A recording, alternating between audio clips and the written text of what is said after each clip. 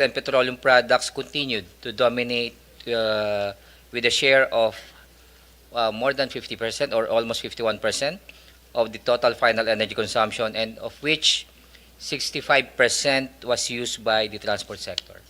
Next slide, please. On the 2024 primary energy mix, the country's total primary energy supply mix reached 69 million tons of oil equivalent, and around 45% came from indigenous or domestic sources, while the remaining 55% was from imported fuels. As illustrated, the country continues to utilize a significant amount of fossil fuels, coal, oil, natural gas, which accounted for about 70% of the total primary energy supply. Coal still made up the largest portion of the energy supply with a share of almost 36%, closely followed by oil with almost 30%. The aggregate share of renewable energy comprised about 30% of the total primary energy supply mix. Next slide, please. The total installed capacity and dependable capacities as of May of 2025 reached 30,965 megawatts and 27,152 megawatts respectively. Coal power plants remain a major source of power, contributing 42% to total installed capacity, while the renewable-based power plants accounted for 32%. Nat gas and oil comprise the remaining 14.9% and 11% respectively. In terms of power generation in 2024, more than half, or 62%, was supplied by coal, while renewables only accounted for 22% of power generation mix. Next slide, please. One of the high-impact programs that will contribute to achieving energy security is the transmission development, and the grid expansion is necessary to accommodate new and sizable renewable energy capacity and connect demand centers with new sources of supply. Under the current administration, the major transmission interconnection projects completed include the Mindanao Visayas Interconnection Project, completed in January 2024, the Cebu Negros Panay Stage 3 Transmission Project, completed in March 2024, the Hermosa San Jose Transmission Project, completed in July 2024, and the Cebu Bohol Interconnection Project, Line 1, completed in December 2024. Next, please. In the upstream sector, the President recently awarded 8 petroleum service contracts, including 2 contracts for native hydrogen exploration. In total, there are now 22 active service contracts being monitored and supervised by the Department of Energy. From June 2022 to June 2025, the country's 2 producing oil and gas fields generated around 1,300 million barrels of oil, 217 billion cubic feet of gas, and 46 million barrels of associated condensate. The Malampaya Phase 4 project has commenced its implementation as part of the Service Contract 38, the renewal agreement.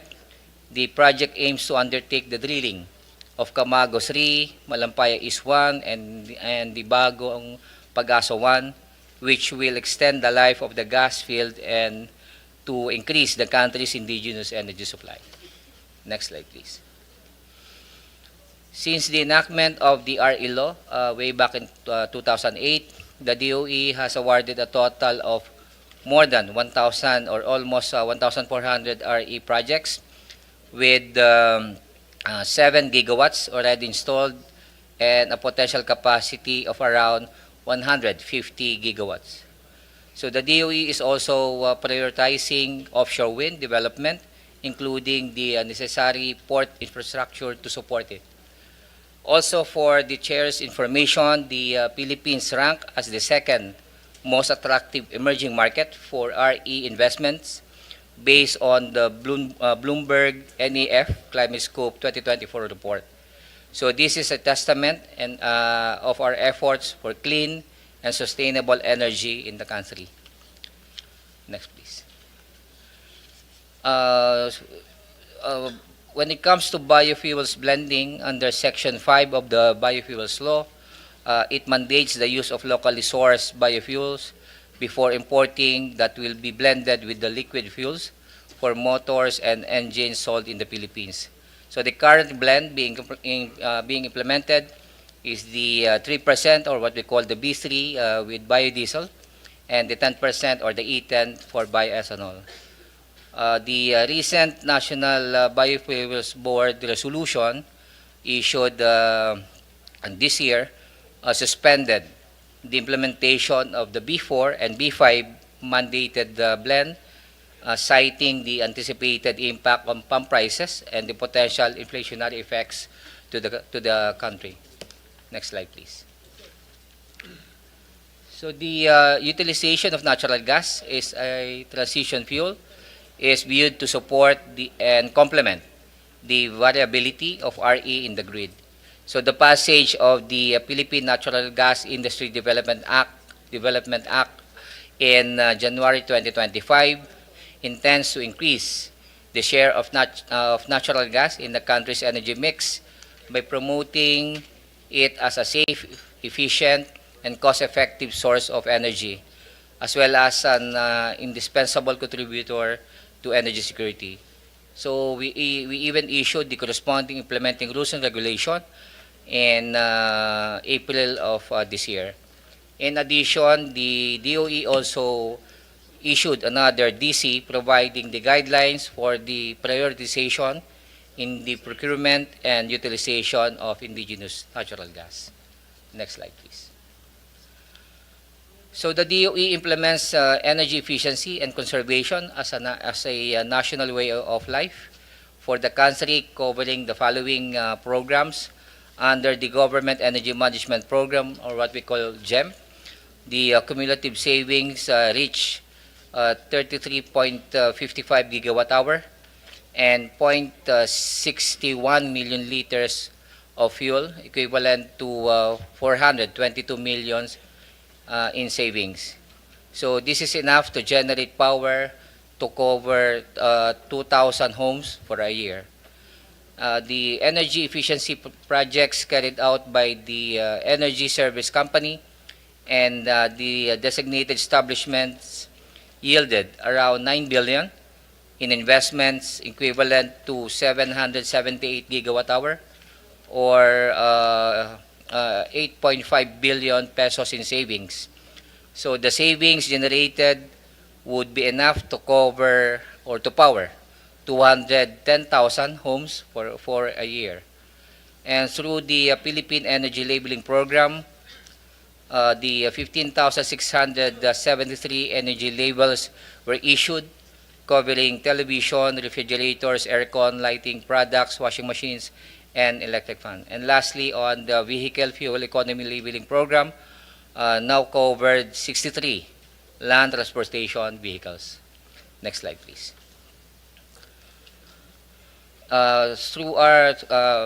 Based on our initiative to decarbonize the transport sector, this would entail reducing our dependence on oil and therefore would also reduce our reliance on imported fuels. And the passage of the Electric Vehicle Industry Development Act in 2022 sent a clear signal of the government's regulation and development of electric vehicles in the country. So the formulation of the comprehensive roadmap for electric vehicle industry, or what we call CREVI, intends to accelerate EV adoption, and it sets a minimum 10% EV share in the vehicle fleet by 2040 under the business as usual scenario, with an ambitious target of refleeting 50% of all vehicle fleets by the same year under the clean energy scenario. Correspondingly, the department or the DOE is also set to issue policies on the mandated installations of electric vehicle charging station and then and also the mandated EV share. Next slide, please. On nuclear energy program, so the passage of Republic Act 12305 or the Philippine National Nuclear Energy Safety Act would provide the institutional and regulatory framework to ensure the peaceful, safe, and secure use of nuclear energy in the country. It also establish or it will also establish the Philippine Atomic Energy Regulatory Authority, or what we call PhilAtom, a quasi-judicial body with exclusive jurisdiction over nuclear energy regulation. So the DOE issued a circular last October 2 of this year, providing a policy framework for the integration of nuclear energy in the country's generation mix. So this establishes the foundation for the Philippines' first commercially developed and operated nuclear power plant, designated as Pioneer Nuclear Power Plant.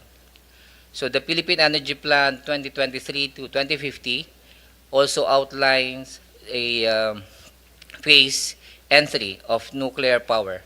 And to sustain momentum, the Nuclear Energy Program Interagency Committee has set targets covering legal frameworks and the IAEA compliance, public acceptance, the human resource and supply chain development, regulatory setup, and the initial bidding, construction, and operation of nuclear power plants.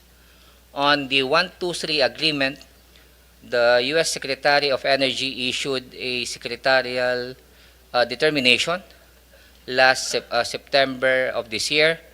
So this added the Philippines and Singapore to the list of generally authorized destinations under 10 CFR Part 810 regulations.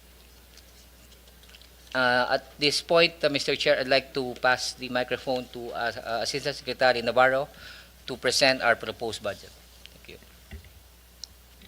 you. Thank you, Director Sino Cruz. Good morning to all. Allow me to proceed, Mr. Chair. Go ahead. The total proposed budget of the Department of Energy for fiscal year 2026 is 3.8 billion. 64% or 2.4 billion is allocated to the agency-specific budget, which is Fund 101, while the 1.4 billion or 36% is allocated to the special account in the General Fund or Fund 151. The DOE's budgetary priorities under agency-specific budget, which is Fund 101, is the implementation of all the agencies' major programs, particularly ISSP and capital outlay requirements, increase in manpower complement, operational requirements of the newly created Nuclear Energy Division. The bulk of the increase includes those expenses related to the said major programs. Under Fund 151, or the special account in the general fund, the proposed budget accounts for 36% or 1.4 billion pesos. Under this fund, the priorities for 2026 includes the following: Nuclear Energy Development Program, promotion of energy efficiency and conservation, alternative fuels for transport and other purposes, the total electrification project, and the ISSP and capital outlay requirements. By allotment class, 51% or 1.9 billion is for maintenance and other operating expenses. 982 million or 26% is for capital outlay, while 910 million or 23% is allocated for personnel services, including retirement and life insurance premiums. Next slide, please. Before you continue, ASEC, let me recognize the presence of Senator Marcoleta. Go ahead, ASEC. Yeah, thank you, Mr. Chair. This slide shows the National Energy Expenditure Program for 2026 per major program. covering both regular programs and the special account in the general fund. Among the programs presented, the Electric Power Industry Development Program will receive the highest allocation at 676 million, followed by the Energy Efficiency and Conservation and Alternative Fuels and Technologies programs. By budget utilization, covering the period from 2019 up to September of 2025, fiscal year 2023 recorded the highest utilization rate of 99%, with 2.331 billion pesos obligated out of the 2.362 billion pesos total budget allotment for that year.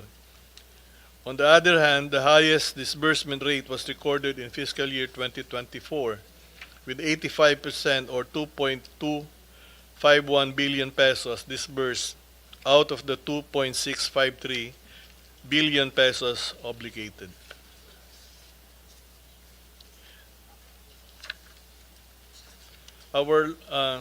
This slide shows, in line with the Department of Energy's objective to ensure energy security for the country, we respectfully seek the committee's consideration for additional funding for fiscal year 2026 to support our proposed Philippine Gradiometry and Scientific Survey project, which aims to acquire modern geophysical data to enhance the petroleum prospectivity of underexplored areas in the Philippines.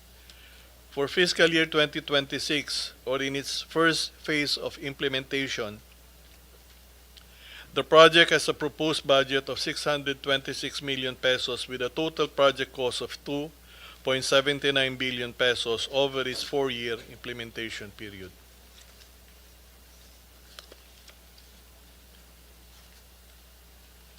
Next slide, please. Presented our priority legislative agenda. The key legislative priorities of the Department of Energy are amendments to the Electric Power Industry Reform Act, which will strengthen the ERC, NEA, and the powers of the DOE. Amendments to DOI Deregulation Act, which shall incorporate fair trade practices and safeguards, as well as the authority of the President to suspend or reduce excise taxes on fuels. Amendments to Biofuels Act that will allow imported blend if domestic supply is expensive. Waste to Energy Bill, which aims to allow the use of waste to energy technologies in electricity, fuel, and heat generation. Energy Transition Act, which mandates the country's preparation of the energy transition plan that shall include national targets, annual target reduction of GHG emissions, and compliance mechanisms. And the last is the Energy Storage Bill, which aims to improve the reliability and flexibility of the grid to accommodate the growing demand for cleaner and renewable energy sources of electricity, such as, but not limited to, solar and wind, as part of the country's just transition plans. Under the reference scenario of the Philippine Energy Plan 2023 to 2050, we see a significant expansion in power generation from 111.52 TWH in 2022 to about 453.81 TWH by 2050. In 2022, coal provided nearly 60% of the country's power supply. By 2050, this significantly drops to 14%, reflecting our efforts to transition to cleaner and more sustainable energy sources. At the same time, natural gas plays a critical role as a transition fuel. Its share increases from 16% in 2022 to 35% by 2050, giving reliability and flexibility support to balance variable renewable energy while ensuring a stable power system. Mr. Chair, that ends our presentation. Thank you. Maraming salamat, ASEC. We now go to ERC, represented by Chairman Juan.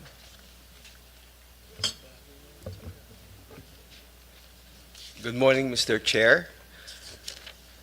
Thank you for this opportunity for us to present the Commission and its proposed budget, as well as its major accomplishments over these past few months. So next slide, please.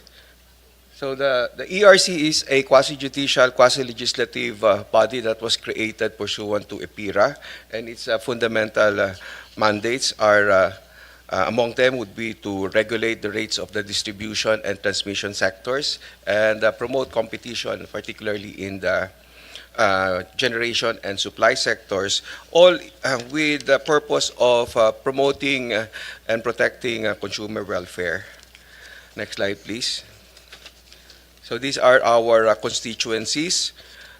First would be, of course, the consumers, then the two regulated sectors, and then competitive sectors. Next slide, please. So at a glance, these are the industry stakeholders for the electric power industry. We have the generation companies in whose favor we issue the certificates of compliance before they can commercially operate. And then we have the transmission concessionaire, NGCP, whose rates are regulated by the ERC. And for the distribution, the 142 distribution utilities composed of 120 electric cooperatives and 22 private utilities. And then the 154 licensed retail suppliers that operate in the retail sector. Next slide, please. So these are the major accomplishments in terms of numbers done by the ERC from January 2024 to September 2025. Being a quasi-judicial body, we issue orders and decisions on cases filed with ERC, and among the cases filed would be power supply agreements, rate reset, approvals of CAPEX, approvals of point-to-point connections by generation companies, and as well as issuance of orders penalizing industry participants for violation of rules, and issuance of rules and regulations to govern the different sectors of the power industry. Next slide, please. So just to zero in on the accomplishments of the ERC these past 2 months, from August to October 2025, we have already issued 449 decisions and orders. Of these, 78 were final decisions, 310 were final orders, and 61 orders were interlocutory, and they are either the provisional authorities and interim relief orders. We have also, as part of our licensing functions, issued already 1,658 certificates of compliances, provisional authorities to operate, and the COC for our distributed energy resources for the net metering customers or the qualified end users, and we've issued 1 retail electricity supply license. Insofar as the issuance of the relevant rules and regulations that will govern our rate setting moving forward, we have actually already approved the revised or the rationalized rules for setting the distribution utilities rates under the PBR. And together with the issuance and approval of this resolution, we had to decide on what valuation methodology to adopt for Meralco in relation to the Supreme Court ruling in Nasicor versus Meralco, and we have adopted the trending method for this so it can also proceed. And finally, we have issued the resolution that will require the filing by the private distribution utilities of their confirmation, true-up and confirmation applications, or what we call the actual weighted average tariff applications of the various distribution utilities, similar to what Meralco has filed, that resulted to the refund order that was issued by the ERC earlier. Next slide, please. Insofar as the rulemaking, in addition to the rules governing the way forward for the reset for the private distribution utilities, we have promulgated the amendments to the net metering rules so we can streamline further the application process for the net metering in compliance with the directives of the President as announced in the SONA. We have also adopted some rules that will simplify and speed up some of our processes with the adoption of the summary proceedings in various applications, category of applications filed before ERC, such as those for P2P or point-to-point CAPEX, over under CPCN and BSUP or business separation and bundling. We have also adopted some amendments already to the customer choice programs rules that will make it easier for the applicants to a REST license to be able to obtain such license, so we can encourage the entry of more REST in our retail sector. Then we have also issued and adopted the amendments to our Section 43T guidelines, or the public offering requirement. And these guidelines or these amendments will actually prevent the discrimination of the smaller generation companies, because currently if the requirement is imposed indiscriminately on all the generation companies and distribution utilities, not all will be able to comply with the mode of compliance that is through the PSE listing, because not all of them are in possession of the qualifications to be able to publicly list. We have also several other various resolutions that we issued for public consultation, and we hope to be able to conclude our consultations thereon and issue these resolutions or amendments to these resolutions before the year ends. Next slide, please. So these are just some of our targets until end of 2025, and that will include the proposed amendments to the Philippine Grid Code and the JAP resolutions in support of the DOE's JAP auctioning, and the amendments to our CSP rules and the adoption of the ASPA rules. This pertains to the adoption of the outcome of the competitive selection process in the review by ERC of the power supply agreements filed before it. Next slide, please. So these are our major trusts for 2026, for which we would be needing the budget that we are proposing now, and these are the major trusts. We will continue to perform our mandate to set the rates of the distribution utilities and the NGCP. We will address the backlog by coming out with timely resolution of all pending cases. We will enhance our oversight and our monitoring of the competitive sectors. We will come out with decisions that are predictable and rational. And of course, in the performance of all this, we shall have always the interest of the consumers in mind. Chairman, before you continue, let me acknowledge the presence of Senator J.V. Arcito. Thank you. So next slide, please. These are the 5 major thrusts. And for our budget is a slight reduction from our last year's approved budget.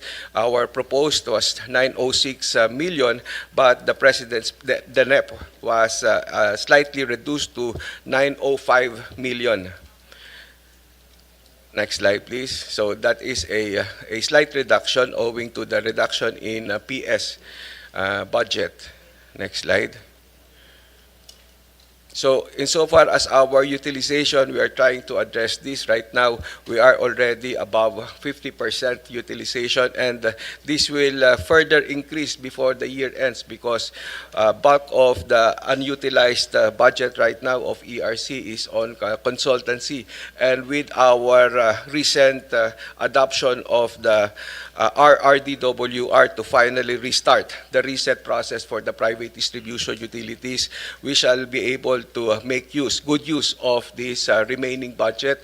And right now, our BAC is already preparing for the procurement of these needed resources to assist us in our rate reset process, which we anticipate will happen with the filing by the first group, Meralco included, by January 19, 2026 of their rate reset applications. Next slide, please.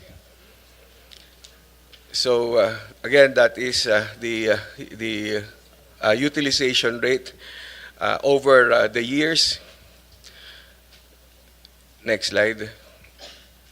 And in terms of the revenues that we are able to earn out of the supervision and regulatory fees, including the penalties that we are able to collect on behalf of the National Treasury, we have already at present 1.3 billion remittance to the National Treasury versus our budget of 906. So we are actually contributing more than what we are being allocated as our budget.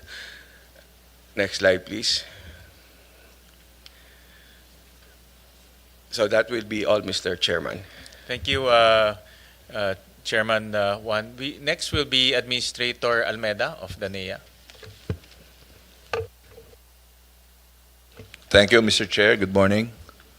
The National Electrification Administration hereby presents its fiscal year 2026 corporate operating budget as included in the National Expenditure Program of the government in the amount of 9,469,417,000. First, may we humbly present the NEA's recent accomplishments. NEA is primarily responsible for pursuing and implementing the state's rural electrification program to bring electricity even in missionary or economically unviable areas in the countryside through the electric cooperatives as its implementing arm. With the combined efforts of NEA and the electric cooperatives, the rural electrification program has reached its 16th million consumer connection in 2024. As of July 31, 2025, the data on the energization status of the franchise areas of the ECs shows that 79 provinces, 1,485 municipalities and cities, 36,067 barangays, 130,519 sitios, and 16.81 million connections have been provided with electricity. The NEA targets to energize its 17th million connection in December 2025.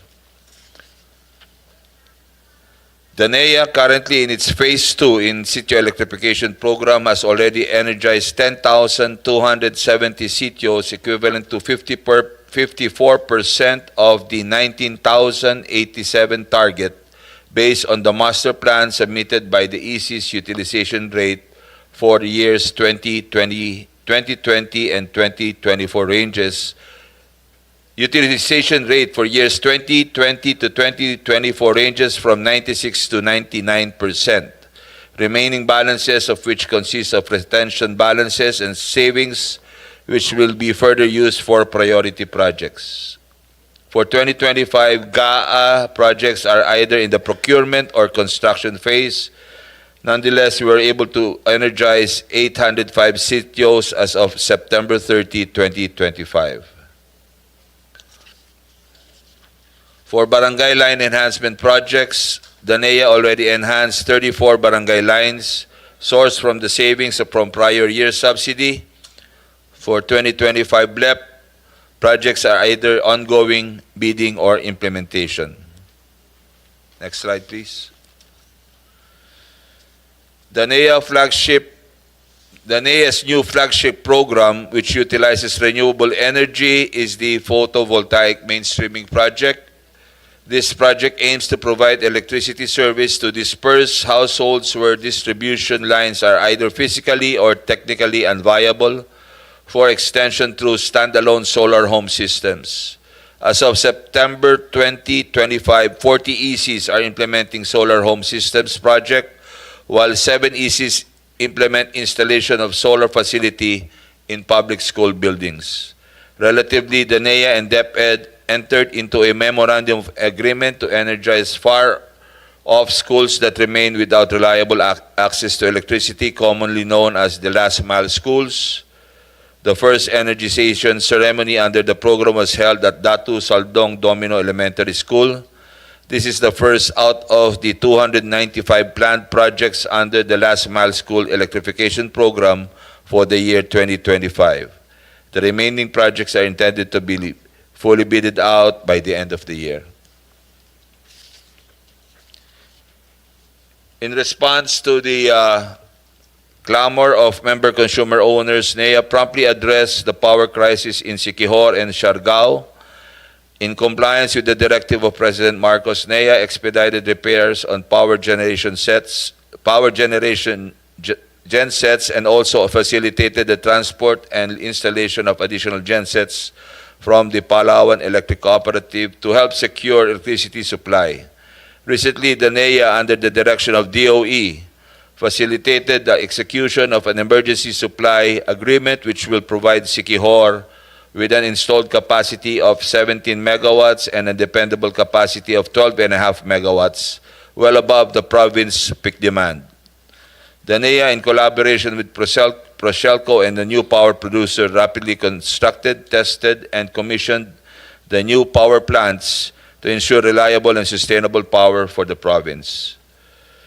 Likewise, power returned to Siargao, Bukas Grande Islands, which endured 13 days of blackouts after commissioning a 4-megawatt modular generator set.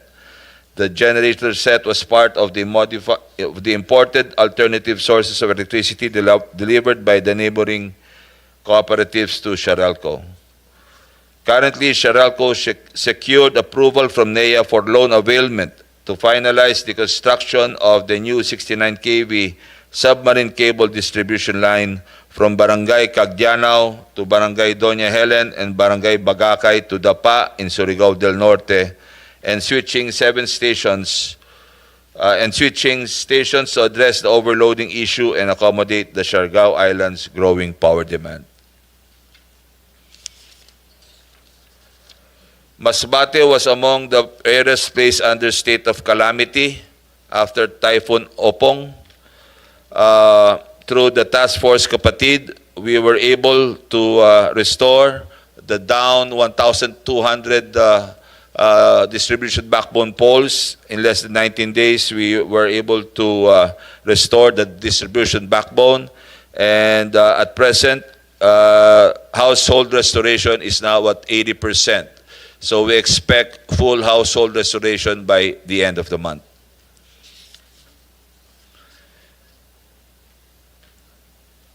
Indeed, the NEA Task Force Kapatid demonstrated relevance with its steadfast commitment to solidarity and prompt disaster response, especially during the onslaught of the 5 major typhoons in 2024, Julian, Christine, Marcy, Nika, and Pepito, which affected 22 electric cooperatives, while in 2025, Task Force Kapatid responded to Tropical Cyclone Emong, which affected 2 ECs.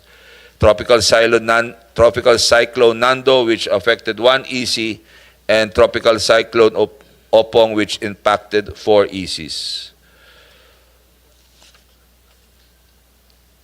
Among NEA's other accomplishments and as part of its commitment to leave no EC behind, the NEA has conducted competitive selection process for 19 ECs, both on off-grid and on-grid and off-grid, in accordance with the prevailing DOE and ERC CSP guidelines.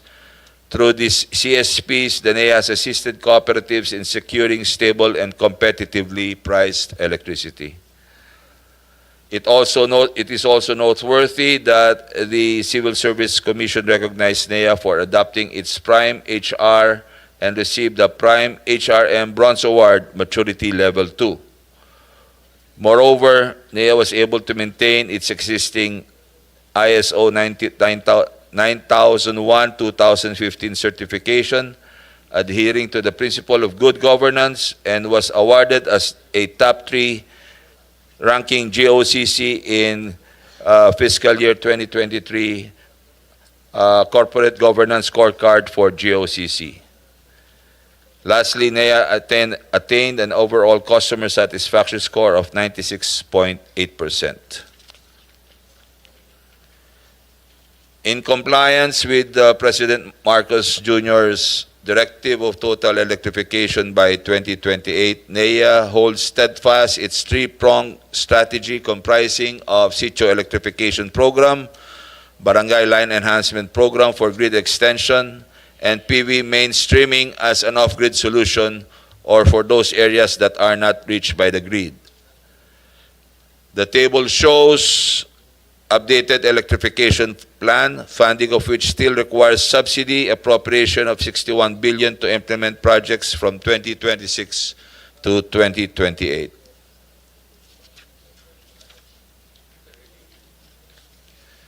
With those accomplishments, they assures the government that we continue to provide essential services and that our fiscal year 2026 budget will be utilized accordingly.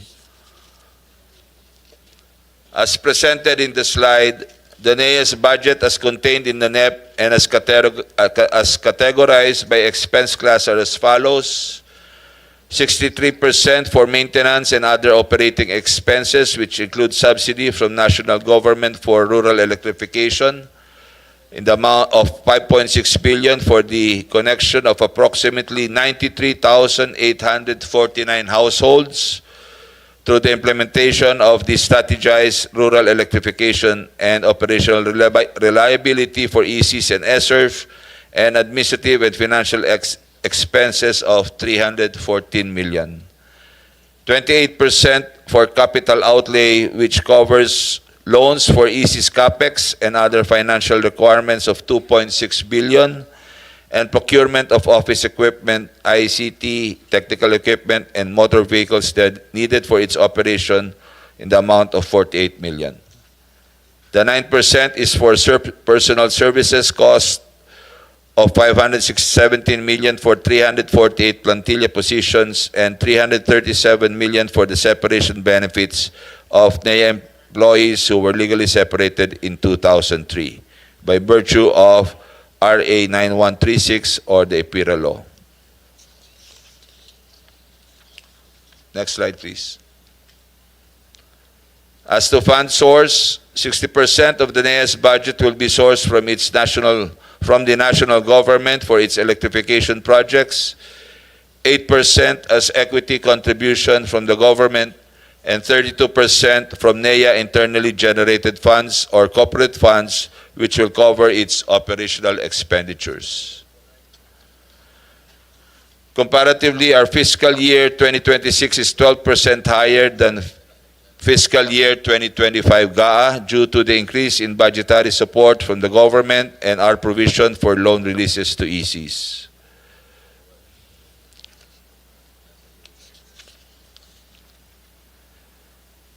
NEA appreciates the DBM's recommended subsidy level for electrification projects for fiscal year 2026 as we aim to achieve at least 92% electrification level by 2026. We hope to secure the remaining 24.32 billion or 81% of our proposed budget, which will energize approximately 505,413 more households. To affirm, next slide please. To affirm that NEA can effectively can effectively utilize and maximize its proposed budget, we humbly present the NEA's recent financial performance. For 2024, subsidy appropriation, NEA utilized 98% of its allotments for program projects, 72% of which was already disbursed to ECs. For SEP alone, NEA already reached 98% obligation and 80% disbursement rate. Notwithstanding the provision stated in the 24 GAA wherein subsidies released to GOCCs shall be valid until fully expended, NEA is committed to fully disburse the subsidies immediately. All projects are on track except for the installation of the solar power system in Zamboanga City, in which the NEA had encountered some delays in the EC's submission of documents. However, we are still committed to fully obligate the funds by end of 2025. For the year 2025, NEA's overall utilization rate is already at 93%, and is on track to reach 100% utilization rate by 2025, by end of 2025. 4 months from the receipt of SARO in May in the amount of 3.6 billion, the NEA already obligated 91% of its allotments and disbursed 27% to ECs. Majority of projects are still undergoing implementation. Nonetheless, the NEA is projecting disbursement rate of 51% by end of 2025. As to the remaining projects, the SARO of which was only received in August 2025, projects are still undergoing procurement.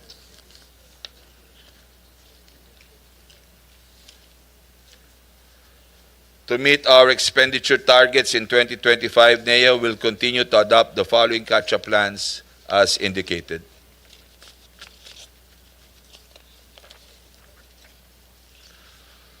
For our corporate financial report, for our corporate financial targets rather, for fiscal year 2025, charges to budget already reached 73% for in-house expenditures, collected 99.5% of EC's loan amortizations due, and released loans to ECs at 1.98 billion pesos. We would like to emphasize that NEA's financing scheme contributed to the revenue of NEA, which financed the agency's operating expenses.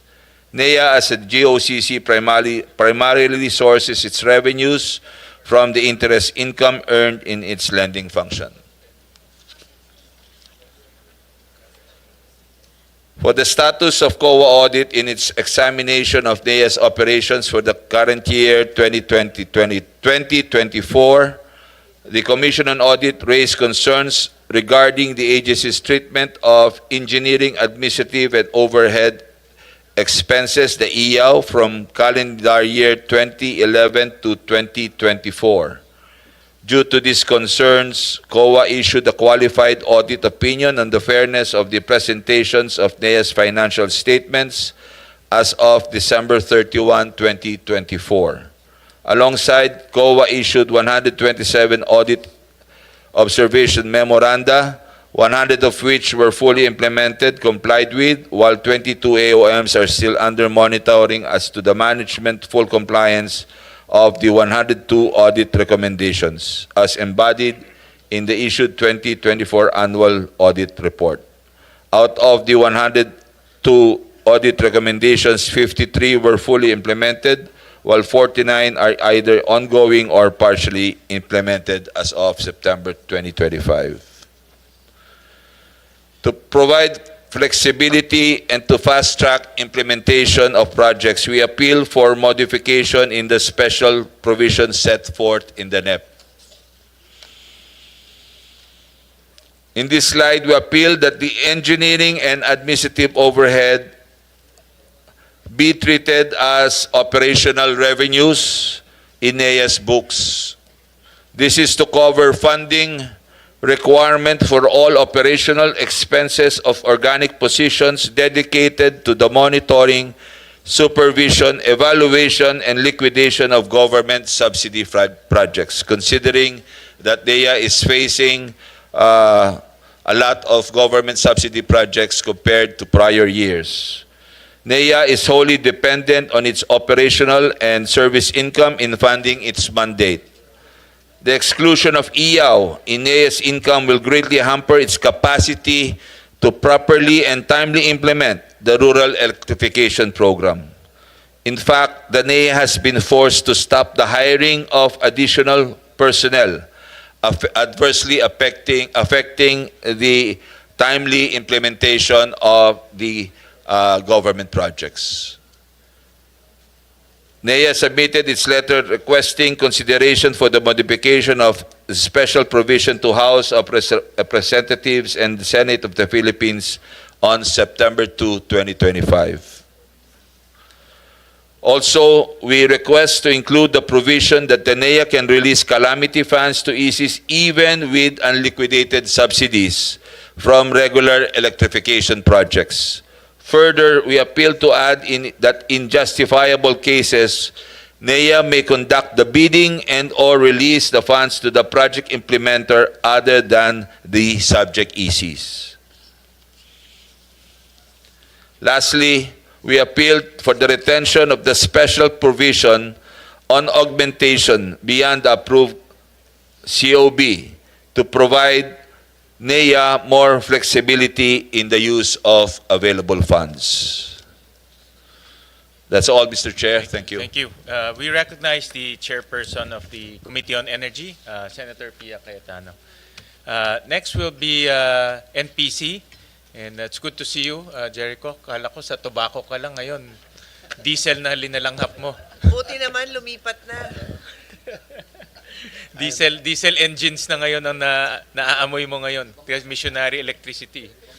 Thank you, Alright, Mr. thank you. Chair. Good morning. I'm happy and proud to be the president of the National Power Corporation. Senator Marcoleta, Senator Cayetano, Senator Ejercito. I'm honored to present the NAPOCOR budget to the Honorable Committee. We will first go through the summary of accomplishments presented per 4 mandates of NAPOCOR. Hindi lang po kami diesel, Mr. Chair.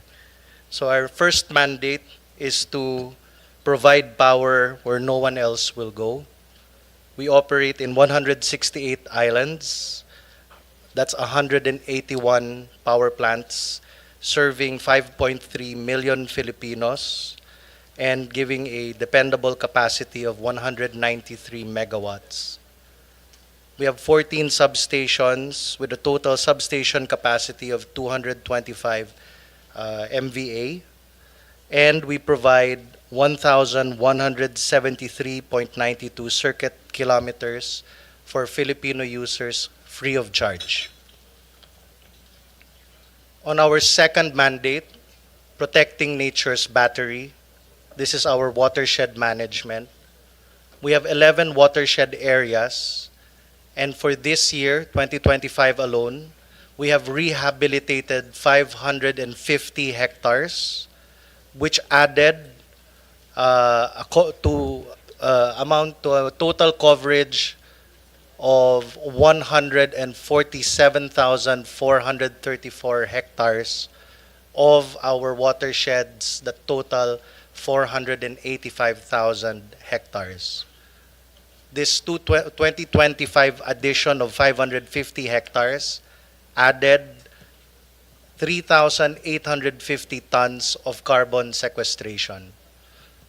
I want to emphasize that here in our watershed management, while certain groups would talk about the diesel plants of NAPOCOR, I'd like to highlight that our carbon footprint is 455,000 metric tons per year, but our watersheds offset this carbon footprint because we offset it with 35.8 million metric tons. So ang footprint po namin 455,000, pero ang balik po namin sa aming watershed ay 35.8 million. In our third pillar, which is propelling clean energy, we have 12 dams where we do this delicate balance of controlled spilling operations. We'd make sure that the dams have adequate water and hindi po kami magsispill that will affect communities downstream. In order to do that, we do sessions with communities for them to understand, especially yung mga basura, para ma-protect yung dam natin. And at the same time, informing our stakeholders kung magsispilling po kami. Hindi po kami basta-basta nagsispilling, we do coordinated efforts. And under my leadership, we're planning to add localized weather stations in every single dam. And we are currently even crunching the numbers of the past 30 years para maintindihan po namin ng mga weather patterns through the years, and we can do our spilling operations in a more scientific manner. Our fourth and last pillar, which is providing national energy security through the management and operation of our remaining generating assets. These remaining on-grid generation assets, particularly the 7 hydroelectric power plants of the Agus and Pulangi complex, provides 25 to 30% of clean energy to the Mindanao grid. We give a dependable capacity of 929 megawatts, with a gross generation in 2024 of 4,491 gigawatt hours. Because of this operation, we give a plus 8.769 billion. This is net po na pera na binibigay po namin at tinatanggap po ng PSAM. So where will we be in 2026 kung masuportahan po yung mga programs po natin? We will increase our 24-hour operations from 84 to 101. We will increase our 12 to 23 hours operation from 18 to 42, and we will decrease our less than 12 hours operation from 79 to 52 plants. Total number of plants that we will add will be from 181 to 195. Also under my leadership, Mr. Chair, Honorable Senators, I want to look deeply into the unserved areas. Masyado tayong nakafocus sa underserved. Punta na rin po tayo sa unserved. And hoping that these unserved will be, pinapadesign po namin, we're on the drawing board, microgrids, hybrid. Doon po tayo papunta.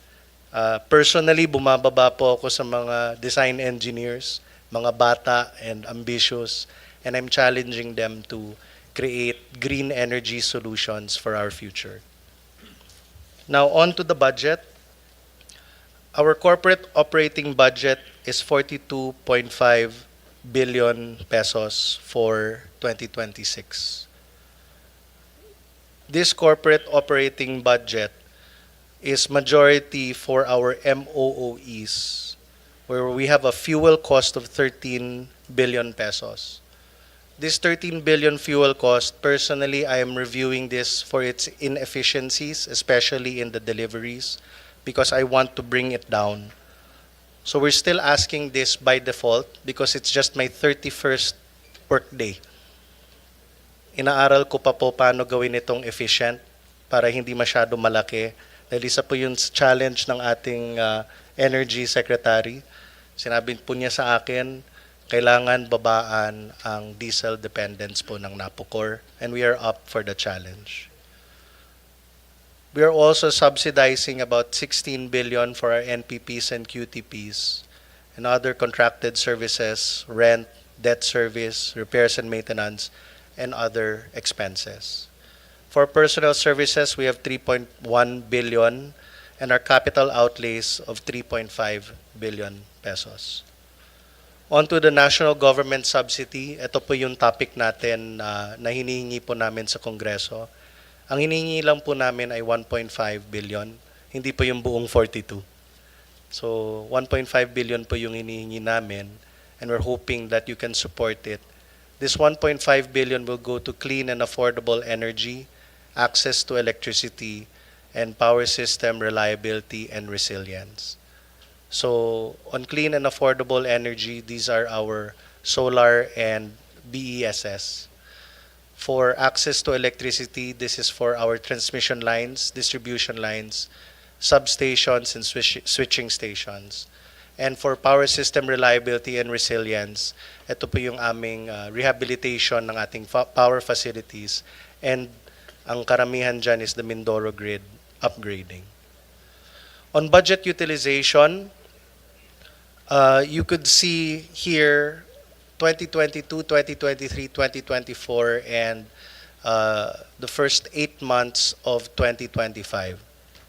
Medyo mababa po yung last portion, but we are looking that by the end of the year, above 90% po yung budget utilization natin sa corporate operating budget.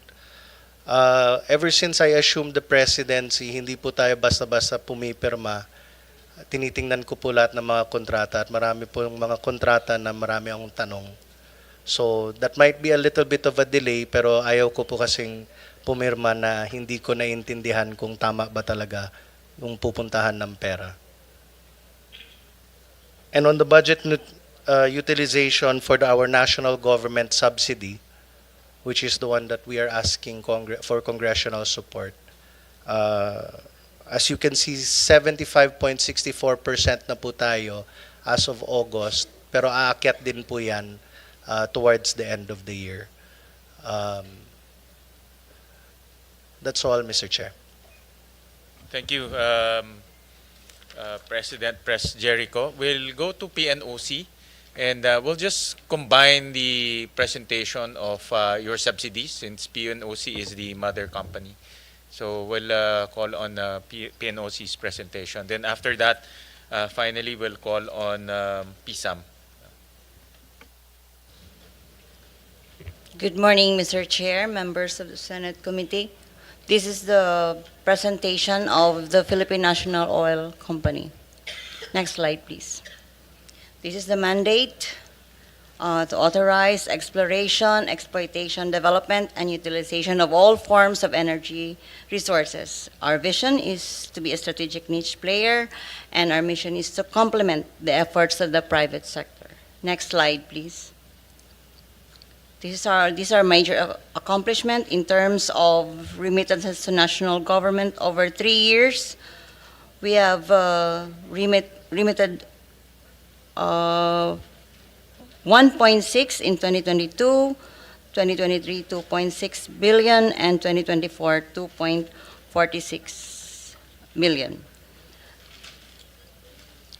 In spite of the approved budget in 2025, 1.25 billion, we are projecting a net income of 1.79 billion, and that out of that 179 billion, we're expecting 895 million to 1.34 billion remittance to the national government. Next slide, please. This is the proposed corporate operating budget, NEP level. We are proposing a 5.8 billion distributed in terms of capital outlay at 4.723 billion, and MOOE at 848 million, and the personnel services at 237 million.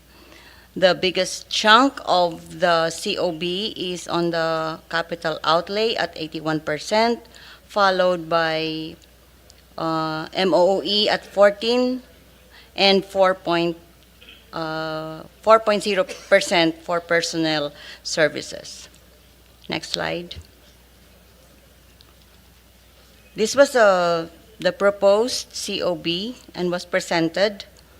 The capital outlay consists of the following particular projects, and it's about 4.7, and the rest MOE and the personal services, totaling to 5.809 billion.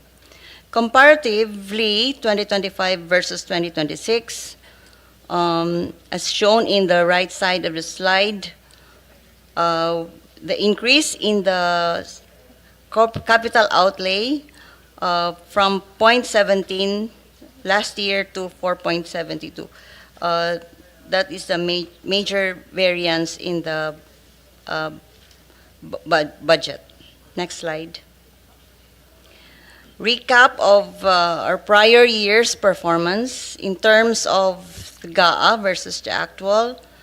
At an average, we are utilizing our budget at about less than 50% at an average. There is an explanation on the 2024 and 2025 utilization, which I will be explaining later on. But supposedly, if that financial headwind has not happened, we could have attained a higher budget utilization of 77%. Next slide. This slide shows our financial headwinds. We identified three: the bank gas depletion by 2027, the Petron case, and the tax liability and dividend to national government as a result from discontinuance of PNOC subsidiaries. Next slide, please. With those financial headwinds, we redirected our thrust, our direction to de-risk to equity projects and the land development at PNOC Bataan Properties. Next slide. So this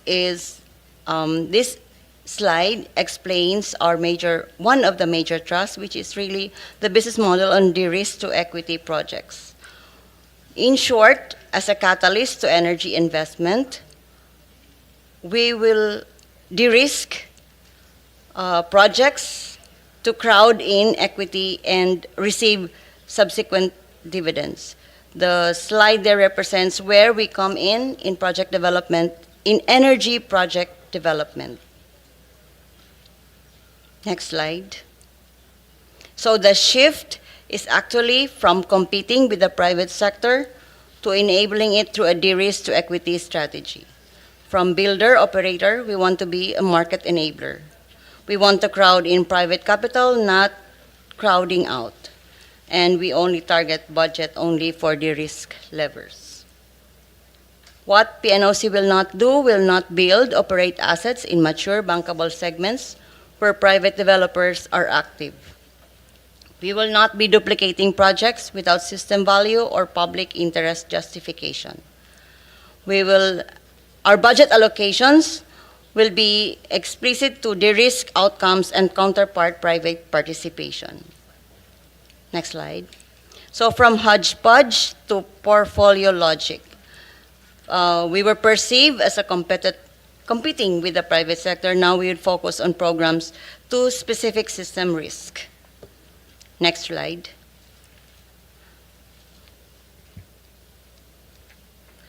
So these are the de-risk to equity projects and technologies, and we have here the financial run for each of these technologies. So what we are asking is a 500 for 2026, where what we are budgeting is the 520, and the succeeding years for 2026, 27, 28. For the information, we do not expect significant revenue stream for the next 3 years, Mr. Chair, because of the financial headwinds that we have identified. Next slide.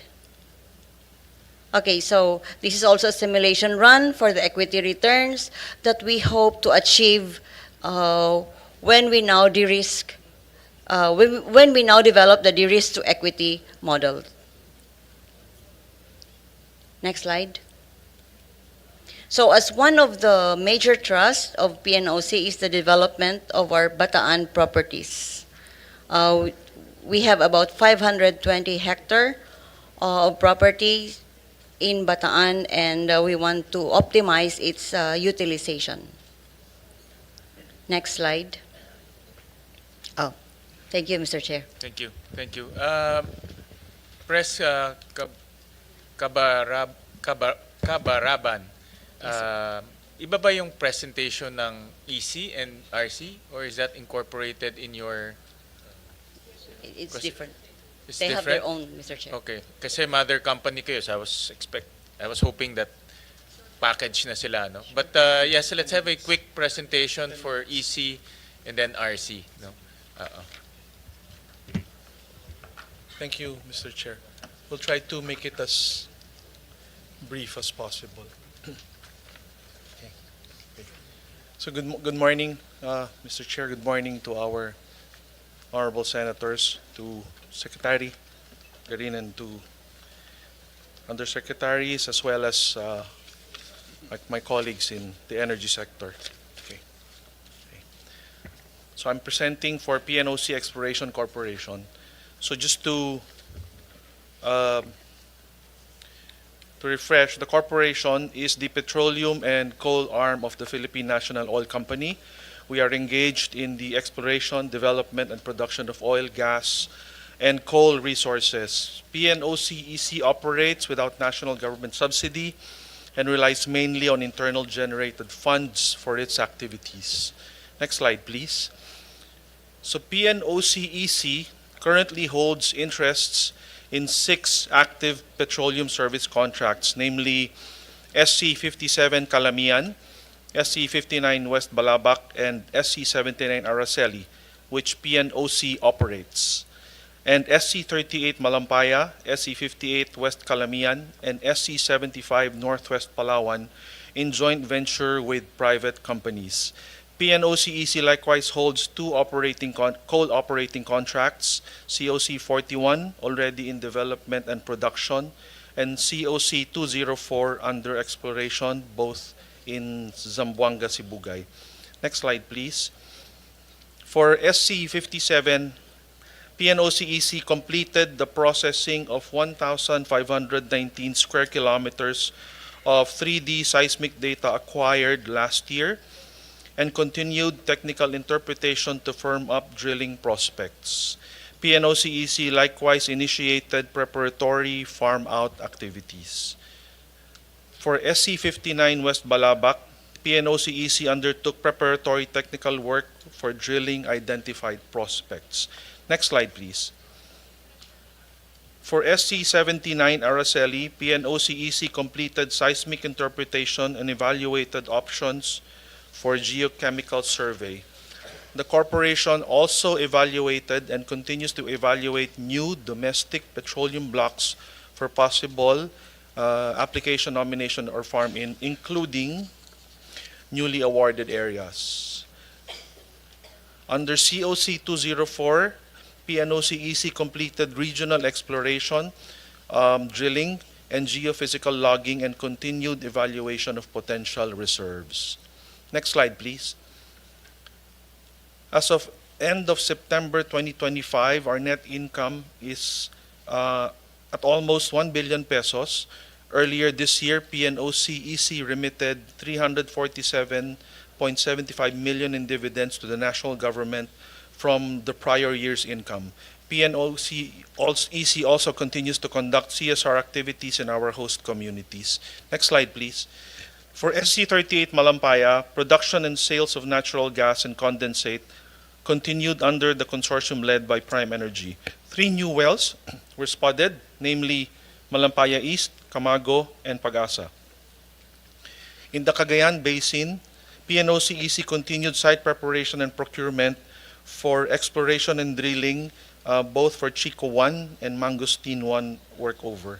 Coal mine development and production under COC 41 continued alongside preparatory procurement for Mine 4. Next slide, please. So PNOCEC has identified several investment opportunities. PNOCEC is looking for partners in SC57 to share costs and risks, and likewise in COC 41 for development and production. PNOCEC is also exploring overseas equity positions in coal outsourcing and is evaluating downstream gas assets, starting with potential participation in the Ilihan gas pipeline in support of indigenous gas development. Next slide, please. So for 2026, PNOCEC requires an indicative budget of 11.102 billion, 7% lower than 2025. Of this, 10.183 billion is for exploration and production, 194 million for capex, and 725 million for our operating expenses. Next slide, please. So to break down PNOCEC's 2026 indicative budget, so 10.183 billion will be for exploration and production projects, specifically 2.932 billion for SC 38 Malampaya, 973 million for the Cadlao field, and 4.631 billion for petroleum exploration. 1.85 billion for coal projects, 65 million for native hydrogen. 193.88 million by way of general capital expenses and 725 million as general operating expenses. Next slide, please. So for 2026 programmed activities, SC38 Malampaya will continue production and pursue development works under the Sinagtala project and the drilling of Bagong Pag-asa aimed at extending field life. Cadlao activities include well drilling and extended well testing. Next slide, please. For exploration in SC57, PNOCEC will continue with the maturation of prospects using the acquired and processed 3D seismic data and will continue efforts in engagement of possible partners. In SC79, PNOCEC plans a seismic program and geochemical gas seep survey alongside ongoing interpretation. In the Cagayan Basin, PNOCEC will continue exploration activities and seek partners for the area it plans to nominate. Next slide, please. For coal, PNOCEC will maintain only minimum development and compliance activities while management continues to evaluate the appropriate course of action for the mines in light of current operational and economic constraints. The corporation will, however, continue feasibility studies, infill drilling for data completion, environmental impact assessments, and mine planning. For native hydrogen, PNOCEC will undertake geological and geophysical studies, secure free and prior informed consent, and conduct EIS-related work. Next slide, please. Our budget utilization rate remains low due to the speculative and capital-intensive nature of petroleum exploration and production. For first half 2025, our budget utilization rate is only 12.04%. From 2020 to 2024, it ranged from 9% to 25%. Around half of our annual corporate operating budget is contingent, dependent on prospectivity, technical results, permitting, and procurement logistics. Next slide, please. So the figures and programs presented are aligned with current technical studies and regulatory directives. PNOCEC remains available for further discussion. End of presentation. Thank you. Thank you, Mr. Next Chair. will be PNOCRC. Good morning, Mr. Chair and the other distinguished senators. I'll be presenting the PNOC Renewable Corporation. Next slide, please. Our key accomplishment for calendar year 2024 is to respond to existing clients' interest to expand current installation, commercial operation in additional 100 kilowatts in the OST. We conducted technical and financial studies for renewable energy projects for private entities in Maria, Siquijor, and solar projects for Siargao LGUs. Committed to ensure project sustainability by operating and maintaining existing solar rooftop installation and assisted joint venture partners in pre-development activities and completed a 10 kilowatts solar parking shed with 40 kilowatts battery, started solar assisted 80 kilowatts charging station on DOE Clark Subic, and partially implemented abolition of positions pursuant to GCG Memorandum Order 2024-15. Unfortunately, Mr. Chair, we were advised that the PNOCRC will be deactivated sooner this year, so we are already, Mr. Chair, on the transition period. That ends my presentation, sir. Thank you, Pres Estiles. And lastly will be PSAM.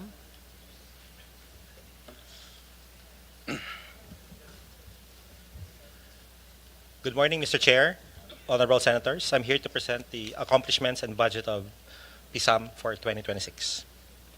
Next slide, please. This is a summary slide of the accomplishments of PSAM, and I will go through these accomplishments in the next few slides. Next slide, please. With regards to the generation assets, we have privatized 46 generation assets totaling 9,823 megawatts.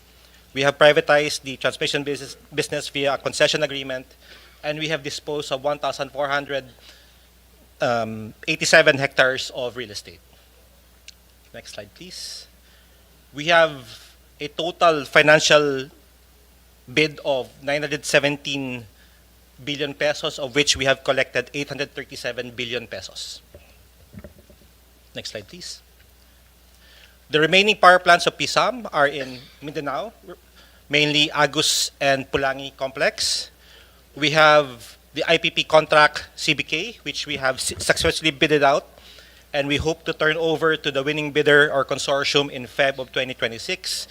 And we have the Mindanao Coal Plant or STEAG with the expiry of this IPP contract in 2031.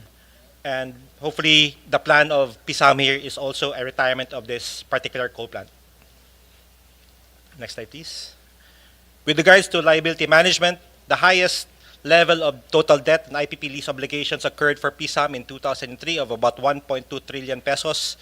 We are now down as of June of 2025 to 262 billion pesos. The total amount of paid financial obligations represents about 2.2 billion pesos. Next slide. We are also, as part of our mandate, we are the administrator of the Universal Charge Fund. As seen on the screen, we have a total collection and disbursement of 302.8 billion pesos. With regards to the budget of PSAM, we have a proposed budget for 2026 of 248.9 billion pesos. Next slide, please. Here shows a breakdown and comparison of our 2025 and 2026 budget. Please note, Mr. Chair, honorable senators, there are huge differences in 2026 because there was an assumption of PSAM here that the corporate life of PSAM ends in 2026. Therefore, we made assumptions on PS for the separation and benefits of employees, and all of our debt were supposed to expire in 2026. So particularly in PS, we have a variance of about 377 million representing separation pay. We have a PSAM MOE of about 232 billion pesos, of which 170 billion of which are expiring obligations, but we are now in the process of negotiating these liabilities for a 10-year life in accordance with the 10-year corporate life extension of PSAM. We have a 10.3 billion requirement for Transco and a 2.2 billion requirement for the Napacor Operations Maintenance Agreement for the Agus and Pulangi, for a total proposed budget of 2026 of about 248.9 billion pesos. Next slide. Here is a line-by-line breakdown, Mr. Chair. As you can see, the biggest item in our budget represents the debts and IPP lease obligations, followed by the remaining IPP costs that we currently have, such as San Roque IPP, Bakun IPP, CBK IPP, Mindanao Coal IPP. Next few items are with regards to the budget funding for the NPC Operations and Maintenance Agreement for Agus and Pulangi and the Transco funding. Next slide, please. With regards to our budget utilization for 2024, we are at 97.96 budget utilization. And for the first semester of 2025, we are at 46.72%. However, we project for the end by end of 2025, we will be at 90% or higher.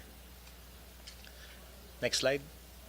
This just represents the budget utilization for the NPC MOA, which is at 93%. And for 2025, next slide, we are currently at 32%. And however, again, we expect to be at 90% by end of year. That ends my presentation, Mr. Chair. Thank you. Maraming salamat, President De La Serna.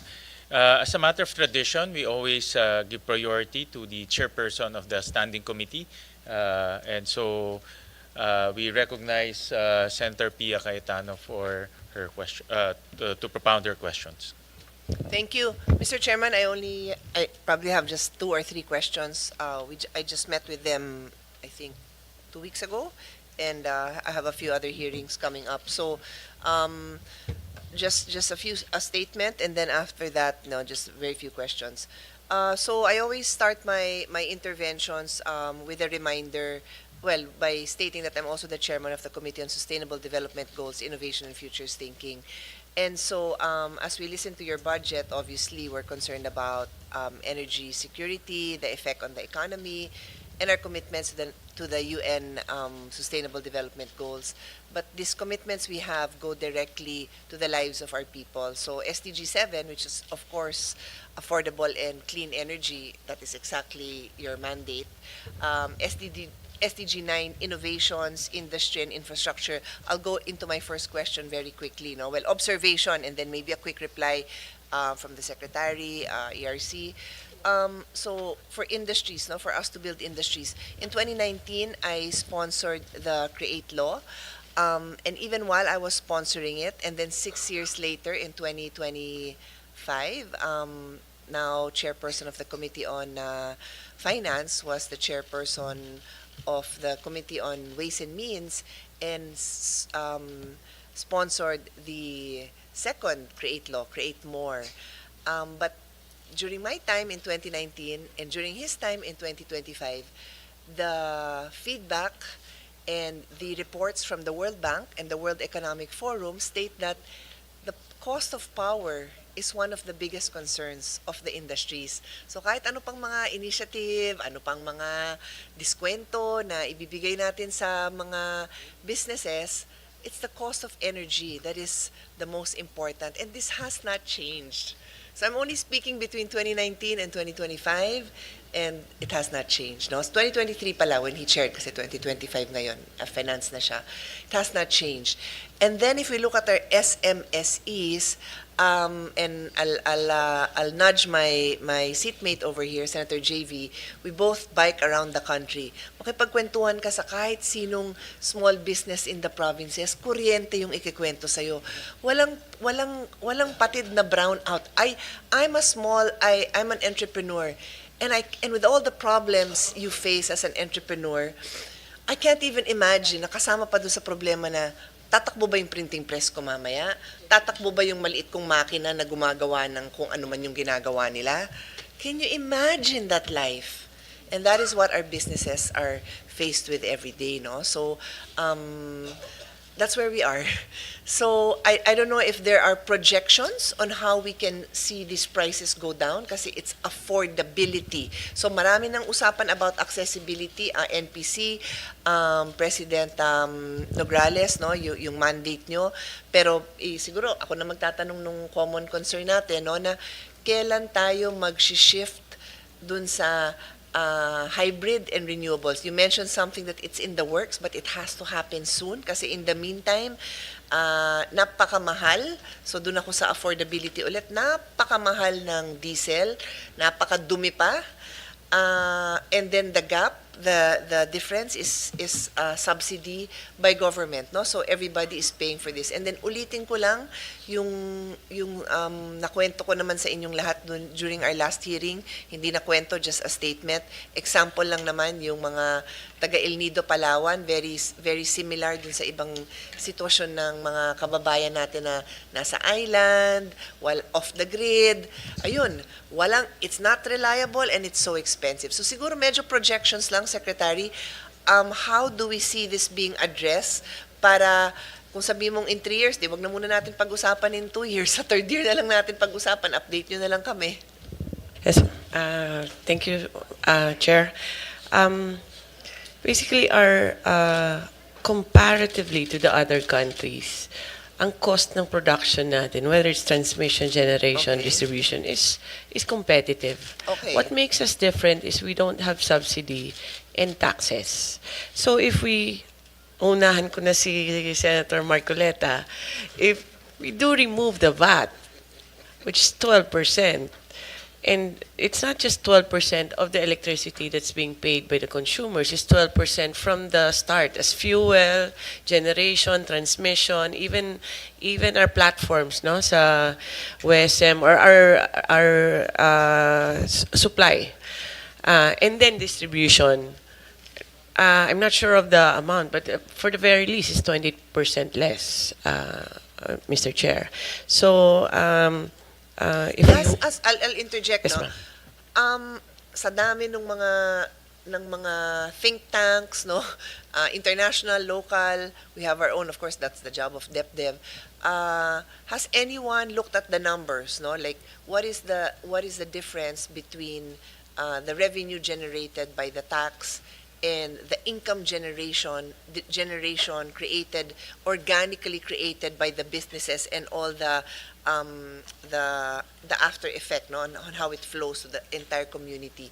Kasi sa ibang hearings ko and sa Ways and Means, talagang there's always a group that will give us those numbers so that we know, like by not preventing and doing whatever we can to prevent smoking, ito yung effect. O may taxation ka nga sa smoking, sa vaping, nasingit ko pa yung advocacy ko, ganun talaga buhay.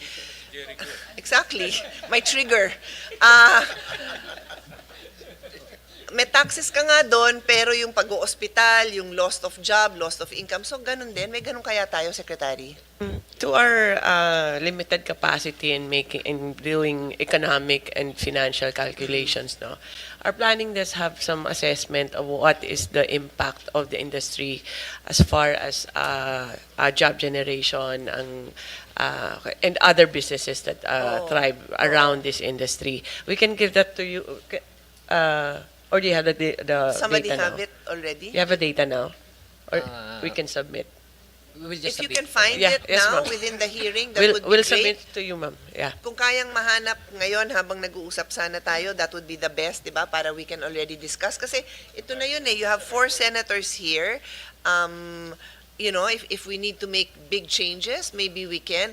There's always going to be resistance, of course, with DOF kasi that's their job to create. But if there's other agencies that will tell us that ito yung effect if we do something differently, kasi we're not doing anything differently. We're not shaking things up, and we need to do that. I like your presentation. I mean, I like your response. It's so simple. So nandun lang pala sa subsidies yun, ganun kasimple, Secretary? Mr. Chair, that's the part that can be done through legislation. In Okay. our capacity, though, as DOE, there are so many things that we do have that are our deliverables. Okay. Like yung grid problem. For example, like Mindoro and Palawan, as you mentioned, we need to fix the distribution lines there, supply nila less of diesel and more of renewable or cleaner but cheap. No? So those are things that we can, not immediately, but we can plan out for it to be delivered. Now, those are the infrastructure na we're trying to fix now with the different GOCCs that we have in different bureaus that we have. One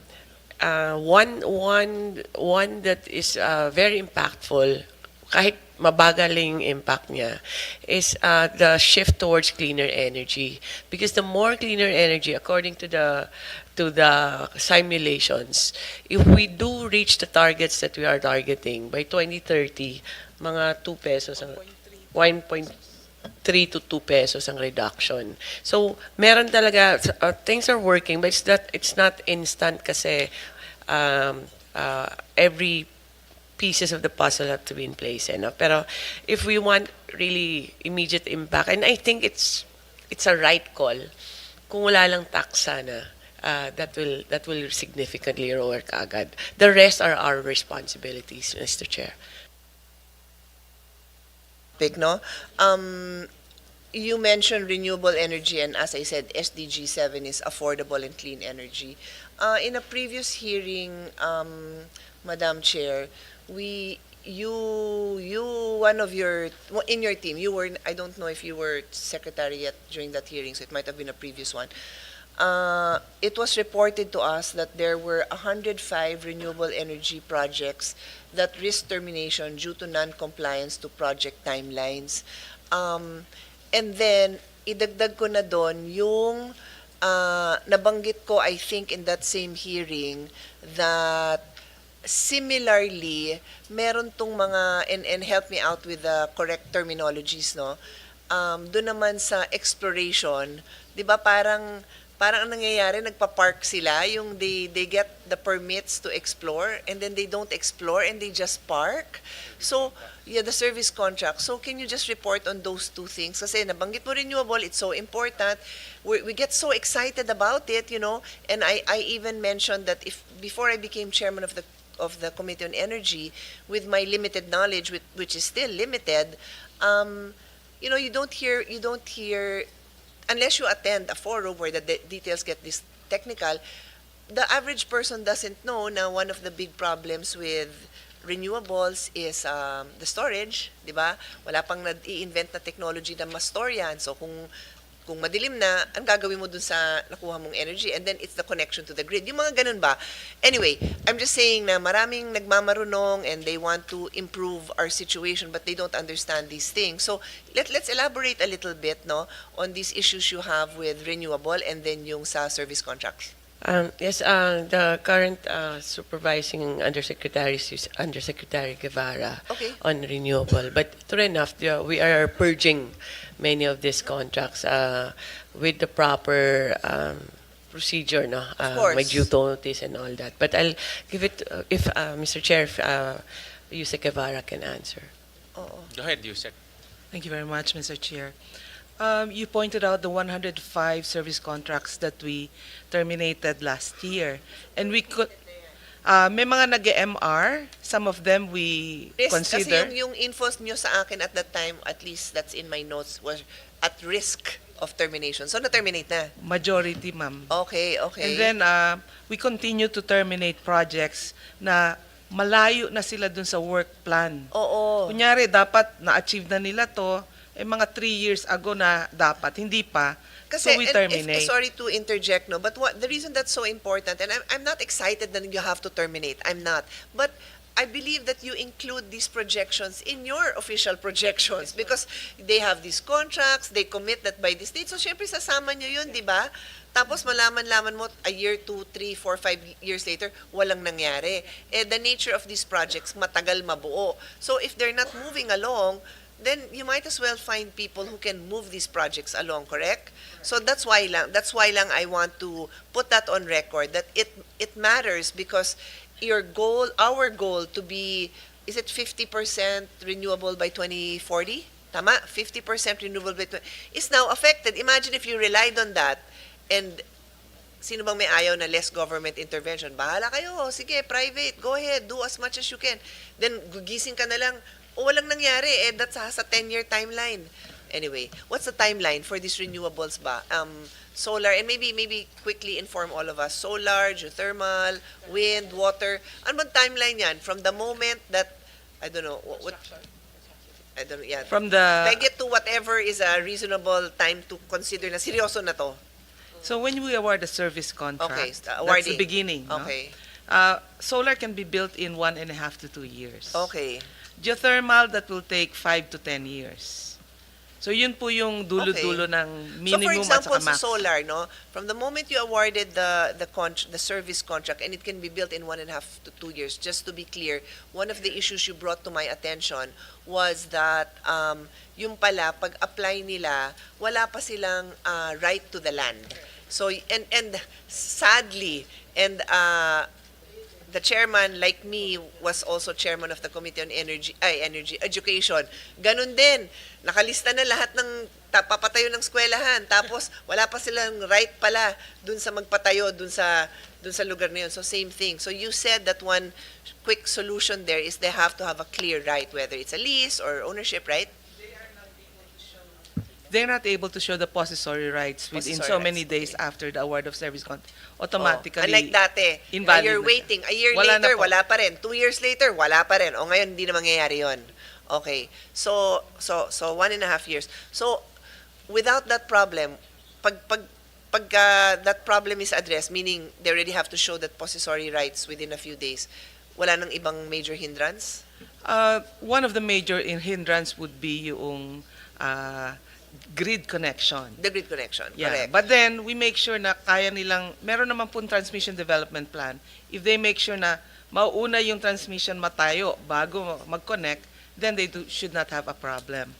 But ma'am, pointing to your question, we have 1,400 service contracts. Okay. But then we also classify them into committed and indicative. Ang Okay. committed, ibig sabihin po, nagko-construct na o may financial closure na. Okay. So yung numbers na sinasite namin, for example, na by 2030 dapat 35%, nakita na po namin yung 35% na yun na manggagaling sa mga committed sa Committed. indicative. Okay. Yes. Okay. So yung So, indicative, meaning they yung have a service contract Yes. but there's a lot of moving pieces pa? Ganun ba yun? Tinatapos pa nila yung mga permits. Feasibility. Feasibility study, mga ganun po. Pero ba't kailangan ma-award na sila ng indicative? 'Cause I they mean, will may not- mawawala ba sa kanila kung hindi nila hawak yon? They need the exclusive That's what use they're of that's that. what they're after Yeah. na for them to make their commitment then kanila na yon so that maka-invest na sila nung expenses necessary for The to make permits, the yes. the project happen, the permits, like you said, the feasibility. Okay. Okay. So, and then you mentioned geothermal, which takes 10 years? 5 to 10 years. And in the last hearing, Secretary, you mentioned that we have geothermal projects in the works? We have? There is, ma'am. Actually, this is the first time in so many years that we have a greenfield under EDC, no? Under EDC and Bicol.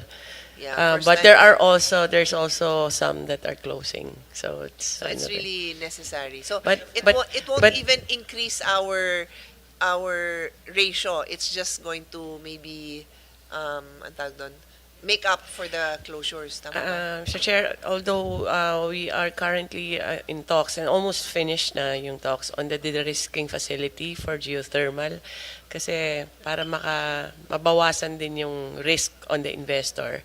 So that's through World Bank ba?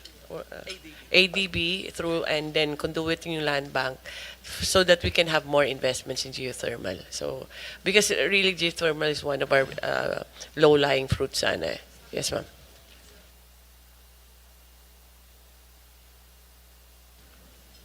Ma'am, yung pong sa to assure din na we will have the supply that we promised by 2030, meron po tayong green energy auction. And this year we're holding 4 green energy auctions. And so far, ang winners po natin ay 16.6 gigawatts na. Okay. So by the end of this year, baka umabot na po tayo ng 20 gigawatts. So assured na tayo hanggang sa 2028 to 2030 na mga developments. Okay. Kasi pag green energy auction, merong performance bond, they really have to deliver. Otherwise, they pay the government. They will lose the performance bond. Right, right. Okay. I'm looking lang for a news article that Ito. Who's in charge of nuclear? Ikaw din. Anyway, Yes, ma'am. there was an article a day or two ago. It says the Philippines has emerged as one of the front runners in the nuclear deployment in Southeast Asia. Paano nangyari yun? Overnight, naging front runner tayo? May ginawa tayong, ano mga Yes, ma'am. groundwork natin? We- Kasi, sandali. Ito si Senator JV. Last week, we welcomed the Speaker of the House of Hungary, di ba? Kasi binisita namin siya roughly a year and a half ago, parang early part of 2023. Yeah. And then, nag-side trip ako sa Vienna and I had a meeting with our ambassador. And at that time, a year and a half ago, we have done nothing. Nothing! And then now we're on the forefront. Ang galing talaga natin! What happened? Who can update me? Kanino It's- PR yun? No, it's, Mr. Chair, hindi yun PR. Ever since 2022, with the new administration, medyo na-revitalize yung nuclear energy program interagency. It just took us time to get back on track. Yes, ma'am. So now we have a nuclear division, we have NEPIAC, nuclear division in DOE, we have a roadmap already. Na-review na tayo ng IAEA second time, and we have good grades in IAEA. We're asking for another one pa. The law was passed. We entered into the 123 agreement already with the US and other countries. And we're making headway in a sense that many of our companies are also interested in pursuing and our recent we had surveys now on the acceptance rate ng nuclear, but the recent activity of DOE, other agencies in fairness also have activities in this. PhilVox, DOST, PNRI, DND, lahat sila may ginagawa. But DOE issued recently a circular giving let's say preference or special treatment to the Pioneer One. So it's just more of a framework. And so why are we considered nauuna sa Southeast Asia? Because we have been steady. Indonesia at one point was ahead of us, but hindi steady kasi their legislative medyo binawi ulit yung authority. Vietnam is also getting ahead also, but it depends on the year na rin or depends on the country. But comparatively, we are ahead of the rest of the countries in Southeast Asia in preparation for building the power plant.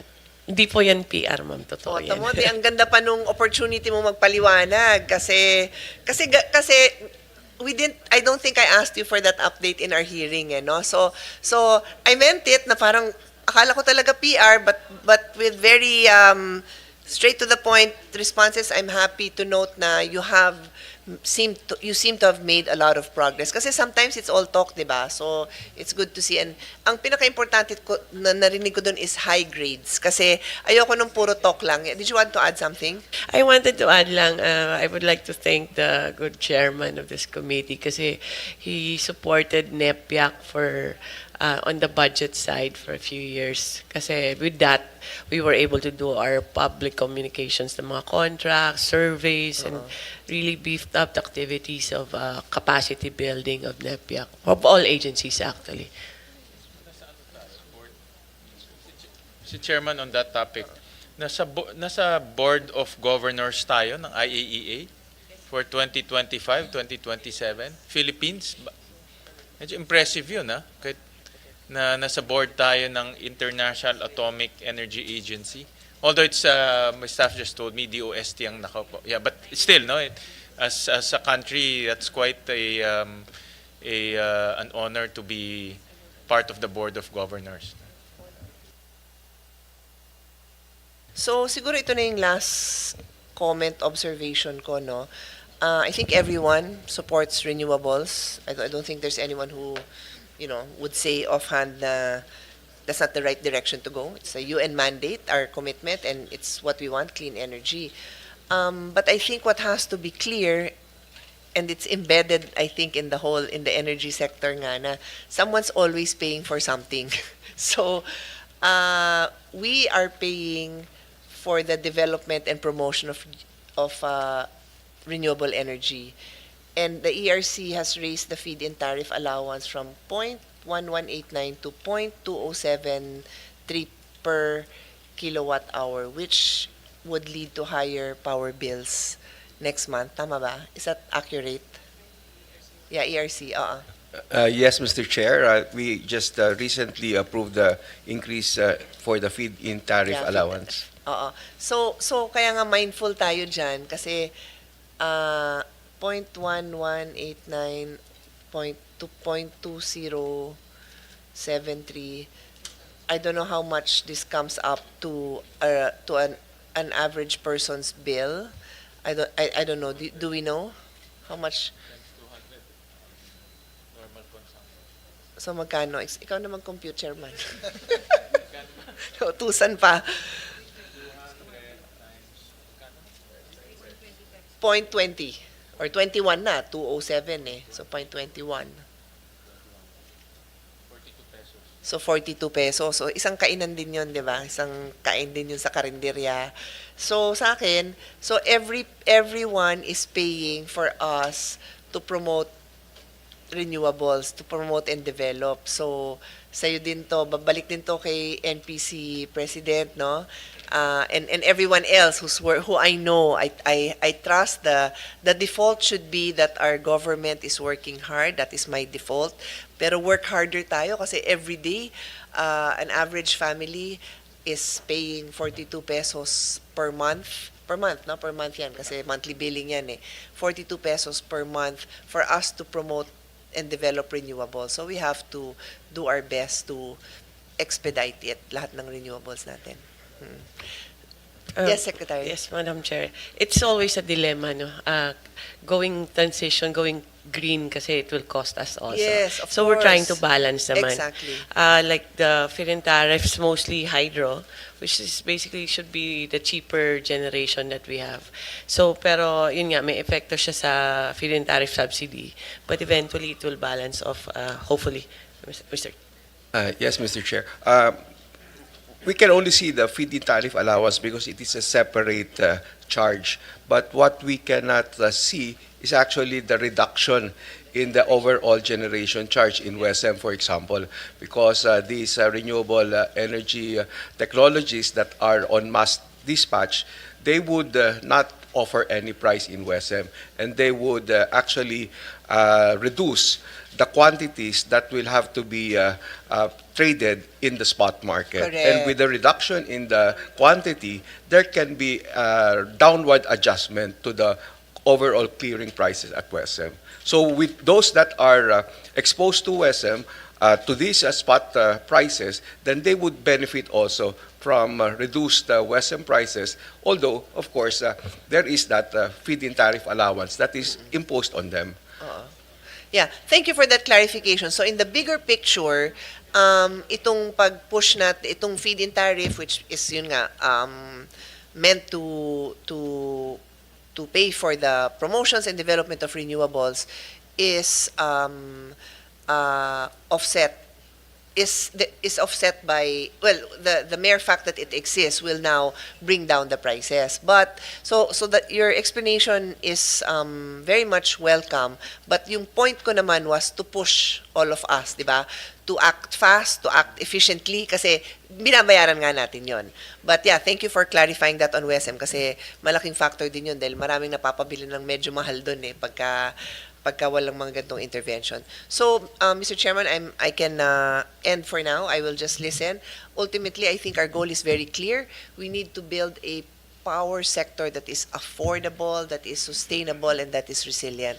Let's think of our kababayans all over the country that are really depending on us for this. One last sector that I just want to include is the tourism sector, no? I think all of us here, but again, itong seatmate ko, talagang we like to promote local tourism, and ang hirap kasi when you look at the downside of local tourism, yun nga yung magba-brown out. So parang ang hirap din talaga. It's so hard to support our tourism when these factors are a big factor. When we have this power outages as a big factor in our promoting ourselves as a tourist destination. So tulungan lang natin. Mr. Chair, just for example, we are aware and we are also working with the OT. For example, for Siargao, trying to find funding to improve whether it's the subsea cable or the distribution lines within. So Siargao, Siquijor, ano pa? Which one? Camotes Island, Palawan also. We're trying to work with MIC, even our whatever is available with the DBM and NEA to focus on these areas. And we've had several meetings already with our different agencies for Okay. this. Thank you. Thank you. Yes, Okay, thank you, Secretary, and to the entire DOE team. Thank you, Mr. Chairman. Thank you, Senator Pia. Next will be Senator Marcoleta.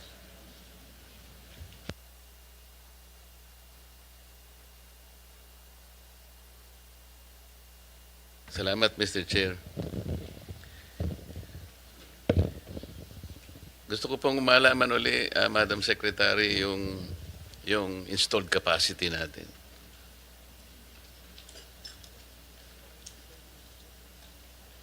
Mr. Chair, can Yes, Yusek ma'am. Guevara answer? She's the supervising undersecretary for power. Thank you.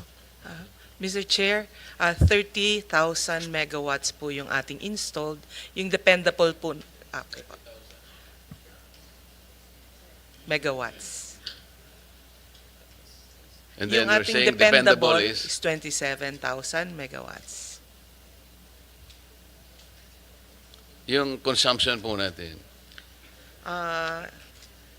Ang peak po natin is about 19,000 megawatts po. 19. Apo.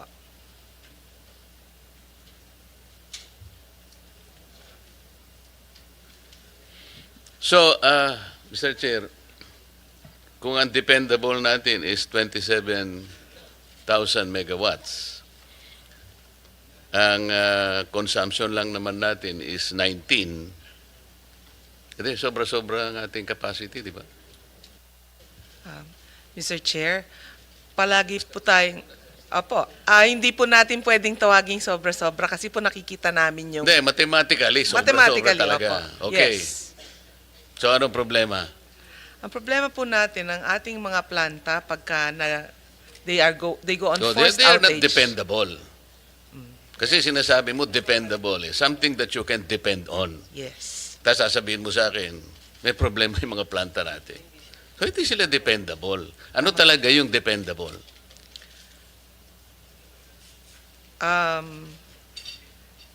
Terminology po kasi You yung should dependable. know. Opo. Pero kunyari po sa ating, the way that we look at it, Hindi, wag kunyari.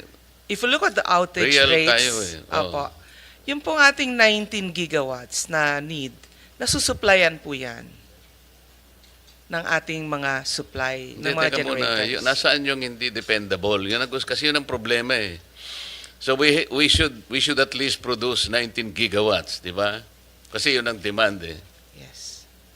I mean, logically. Logically, pero Nasaan ang problema? Kasi yung 27 na ito, yes. napakalaki. Meron tayong sobrang 8,000 megawatts. So itong problematic na ito, ano ba ginagawa natin? Ba't di natin ma-address? Palagi namang problema si Sharon Garin. Opo. Ang mga planta po kasi hindi located in one location. Pati po yung mga consumers natin hindi in one Hindi, location. alam na natin lahat Opo. yun naman. Hindi naman pwedeng ilagay mo lang sa isang lugar Yes. yun. Alam na natin yun. Ang sabi ng chairman natin ng energy, kailangan major overhaul ito. Hindi yung usap na lang tayo ng usap. Tayo rin nagkikita-kita every year. Pero hindi natin nahihit yung problema eh. So meron tayong, essentially, meron tayong 8,000 megawatts na sobra. They appear to be sobra talaga. Ang ganda sana, ang advantage natin. Pero bakit hindi, yun ang striking natin. Anong problema nung dependable sana eh. If we do something about it, baka maging dependable. Let's say half of it, hindi na yung 27. Hindi na yung 8,000, maski na yung 4,000 na lang. May sobra ka pa rin. What do we do? Mr. Chair, tama po kayo, Mr. Chair. Yung 8,000 na dependable, ang iba dyan hindi talaga dependable kasi nasisira palagi yung iba. Hindi Now, talaga dependable. hindi Because dependable. hanggang ngayon, we are struggling. Yes. Lahat po ng presentations na narinig ko this morning, they're about our struggle. Yes, sir. Our continuing struggle to ensure quality, reliable. Affordable. Hindi, wala mo na affordable. Wala mo na. Mamaya na tayo ron. Ang sinasabi ng batas, quality, reliable, meron pang isang word eh.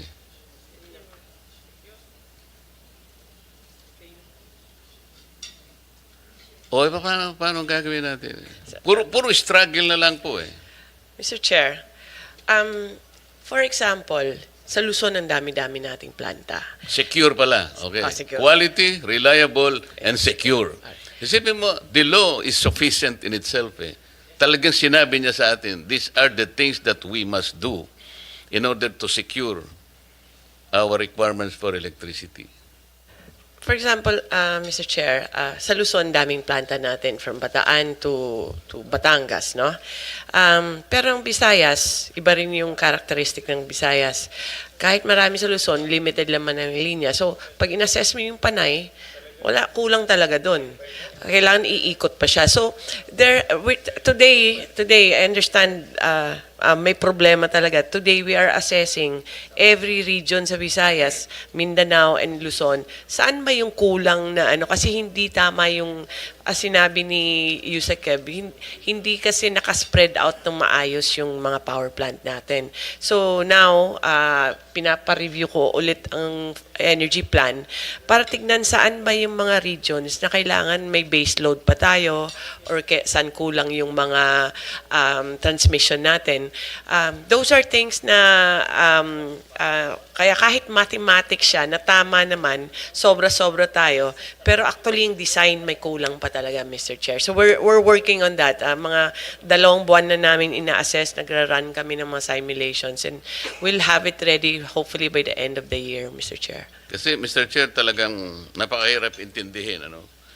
27,000 megawatts. It's only a matter of maximizing this because this is dependable. Yung 19,000 megawatts naman, this is the peak load eh. Hindi na, sa buong panahon, sa buong araw na, hindi naman peak 19 eh, di ba? Ano yung base load? O, 12,000 lang. Imagine mo 12,000 lang, Mr. Chair. You have a dependable capacity of 27,000 megawatts. Hindi tayo dapat namang problema eh. Miski pa paano mo kwentahin ito, madam? Notwithstanding the fact they're all located, siyempre naman kasi island tayo eh. But what we need to solve this problem. Kasi sana kung ang pinag-uusapan, manipis na manipis yung ating difference between the supply and the demand. Hindi po eh. I don't think you can justify this. This is 27,000 megawatts. Dependable sana. So issue lang, gawin nating dependable kahit na yung kahit na yung kalahati lang. And then yung 19,000 megawatts is only the peak. Yung baseload mo is only 12. So maski pa paano mong kwentahin ito eh. Alam po ninyo, hindi ko makalimutan yung China eh. Yung Three Gorges Dam. Siguro this is, nasabi ng chairman natin ng energy, we need to shake up. Bakit sila isang dam lang? Ang dami nating pwedeng gawing dam. We have how many islands, Madam Secretary, in this country? The Three Gorges Dam in China supplies more than 1/2 of the requirement of mainland China. Isa lang. That's about 25,000 megawatts. Reliable. Tayo, meron lang tayo isang ganun. Hindi na tayo siguro mag-hearing every year. Ito yung dapat nating. Kasi, okay, meron tayong requirement sa renewable. Kahit ano pong gawin natin sa renewable, hindi po siya magiging kasangkapan para sa baseload. Renewable energy, hindi siya pwedeng dependable facility for baseload. Very, very fleeting po yan. Wind, solar, maganda lang po yan sa salita. Di ba? Yun po yung ating pinipilit na, gawin din natin po yan because of our issue on environment. Pero Pero yung base load po natin, teka muna, ano po yung energy mix natin dito, Madam Secretary? Dito po sa 27,000 dependable capacity, ilan ang coal? 43.7% po. 11,800 megawatts. Ilang percent, ma'am? 43.7%. 43%. Diesel. Ang diesel, oil-based po is Oil. 2,880, 2,684 megawatts. 9%. 9.9. 10% sabihin Apo. na natin. Ano pa po yung ibang fuel natin? Natural gas, 15.2%. Saka renewable, 31.2%. 15% ang natural gas po. Renewable, 31.2%.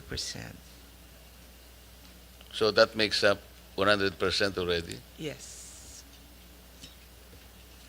So talagang hindi po tayo makakaalis talaga sa coal sa ngayon kahit ano pong gawin natin. For now, di po. Kahit na sabihin natin ito ang pinakamaruming fuel natin, sa ngayon, dito pa rin tayo. Ano po? Opo. Unless yung natural gas natin, pagbaligtarin natin siya ay maging 43, Masyadong mahal po. meron naman tayo rito, kaya lang hindi natin malaman kung makakakuha pa tayo, hindi na. Talagang wala na tayong sources ng natural gas, madam. May bago pong mga wells. Mr. Chair, we have contracts pa mga bago ngayon eh. Pero siguro mga 5-7 years pa yan at pwede siyang mag-produce for us. Medyo late lang tayo Thank you po. Mr. Chair, meron po tayong Interagency Energy Efficiency and Conservation Committee, IAEECC. Ito po ay na-create under Republic Act 11285. Tama po. Encouraging all government entities to install and utilize solar PV system or any equivalent renewable energy technology in their government-owned facilities. Bakit po ang title encouraging? Mr. Chair, if you allow Undersecretary Marasigan can Ay, ikaw may kagagawa na naman ito, ha? Sige, tira. Thank you, Mr. Chair. Thank you, Honorable Marcoleta. Under the Energy Efficiency Act, yes, it's mandatory for all government agencies. Hindi, to- nakalagay nga, encouraging. It's not Sir, mandatory. mandatory, sir, yung 10% reduction ng kanilang Hindi kasi ang energy title, consumption. encouraging kasi. Opo. Alam mo, you'll be guided by the title. Pag sinabi mong ini-encourage mo lang, may option eh. Hindi siya talaga tutupad eh. Pero pag sinabi mong mandating, wala kang option kung di sumunod eh. Tama? Tama po. Kasi halimbawa, in-encourage ka lang ng tatay mo. Nung bata ka pa, ligawan mo si ganito. Mukhang ayaw mo. Meron kang gusto, di ba? Hindi ka susunod. Pero sinabi niyang, kasi lalo na nung panahon mo, pag sinabi ng tatay o ng nanay, hindi pwedeng hindi tayo sumunod. Ganun ang Pilipino eh. Pag sinabi mong mandating, nandun yung puwersa ng batas eh. Di ba? Tama po. So, kaya ganun po yung aking ina-emphasize, Mr. Chair. Ito, nakalagay, the solar PV system or equivalent RE technology to be installed must initially supply at least 20% of the agency's electricity requirement. O nangyayari na ba ito? Yes, Mr. Chair. Hindi, Honorable. nangyayari na ito. Meron na pong nag-i-install. O malayo yung sagot mo, pare. Sinasabi ko na nga sa iyo huwag yung encourage eh. Pag minandate mo, lahat sila, this is addressed to all agencies eh. Para sasagot mo, meron na po. Kaya hindi tayo nagkakaroon ng 20% ito eh. At least. Ngayon, kung magawa niya 25, 30, di lalong maganda. So itatanong ko nga kasi it has been more than 2 years, sir. O puro tayo resolution.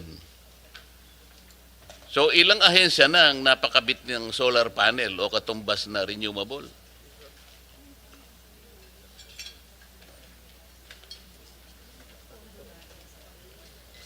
Yeah. Ilan na? Meron po kaming 8 project na na-install na. 8 pa lang. Yes po. Ilan po ba ang ahensya na ina-address nitong resolution na ito? Sa ngayon po, pangkalahatan po yung ginagawa natin. Kaya pero nga, yung, ilang ahensya po ang na-address nitong resolution na ang ito? rollout po kasi natin ay per region at binubuo pa natin yan under the Government Energy Management Program kung saan po mandatory po yung minimum 10%. O yung ginawa niyong mandatory, 10%. Ang sinasabi ng resolution, 20%. Paano? Bakit ganon? Kayo mismo, hindi niyo sinusunod na resolution. Kaya nahihirapan ng kasasagot ang ating sekretary. Ang 10% po kasi is the reduction in their consumption.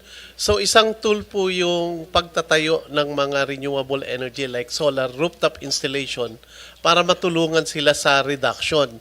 Pero hindi naman po ibig sabihin nun is hindi na sila mag-a-apply pati. So ilan po yung tinarget natin, more or less, agencies? Sa ngayon po talaga nasa rollout pa lang po kami at including the local governments naman po ang kasama na namin. Kaya nga, bigyan mo ballpark, ilan po ang agencies na tinatarget nitong resolution na ito? Mr. Chair, dapat yan lahat, no? Kaya nga, Pero, mga ilan? Minimal pa lang ang nagawa kasi ang process yan, mag-audit kami, magmumowa, may audit sila, titignan namin yung mga pumbilya, tapos i-advise namin kung anong solar ilalagay, no? So, right now we have agreements with DOH, I think ongoing And some yung CHED, LGUs. TESDA, and then some LGUs dito sa Metro Manila with Valenzuela, Navotas, Makati. We're entering to agreements para ngayong year sana maumpisahan na siya full scale. But we cannot just say to all agencies, so i-reduce nyo kasi they need our technical assistance na rin para malaman nila anong aircon yung lalagay nila, anong bumbilya. So with the limited capacity that we have, it's small compared to the whole whole of government. Yeah, alam ko Mr. po Chair. yun, Madam Secretary. Kaya ko lang tinatanong if it is addressed to all agencies para lang malaman natin gaano tayo kabilis, gaano tayo ka-slow. Let's say X number of agencies. Ngayon, ang sabi mo after 2 years, ilan yun? 6 o 8 pa lang nakapag-comply.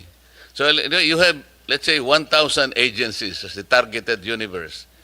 After 2 years, ay 6 lang ang nakakomply.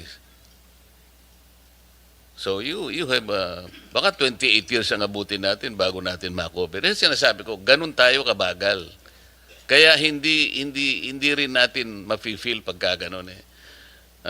Sayang naman yung initiative kung hindi naman pala magagawa ng ganung kabilis. So nasasayangan lang yung effort natin. Kaya ko po tinatanong, if this is the way to not only to economize but they produce their own electricity to help each other, sana nakikita natin ang sustainability, yung manageable sana. Hindi ganito po na ang nakikita natin, nakaka-discourage, imbes na nakaka-encourage po. Yung waste to energy, Madam Secretary, hindi naman po bago ito eh. Meron na tayong 9513, yung Renewable Energy Act of 2008. Ito may mandate na rito, Yusek Marasigan, hindi ba? Opo. Pero ang sabi ninyo, sa ngayon, 13 WTE projects pa lang. Tama ba ito? Mr. Chair, 13 nga kasi hindi viable yung ibang Kaya nga, negosyo 13, nila. ano? Although your department greenlit the same as of 2022. So that was 3 years ago. Pero out of the 13, 6 lang ang operational. Yusek Marasigan. Kasalanan mo na naman ito. Bakit ba napaka gusto mo yung number na 6? Tingnan mo kanina yung PB system, 6 lang ang ano. Ngayon ito na naman WT, 6 na naman ang nagko-comply. Mabuti pa ang NEA, alam mo wala akong may tatanong sa kanila eh. Kasi ang NEA naman kasi sa kaibahan ng iba, ito huwag kayong magagalit. Si Mr. Almeida, kahit na busy-busy yan, kung minsan ite-text ka niya, Sir, kumusta ka? Meron ka bang mga issue na ganito, ganyan. Yung parang pinapaalalahanan ka eh. Pero si Yusek Marasigan, kahit minsan hindi ako tinext niya. Para nalalaman sana na nagkakausap man lang tayo. Akala mo ba napakalit ng problema ng bansa natin sa electricity? Eh lalo naman ang ERC. Mamaya po babalikan ko kayo. Commissioner Digal, kayo po ay isa sa mga alam kong siyang pinaka-cooperative sa ERC. Sinasabi ko na sa inyo. Very reliable, very consistent. Pagka tinext mo yan, hindi pwedeng in less than 2 minutes sasagutin ka niya. Hindi kagaya ni Coco Nograles. 2 araw bago ka sagutin. Ako, mabilis ako No, si chairman. Kaya naman sa tuwing naghihiring kami, kahit kaming 2 na lang, hindi ko iniiwanan ito. Mr. Ang Chair. dami kong gustong itanong, Mr. Chair, baka humaba lang ako, magalit ka sa akin eh. Mr. Chair, Yes, ma'am. yung sa WTES, marami talagang hindi feasible. So right now, meron po kaming nakaset na i-auction na namin yung WTE, especially Metro Manila. Identifying yung mga problema, pero this is together with DNR, MMDA, DOE, and ERC. So hopefully maka-award kami by first quarter of next year. Okay.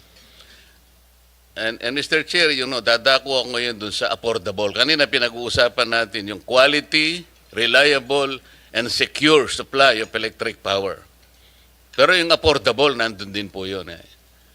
Section 2, paragraph B. Tama, President Nograles? So yung affordable, ito yung walang kamatayang issue, yung affordable na to. 24 years ago, we crafted a law. Ang pangalan ay IPIRA. Talaga ay nakalagay, affordable. Tapos pagka binasa mo pang pababayan, transparent and competitive. Mga ganun eh. Competitive price of electricity. Fair. Under a regime of free competition. In order to make our products globally competitive, nakalagay. Pero talaga pong hindi natin very elusive yung affordable. Kasi unang-una tingnan po ninyo yung lifeline rate program natin, which is stipulated under Section 23 of EPIRA. Merong kasing ladderized yan eh. Pero in case of Meralco, alam po ninyo yung 100% na free lang, 20 kilowatt hours. Kawawang-kawawa. Para malibre ka ng 100%, kailangan ang ginagamit mong kuryente hanggang 20 kilowatt hours ka lang. Parang nagsindi ka lang ng 3 bumbilya maghapon, tapos tigilan mo na yan. Bakit po ganon, Madam ERC? Sa Meralco, ang consumption bracket discount niya po ay, let's say, 0 to 20 kilowatts kilowatt hours, 100%. Samantalang sa Ilocos Sur Electric Cooperative, 0 to 15, 30%. Ano? Sa Tarlac Electric Cooperative, 20%, 20 kilowatt hours, 100%. Sa Surigao del Sur, electric, Surseco 2 yata ito. 0 to 15 kilowatt hours, 20%. Sa Pampanga, 0 to 15 kilowatt hours, 50%. Sa Antique, 1 to 15, 7%. Hindi ko po maintindihan ito, ba't nagkakaiba-iba? Electric Cooperative sa Pelco 1, 16 to 20 kilowatt hours, 40% ang discount. Yung Anteco, 16 to 20%, 5% ang discount. Bakit po ganito? Talaga pong hirap na hirap ako dito. Bakit hindi po at least uniform ang pagbibigay ng discount? Hindi ko po sinasabi na dito sa discount na ito ay talagang sapat na para maiangat natin dun sa affordable. Dito pa lang ho, naguguluhan na ako. Gusto kong pag-aralan, kaya lang, pasensya na po kayo, napakahirap intindihin ito. Bakit po nagkakaiba-iba? Mr. Chair, can I respond? Yes, sir. Yung pong original na Lifeline program na ngayon ay pinatutupad pa, ito ay nadisenyo noong time na ina-unbundle natin ang rates ng mga distribution utilities. At ang nangyaring disenyo ay per distribution utility.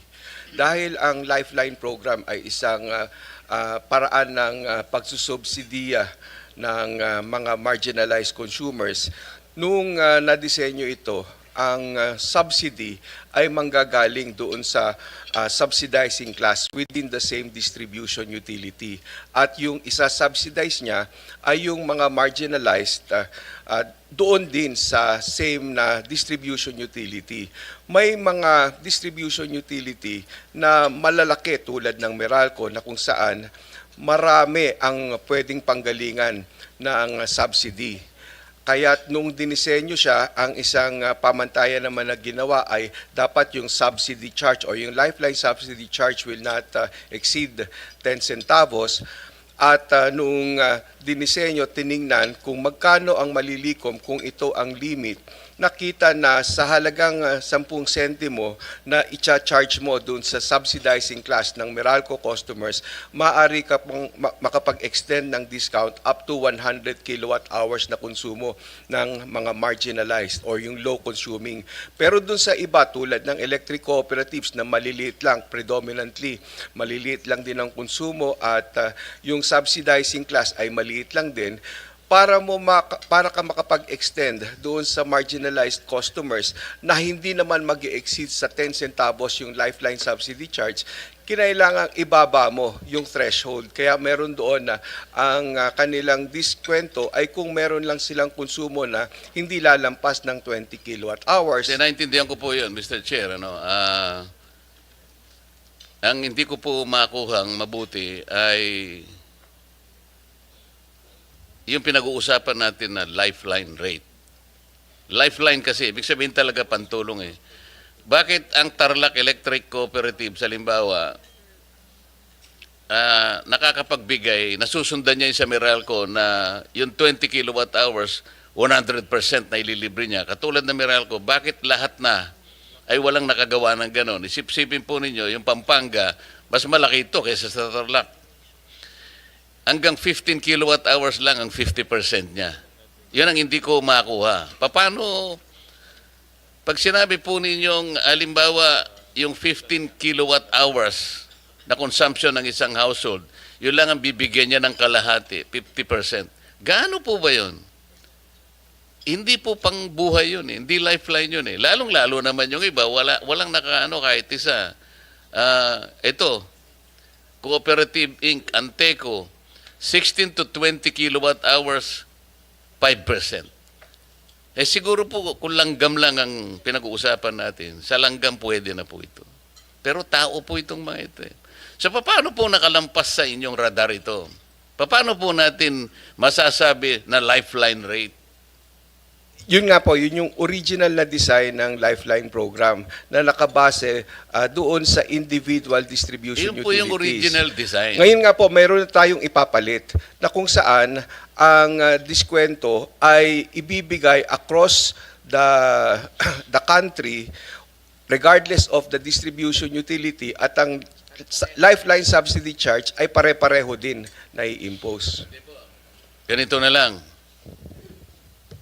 Yung proposal ko po, meron akong bill eh. Para po maging ganap na maramdaman ng bawat household, lalo na po yung mahirap. Ito po kasing lifeline rate was intended for our poor people. Yung talagang walang-wala ito eh.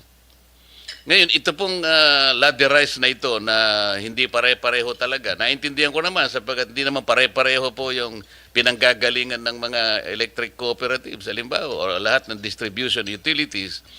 Pero pare-pareho naman ang kalagayan ng household, talagang hirap na hirap. Ito po, alam na ni Mr. Chair ito, meron po kaming panukalang batas na lahat po ng households na kumukonsumo ng 200 kilowatt hours pababa. Dapat na po nating ilibre lahat yun. Hindi po kayo makasagot. We will support that po kung yan naman ay tutustusan ng gobyerno dahil po itong Lifeline program ang tumutustos po kasi dito ay yung mga ibang consumers din. This is a form of cross-subsidy. Pero yung pong inyong prinsipyo na pinapanukala, ito po ay ang gagawin naming bagong disenyo ng Lifeline program na kung saan ang makakabenepisyo doon sa diskwento ay across the board pero hindi lang na maibibigay yon at 200 bagkus maaring ito ay 50 kilowatt hours, 50 kilowatt hours at 30 kilowatt hours. Ganun lang po kasi pinag-aaralan natin naman din ang magiging impact niya doon sa Lifeline subsidy charge. Hindi naman po kayo magpapasyan yan eh. Kung halimbawa na naipasyan ng Kongreso na ito ang maging panuntunan natin, 200 kilowatt hours parang subsidy na po sa lahat na. Yun po kasi ay talagang makakatulong sa marginalized sector ng ating bansa. Siyempre po, isa-subsidize ng gobyerno yun eh. Tingnan po ninyo, ang philosophy po behind that is napakarami ng binibigay nating mga subsidies ngayon. Lalo na nakaraang eleksyon, meron kayong AKAP, meron kayong AX, meron kayong TUPAD, meron kayong MAIP, bukod pa dun sa 4Ps. Alam po ba nyo kung magkano yon ang total for this year? 194 billion pesos. Pero wala namang record kung kanino napunta yon at kung paano nagkaroon ng transformation sa lahat ng mga mahihirap nating kababayan. Pero pag nilibre natin, let's say 200 kilowatt hour consumption, siguro 100 billion lang po yun. So nakatipid ka ng 94 billion. Yun po yung philosophy behind this. So, yun pong affordability issue. Naayos natin. Bababa po yung kanilang elektrisidad. Lalo na po yung mahihirap. Ngayon, kung naipasa pa po natin ang isang panukalang batas na alisin natin ang 12% VAT, immediately, bababa ang kuryente. Gusto ko po kasing kausapin ang DOE. Natulungan din kami. Kasi sasabihin ng DOE, hindi natin pwedeng, bakit hindi natin pwedeng gawin? Hindi ba nila alam kwentahin? Kasi maaaring ang DOE kaya niyang kwentahin ito. Ano ang impact sa mga industries natin, for example, particularly the manufacturing sector? Anong impact kapag ka naibaba mo ang production cost nila? Lalaki ang kanilang output. Para ko nang nakita yon. Kasi tinitingnan lang natin yung mawawala sa atin sa collection ng taxes. Bakit hindi nila tingnan kung gaano ang ilalaki ng ating economy? Siguro kapag binaba natin, inalis natin ang VAT, yung kapalit naman nun is probably triple the economy. So, mas malaking buwis ang makukwenta. So, imbes na pag-usapan natin yung kawalan ng kusan, sabay ka kukuha ng, kukolektahin ko dyan kapag sasabihin ko naman sa kanila, problema mo yun, ikaw ang taga-kolekta eh. Bakit mo akong problema niyan? Ang problema ko lang, i-depends ako kung ano yung sinasabi ng batas. Affordable, transparent, reasonable, competitive. Eh, sinasabi ng IPIRA eh. Ba't mo kasi nilagyan ng VAT? Kaya nga naging exorbitant. Ang pinagmulan natin ay affordable. Ba't nyo nilagyan ng 12% VAT? Sino bang may idea nun, Mr. Chair? Wala naman dapat. Basahin po ninyo yung IPIRA in its original form. Wala talaga eh. Bigla na lang nagkaroon ng 6% VAT pagkatapos binigyan na naman ng another 6%. Kaya, tanggalin natin yon. And then we will present a study na kapag ginawa natin yon, ang ating manufacturing sector talagang lalaki. Ito po yung problema. Bagsak po ang manufacturing natin. It is not contributing significantly to our economy.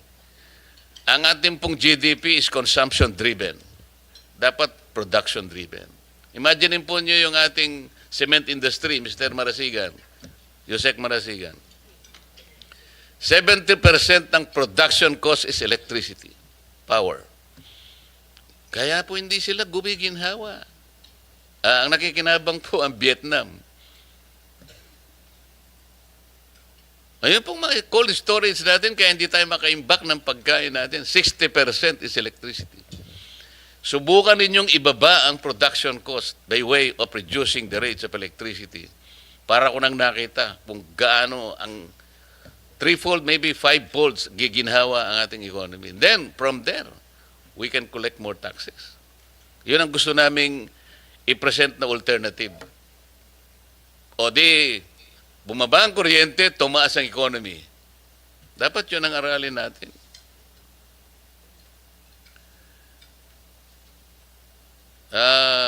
My friend, President Coco Nograles,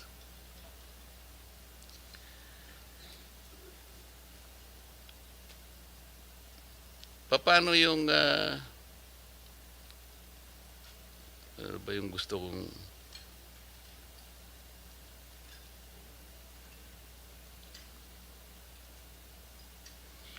yung ating universal charge for missionary electricity.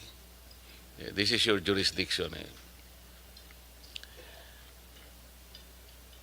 Paano natin binabayaran yung sa pagitan? This is the subsidy. No? Meron tayong ginagamit na generation companies. We call them new power providers, NPPs. We're talking of the off-grid communities, sir. Kaya lang, most of these, hindi nila nagagampanan yung kanilang contracted energy capacity. Karaniwan. So, paano nyo minamanage? Paano nababayaran to if they have not delivered their contracted energy with the distribution utility? Mr. Chair, thank you for your question. No? Magandang tanong yan.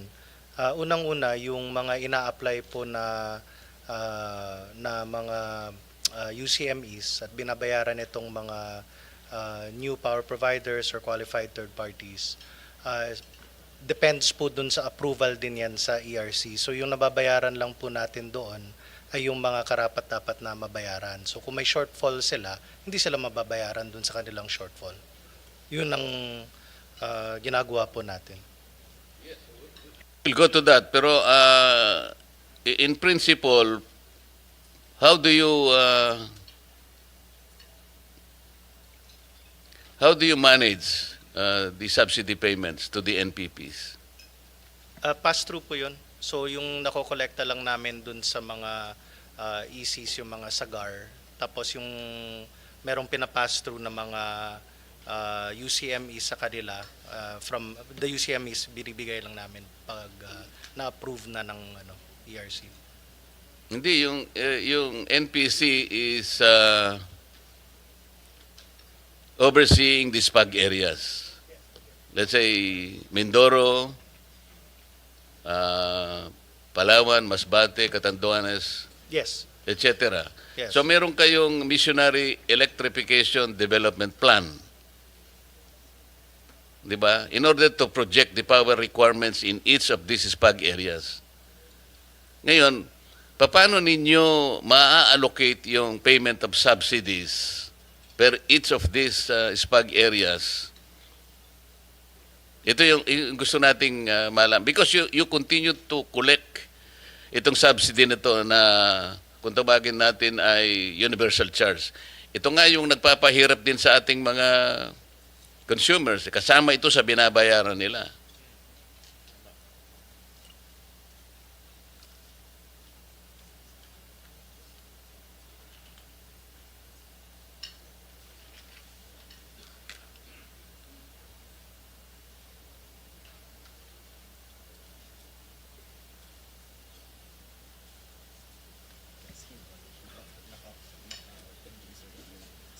Yeah, so meron silang mga claims, Mr. Chair. And yung mga claims ng mga ito, syempre bine-verify po natin yung performance nila. And kung hindi nila naaabot, hindi po namin sinusupport yung claims na yan. And nakabudget din naman yung mga subsidies na ito. And Yes, but we have to start with the UKME allocation. Kasi kayo nag-a-approve ng plan. Yes, Alam ninyo kung magkano ang allocation in each of these PAG area. meron po tayo. Mga So, allocations. Kung minsan yung tagal nung pag-a-approve ninyo, hindi nagiging yung tagal ng regulatory approval, that will take years kung minsan eh. Pero yung subsidy nasa inyo na, it becomes a problem do sa transparency and accountability level kung paano ninyo. Hindi kasi pare-pareho eh. I'll give you an example.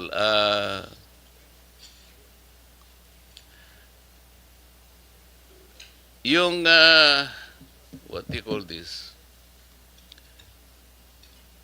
On October 2, a demand letter of Power One Corporation for payment request of about 140 million was coursed through your office. And I believe there was already a directive from the ERC to pay this 140 million Yes, pesos. Mr. Chair. 144 million. Dumaan Oh po yes, sa something office to that effect. na. Yes, Mr. Chair. It's being How come processed. it's not being paid? It's being processed, Mr. Chair. Oh, Kasi kaka-decide lang ng ERC dyan, so there was a claim, Mr. Chair, and then the ERC, dumaan po yan sa table ko just this week, and then siguro mga 10 minutes lang sa table ko. Mas mabilis po kesa sa yung pag-reply ko ng mga messages. 10 minutes. Yes, sir. 2 hours you'll be able to pay that. It has to go through a process, Mr. Chair. Oh, how long is the process? I think that's so nag-okay na yung ERC, and then we're gonna go to PSAM, no? Yeah. Yeah, Yung letter po ng ERC, Mr. magva-vouchering pa Chair, yan. is September 18, 2025. Sabi niya, bayaran mo na siya. Tama, sir? Yes, Mr. Chair. Oh. So why is it? May mga So ilang internal, araw ang processing? may internal processes po kami. So pagdating sa amin, that's a few, Yeah, but I think the chairman would like to know how many days will it take? I think from now, probably we're going to pass it on to some, and then some will already release it. Siguro less than 30 days, Mr. Chair. Tag- Less than Mr. Chair. 30 days. 30 days daw? Less than. 10 days. Best efforts, Mr. Chair. Mr. Chair, Pisam, if you allow me, Mr. Because it goes through back and forth sa agencies. If Pisam can commit a certain number of days when this will be released once NPC submits. Mr. Chair, just for the information, it's actually allowed na 45 days yung processing time. So, best efforts ba? We're still within the 45 days, Mr. Chair. Pero best efforts po, mas mabilis. Kasi po, Mr. Chair, alam po natin na these power producers are using their own capital and their own money sa matagal na panahon. For example, I think I'm talking about Ormeco here in Mindoro Ameco or Meco, I don't know, nakukumpuse ako sa dalawang power producers. Pera nila yung ginagamit nila eh. So, yung tagal po ng pagbabayad to reimburse them sometimes affect the efficiency and effectiveness of their system. Kaya napipilitan po silang ibaba nila yung requirement to produce the needed electricity. And ang nangyayari, ang naapektuhan yung mga mamamayan. And this defeats the very purpose of missionary electricity. Kaya yung processing po ninyo, hindi ko alam kung why would it entail 45 days or 30 days if there is already a directive from the ERC and if the money is there. I don't think you can delay it for 5 days or 3 days. Kasi kailangan po nila yung pera eh. Ang apektado dito, siyempre kung hirap na rin po, yung PC niya halimbawa, hindi naman ganun kahaba. Ito yung pinag-uusapan natin.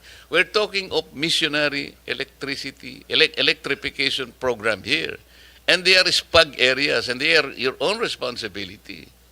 So, how do we justify 45 days, 30 days?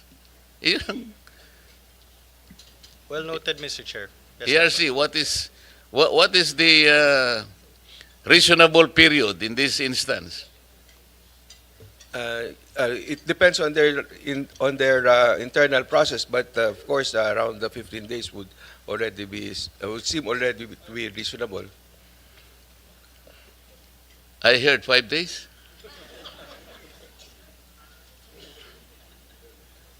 I'm sorry, I'm hard bargainer.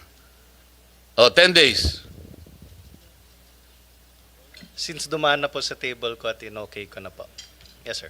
Oo, alam ko naman tayo magkasama, sir. Tayo nga ang dalawa pag nag-usap yung gagawin natin kahapon tapos na eh. Oh, yeah. Mr. Chair. Okay, titigilan na kita. Pwede pa po sa PISAM, Mr. Chair? Mr. Chair, kasi po yung mission ng PISAM is to manage the sale of power assets, liquidation of NPC obligations, and administer incentives such as missionary electrification and renewable developers under EPIRA framework. Ito po yung medyo mahirap ding unawain dito eh. Ang NPC, meron siyang missionary effort. Ang PISAM, meron siyang missionary effort. Pero nakikita ko lang gumagawa nito yung yung NEA eh. Mr. NEA, ikaw ba tinutulungan itong dalawang ito kasi palagi ikaw nabubugbog ka pag ikaw ay nasa Congress. Lalo na yung mga kasama ko, ikaw na lang palagi sinusulatan at piniperwisyo. Maganda po ang samahan namin sa Energy Family ngayon. We are all working as a team, Mr. Chair. Tinakot ka ba nila? Hindi, Mr. Huwag ka Chair. mag-alala. Hindi pwedeng hindi ka nila tulungan, di ba? How much of the 2026 budget will be devoted to accelerating the sale, privatization, or repurposing of remaining NPC generation and real estate assets? PISAM.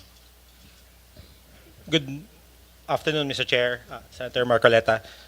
For clarity, with regards to the universal charge for missionary electrification, Mr. Chair, our role on missionary electrification is to collect from distribution utilities and electric cooperatives, and once we've collected those amounts, we remit the same to NAPOCOR. With regards to our mandate on the privatization of the generation assets, Hindi po, ang tinatanong ko, how much of the 2026 budget na pinresent nyo sa amin will be devoted to accelerating the sale, privatization, or repurposing of remaining NPC generation and real estate assets? let me get back to you on that, Mr. Chair. I'll check with my team specifically for the specific amounts from the different groups, Mr. Chair. I don't have that with me. But the mandate of PISAM, the whole of the organization, is to privatize the generation and IPP assets of PISAM, Mr. Chair. Right? So in that sense, it's the whole organization is moving towards that mandate. Okay, as you continue to manage NPC obligations, financial obligations, what measurable reduction in total outstanding debts is projected for 2026? Again, I will give you the statistics within the day, Mr. Chair. But for sure, I think we have been very efficient in our in the managing of the debt obligations, specifically in our partnership with Land Bank and the Development Bank of the Philippines. It has proven to be a very good relationship. We're in coordination with Land Bank, President Inet, and DBP, President Mike. It's been proven that we have been able to reduce the cost of borrowing vis-a-vis borrowing from private banks, Mr. Chair. Senator Marcoleta. Wala pa kayong naibibigay na information sa akin. How can you show that you are very, very sure about it? We definitely... Halimbawa, yung universal charge. Kasi ang pinag-uusapan lang natin, yung nandun sa affordability na naman tayo. May connection naman kayo in lowering the charge of electricity rates. Sa universal charge pa lang, kaya po tayo interesado rito, lalong-lalo na yung stranded contract cost. Bakit po hanggang ngayon ay kasama pa rin sa billing ng isang ordinaryong household yung payment ng stranded cost kung talagang nagagampanan ninyo yung mandato ng batas na ma-dispose natin lahat ang assets ng NPC at sa ganon ay mabawasan na yung binabayad ng ating mga households sa elektrisidad. Hanggang ngayon po ay yung stranded contract cost ay kasama pa rin sa billing. Universal charge nandun pa rin pero hanggang ngayon nandito pa rin tayo. Thank you, Mr. Chair. With regards to stranded contract cost, please recall, Mr. Chair, that there is the Mura Corriente Act. It prohibited the continued collection of the universal charge for stranded contract costs and stranded debt. So for the purpose, stranded contract cost in our bill is 0. However, we still have 4 centavos of universal charge for stranded debt, which is supposed to end the collection in 2027 po. Sigurado kayo stranded cost wala na? Wala na po, 0 na po yun. And under the MKA law po, it was prohibited to the further collection ng stranded contract costs at saka stranded debt, Okay, except bakit for yung- those that were previously approved by the ERC po. Bakit yung stranded cost ay pinipili ay hanggang ngayon binabayaran pa natin? Wala na po. Wala na, hindi naman po nyo makita yan sa bill nyo po. Kung sa Meralco po kayo naka-residence, wala na po yan sa Meralco bill, yung stranded contract cost. Ano na lang ang nandoon? Stranded debt of about 4 Okay. centavos. Bakit po pati stranded debt ay binabayaran pa? Per the MKA law, Mr. Chair, Senator Marcoleta, the MKA law prohibited also the collection of stranded debt except for those that were already previously approved by the ERC. Therefore, the remaining stranded debt or the approved ERC for stranded debt is about 4 centavos and the end collection date for this particular item is in 2027, Mr. Chair. So, Senator Mr. Marcoleta. ERC is throwing the issue to you. Hindi po. It was a previously approved ERC decision long ago, Mr. Chair. We continue collect that, and once it's fully collected, we project to end in 2027 po. Yung stranded debt, Opo. by 2027 wala nang babayaran. Yes, Mr. Chair, Senator Marcoleta. So that will be 2 years from now. Yes, Mr. Chair. Pero yung corporate life po ninyo ay hanggang kailan po kayo? Under PIRA, Mr. Chair, the original corporate life of PISAM is supposed to end in June 2026. Paano natin masisiguro hanggang 2027 na sinasabi mo? Ang Ayun buhay po. mo hanggang next year. The corporate life was given an extension via RA 12179 for an additional 10 years. The law was passed this year, extending the corporate life of PISAM to June of 2036. Nakalimutan ko lang na barahin yung batas na yun. Dapat hindi ka na hanggang 2026 ka na lang kasi hanggang ngayon hindi namin mapili yung pagmura ng kuryente talaga. Isip-isipin ninyo, ilang years po ang buhay na binigay sa inyo, yung original? The original po was 25 years. Isip-isipin ninyo, 25 years. Ang tungkulin lamang niyo po, ibenta niyo lamang yung NPC assets eh. Di ba? Ang nangyari po kasi, imbes na ibenta ninyo ng bago. Kasi po, halimbawa, nagbebenta kayo ng sasakyan. Sir, bago nyo ibenta yung sasakyan, pagagandahin nyo muna, di ba? Pipinturahan mo. Siguro, papalitan mo ng konti yung mga...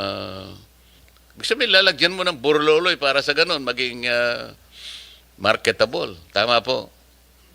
Well, part of the mandate as found in IPIRA, Mr. Chair, Senator Marcoleta, we are supposed to optimize the privatization proceeds. So whatever we need to do to make it, to optimize that proceeds, we'll do it, Mr. Chair, Senator Hindi po, Marcoleta. pagbibenta muna yung pinag-uusapan natin. So pagbenta mismo ng assets, Mr. Chair, given the limited funds of government, we did not necessarily first improve the asset before actual sale. The privatization plan that PISAM implements, Mr. Chair, is an as-is where-is privatization plan. So wala Mr. kayong mandate na improve nyo man lang para sa ganun, pag binenta ninyo ay mas mataas ang, ang halaga? Well, Mr. Chair, Senator Marcoleta, part of the problem of government when IPIRA was passed was there was a lack of fiscal space. So therefore, the amount of funds given to NAPOCOR or PISAM to rehabilitate and fix these power plants was not part of the mandate given to PISAM, Mr. Chair. The mandate was sell as is and let the private sector improve these assets as can be proven from the various plants that were taken over by the private sector. But the problem is there was no mandate for you to use the assets. Ibenta lang dapat eh. Well, except for Agus and Pulangi, Mr. Chair, there's a particular provision in LEPIRA that Agus and Pulangi should be retained by government for that from 10 years from IPIRA, and only privatization can be considered after that 10-year period. There were other facilities aside from Agus Pulangi na ginamit din ninyo bago ninyo binenta. So, yung bibili, kumbaga sa sasakyan, ginawa mo munang taxi, nung karag-karag na, tsaka mo binenta. Wala na, puro scrap na lang. Kaya ganun na nangyari. Well, hindi naman po. I think the experience of PISAM with regards to the privatization proceeds, Mr. Chair, it's proven that we are able to maximize the value. At least that is your experience. But insofar as our experience is concerned, based also on some facts, hindi ganun na nangyari. Okay. Yes, Mr. Chair. So, Mr. Chair, baka magalit ka sa akin, ikaw na muna. Okay. Tayong dalawa lang naman, Mr. Chairman. So, one to sawa tayo. Sige, thank you. Thank you, Mr. Chairman. And you pointed out a lot of important items. I'll follow up on those items, Mr. Chairman, Senator Marcoleta. But I'll go to some items in the budget. I'll start off with DOE, Secretary Green. May nakita ko sa budget ninyo na yung advertising expense increased by 65%. And then yung donations increased by 56%. Any particular reason bakit tumaas siya ng more than 50%? I consider more than 50% something substantial.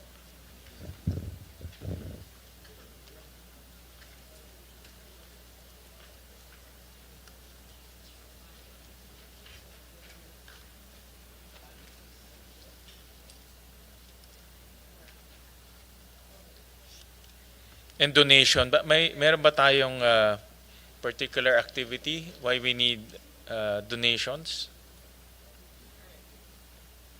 Mr. Chair, most of this, most of those donations and advertising expense increases are under the Bureau of EUMB, Energy Utilization. Is that kay Yusek Mario ba yan? Yes. Yes. Kayo na naman, Yusek Mario. Yung paborito ni Senator Marcoleta. Any particular reason, Yusek Mario, bakit ang advertising and donation, ano bang i-donate natin? Thank you very much po.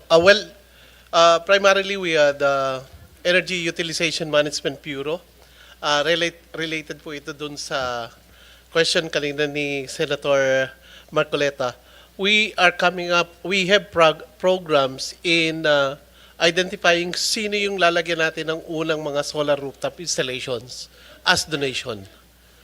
So it's part of that. So magdo-donate kayo ng solar Yes. rooftop Yes. to private? Local government units in To particular. local government units. Yes. Okay. So this is solar rooftop ng donation. Yes po. As incentives, you mean? Yes. But why do you need to incentivize solar rooftops? Hindi ba savings is already enough of an incentive? Kailangan po kasi nating mag-set ng good examples. Kailangan ipakita natin na magro-roll out yun. One of the concerns that we have discussed in the committee is that not all local government units are capable of doing solar rooftop installation. Hindi, I understand Parti- that. I understand. So yun po yung isang concern na ina-address Ang natin. concern nila is not the use, but how to procure. Procure, yes. Yung how to pong procurement. Kasi, actually, ito yung problema with local government units. They don't want to spend for it, but they want to share on the savings. Diba? Thank you, Mr. Ang Chair. problema, ang COA, hindi rin na-recognize yun. No? I don't know kung na-change na yung rules. No? Kasi, Yeah. in effect, wala kang binibid eh. No? So, Yes po. ang savings, ang parang nakukuha mong, ang nag-share kayo dun sa savings.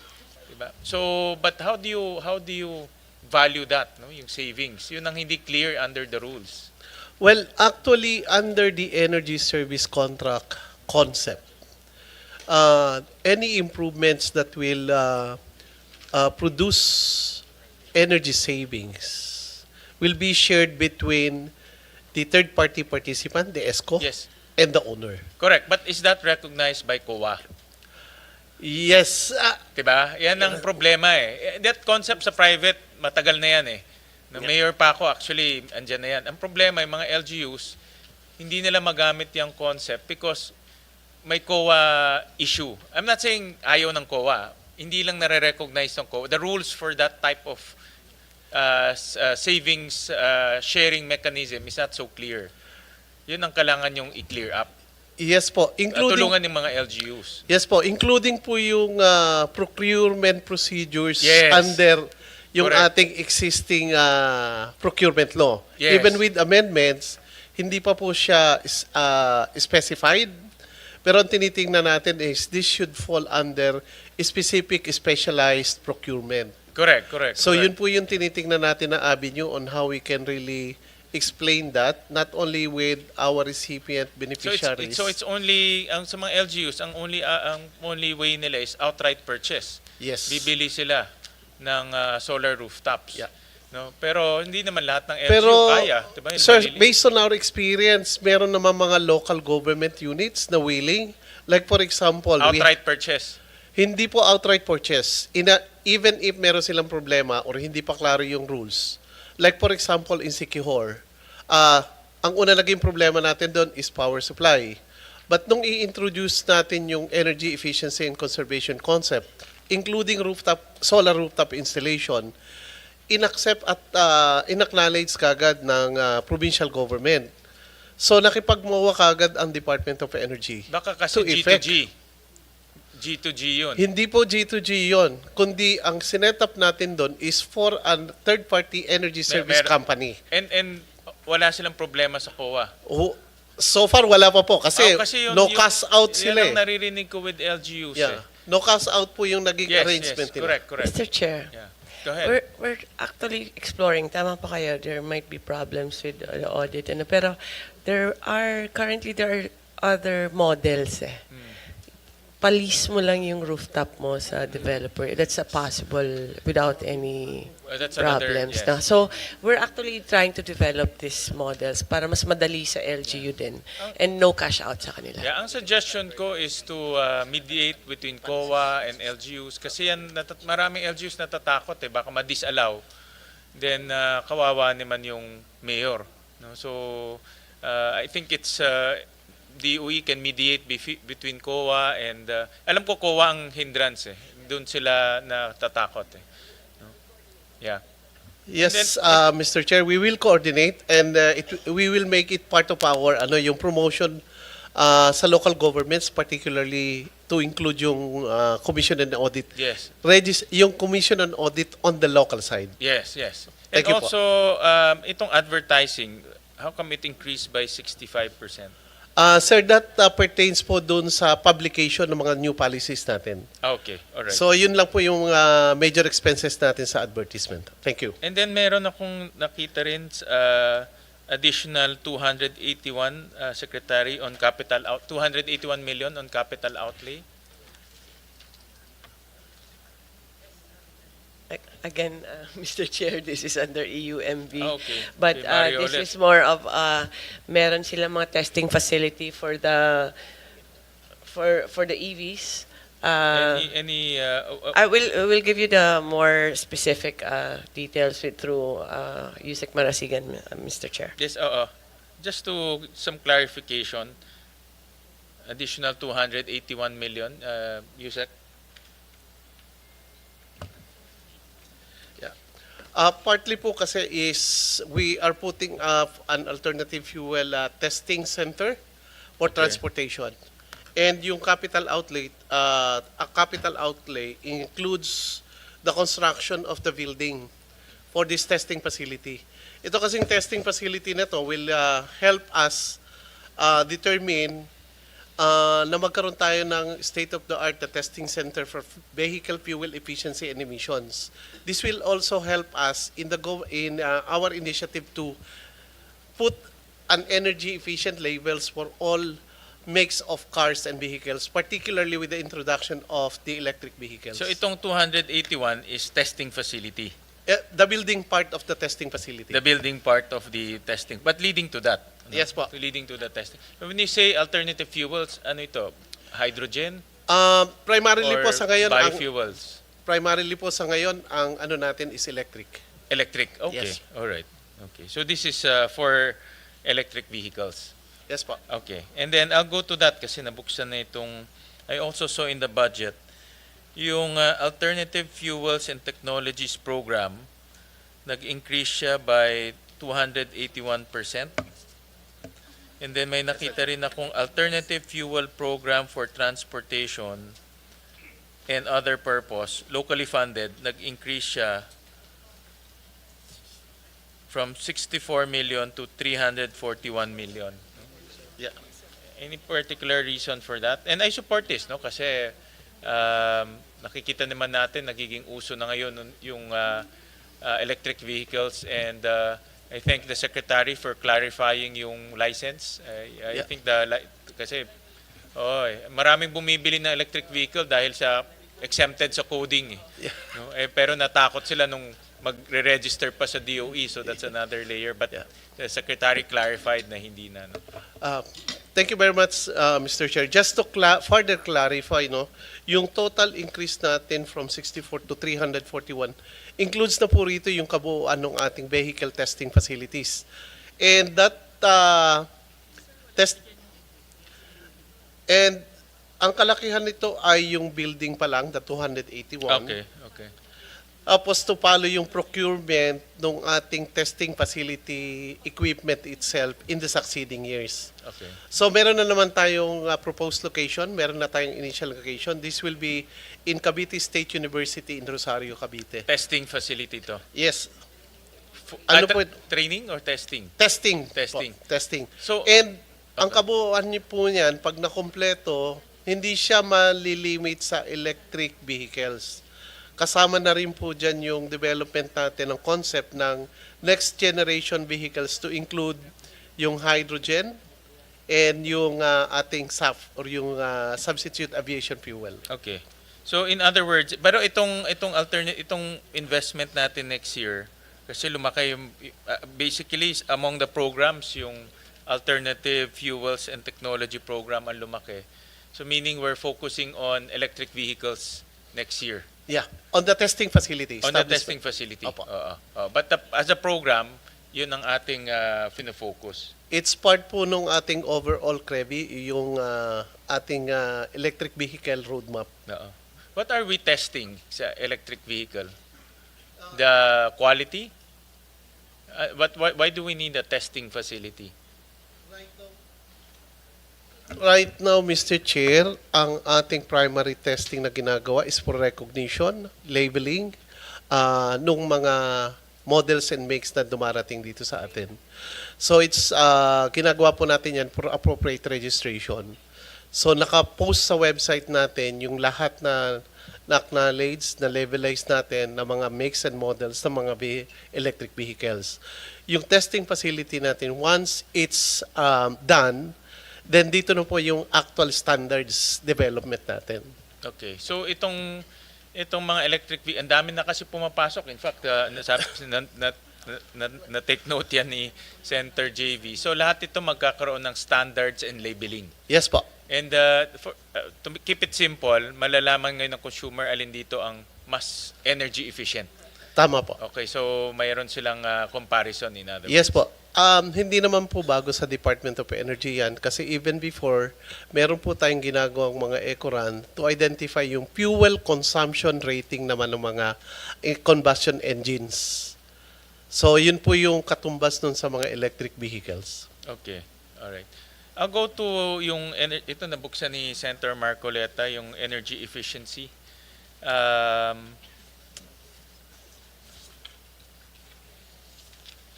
I saw in kanina sa presentation ninyo, can we pull up that presentation, yung sa DOE? Sa energy efficient, yan.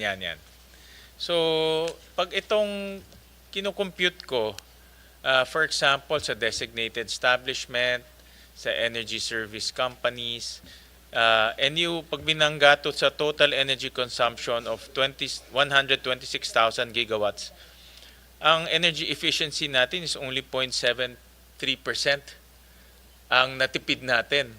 No? And I think this is a low-hanging fruit, to be honest about it. But I was expecting malaking savings from our energy efficiency policy. But after all these years, 0.73% pa lang ang nasisave natin. If you also look at itong, let's say,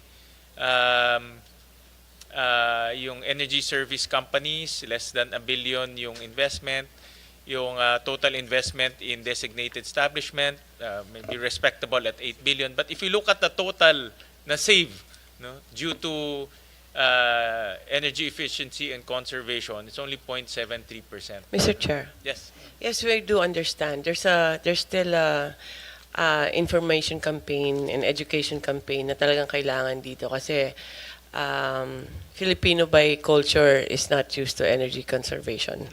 Now, ang low-lying fruit dito is the government agencies actually. So, for example, we have a MOA with DOH na ngayon.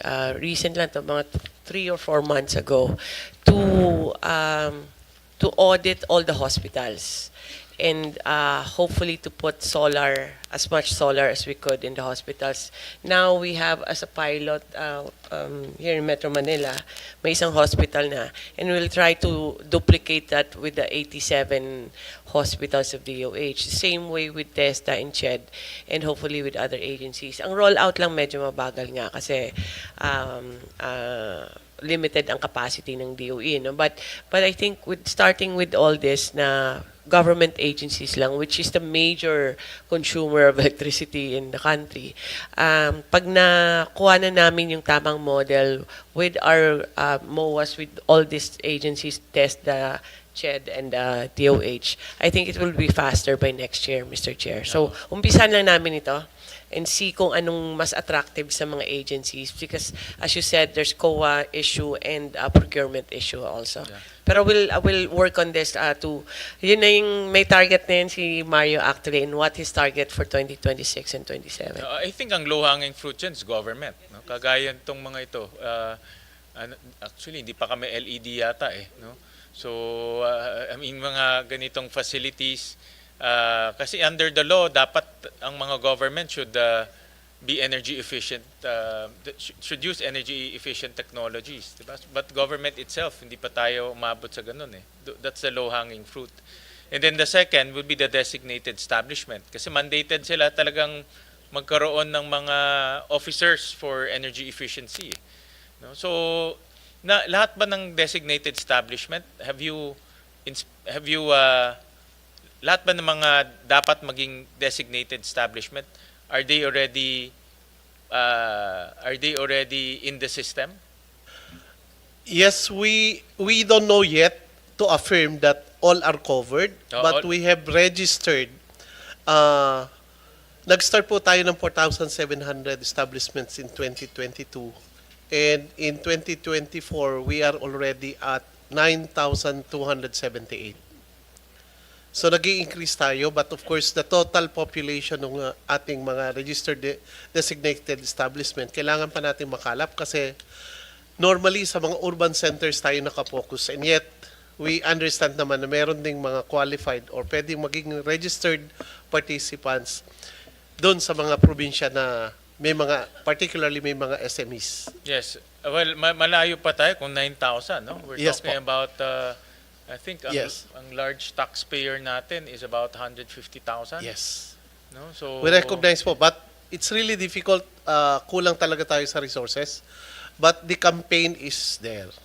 those are the nakikita kong pinakamabilis na magkaroon tayo ng results. Government, no? Because under the law, Yeah. government is mandated and you have the power to compel government through Yes. a roadmap. Diba? And then pangalawa, yung designated. Kasi yung designated, mandatory sila under the law. Thank you. No? Yung mga maliliit, baka pwede pang delay ng konti. Pero yung mga lalaki, mga steel companies, Yeah. cement companies, manufacturing, hospitals, private and public, these are all hotels. No? These are all designated establishments. So, ang problema, hindi lang na-enforce. Yeah. And yes po. And actually, ang campaign natin is also for all the registered establishment to have their energy conservation managers. Yes. At ang naging dilemma po natin is mostly on, again, on the government, particularly the local government units. Kasi it's supposed to be a plantilla position to have an eco-managers, but For local governments. Yes. Pero yung private, yung private, automatic Kailangan- po yun. Oo. Dapat meron. Correct. Duly registered po dapat yung correct. kanila. Pero hindi pa kayo nag-enforce, no? Meron na po. Nag-enforce na kayo? Yes po. Okay. Talagang yung coverage lang natin yung kulang. Yeah, that's why nga you have to enforce na. Yeah. You have to By the way Pagaya po, nung EVs, meron kayong power to mandate establishment to put charging stations. yes po. Yes, Mr. Chair. Dito rin sa energy conservation, may power rin kayo to compel. Yeah. Mr. Chair, actually, I recognize po and I wish to inform you that recently nga po when the Secretary met with the PE2, the ESCO group, the Secretary actually guided us that he wants these ESCOs to be a part of the audit team of the Department of Energy. We can take the phase 1, phase 2 audit, but the third level and fourth level and beyond should be undertaken already by the ESCOs. So magkakaroon kami ng convergence program with the private sector. Kasi kung tayo lang yung gagawa ng energy audit, we cannot cover all. In the clean energy scenario, ano ang contribution from energy efficiency? As of now po, 10% pa lang yung target natin. Kaya ba? Pero 0.1 pa lang, wala pang 0.1, wala pang 0.7 Kakayanin po yan. pa lang eh. Kakayanin po yan. Oo. So, Mr. malayo Chair? pa tayo sa sarili niyong target. Yes, Mr. Chair. Mr. Chair, hoping that Valenzuela will be one of our model cities. It's really the rules ng bidding. I think pag naayos yan, maraming LGU pupunta sa energy efficiency. Yeah, actually, We tried to yeah. mediate with COA, but I think DOE will be in a better position. Yeah, we are even looking on aggregated rooftop installation as part of this energy efficiency. But the aggregation concept is also a more complex procurement process. Kaya medyo hindi kami makatake off. Thank you. Thank you for that. I'll go to let me just look at my notes.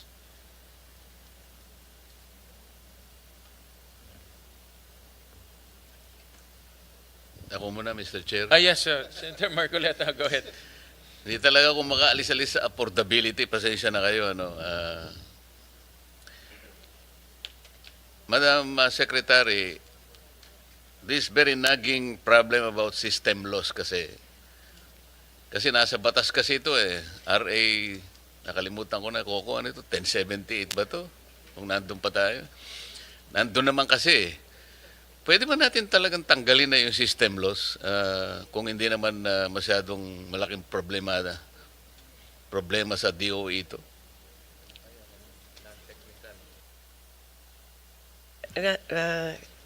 Before ERC, Mr. Chair, I'll just add to the problem of system loss, Mr. Chair. There's also tax on top of the system loss also. Yun na Mr. nga, Chair. only in the Philippines. Yes, sir. May system loss ka na, pagkatapos yung system loss meron pang tax. Hindi ko maintindihan talaga yun. How can you tax something that does not exist? Yes, Mr. Chair. And on the system loss, there has to be a balance. I think Chair Nino can explain better. Because the lower your system loss is, it might be also costly sa DU. So I leave it to Chair Nino, sir. Yes, Mr. Chair. Insofar as system loss, dahil natural yung ibang component ng system loss, talagang hindi may iwasan. But it can be minimized. And to minimize it, kinakailangan din na mag-introduce ng capital expenditures ang distribution utilities or kaya pababain yung kanyang pilferages. So may katumbas yun, so kakailanganin lang na balansihin po. Yung balancing kasi ang problema, Chair, dahil sa katulad nga niyang pilferage, nangyayari naman talaga ito, lalo na sa Valenzuela at sa Caloocan. Hindi mo narinig, Mr. Chair, Buti na lang hindi mo narinig. Itong mga pilferage sa electricity, sabi ko marami yan kako sa Valenzuela at sa Caloocan, Hindi ko lang malamang alin yung mas Hindi to kontrolado ng distribution utility.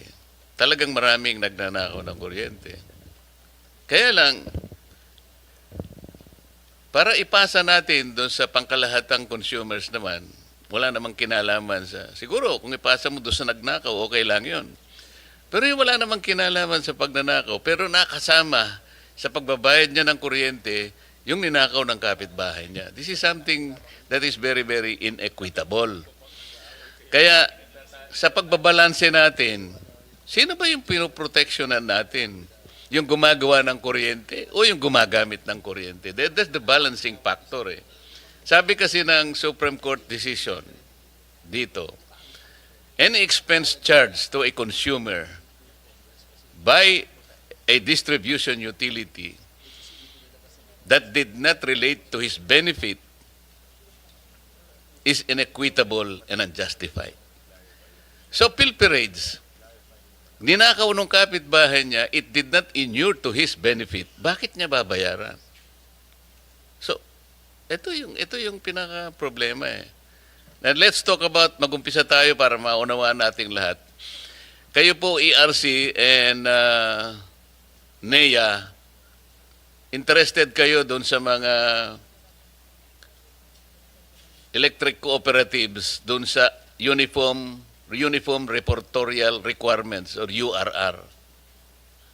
Tama? Opo, tama po. Meron tayong pinatutupad na URR. Yung pong distribution utility, nung bumili siya sa power producer, X amount, at nung makolekta niya, X amount, meron diferensya Di ba?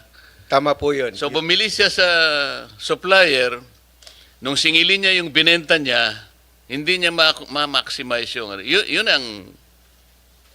Technically, yun ang system loss. Tama? Tama, yun po yung konsepto natin ng system loss, yung difference ng kilowatt hours na sinupply ng mga suppliers ng isang distribution utility at saka yung kilowatt hours naman na naibenta ng distribution Kaya utility. nga, so ano po yun? Nasaan po yung problema? Maaaring ng kolekta, hindi niya nakolekta ng tama. Maaaring yung iba, binulsa niya siguro. Pangkaraniwan, ganun po So, yung technical side po nito, Sabi ng Meralco, for example, meron po talagang this is natural in this commodity. Tumaas ang voltahe, di ba? Umusok, may nawala. Siguro nabalatan ng kuryente, lumabas ang kuryente. Sa layo mula doon sa generation to transmission hanggang doon sa kahuli-huli ang bahay na sinuplayan mo. Depende sa layo, di ba? O, yun ang technical. Kaya lang, sabi ko, pinipilit ko nga, bago ka naman nagpasya na gumawa ng kuryente, alam mo na ito eh. Di ba? Halimbawa, ikaw ang may-ari ng Meralco, Mr. Chair. Nung ginawa mo yung Meralco, pati yung iyong mga shareholders, alam nila na meron po kayong risk dito. Meron kayo talagang technical loss. Hindi nyo naman pinag-usapan, hindi, ipapasa natin sa Hindi po eh. Na-recognize na ninyo, from the time you decided to go into this venture, alam nyo na meron kayong technical loss. Yun ang punto. May mawawala at mawawala. Hindi po ba? Yun pong ating mga distribution utility kasi, Hindi, sumagot ka muna. may mawawala at may Yun. mawawala. Pero alam nyo po yun. Opo. Ngayon, nung alam po ninyo yun, bago kayo magpasya na gumawa ng kuryente, sa akin, these are calculated element of risks associated with business. Ang Tama negosyo po kasi ng ating mga distribution utility ay hindi gumawa ng kuryente, kundi ay maghatid lang. At sa kanilang paghahatid, may nawawalang kuryente at yung kanilang paniningil naman ay pinapastro lang nila yung gastos doon sa kuryenteng i-deliver sa kanilang distribution system at yung kuryente na aktual na naibenta nila sa mga kanilang customers. Yun nga po. Alam nila na bibili sila di ba? From generation, bibili sila doon. Tapos yung transmission, dadalhin sa kanya at siya naman ang magdadala sa household. Alam niya yun eh.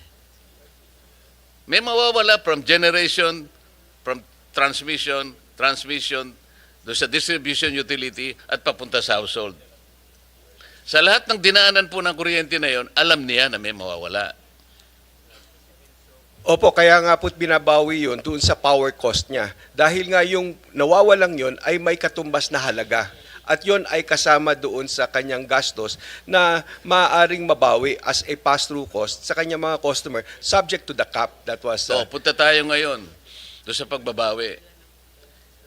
Yung non-technical, nandun na yun. Yung nangungulekta, nagkamali ng pagkolekta. Yung hindi niya nabasang tama yung metro. Yung billing clerk, mali yung ganito. These are non-technical. Walang kasalanan po yung rito eh. Pati ba naman yun, ibabawi mo? Yung pong non-technical na pinag-uusapan natin dito ay yung karaniwan ay yung pilferages po. Kaya hindi na... So, paano po natin binabalanse yun? Kung hindi, halimbawa, nire-recognize nyo po hindi maiiwasan, paano natin reasonably mababalanse para hindi mabigat sa tao? Yun po ay yung pag-aralan from time to time kung ano yung akmang cap na ipatutupad ng ating mga distribution utilities. So, mula po ng 2001, nung magawa yung EPIRA hanggang ngayon, 24 years later, gaano na po yung pag-aaral? Gaano na po ang effort natin sa pagbabalanse ng problemang ito?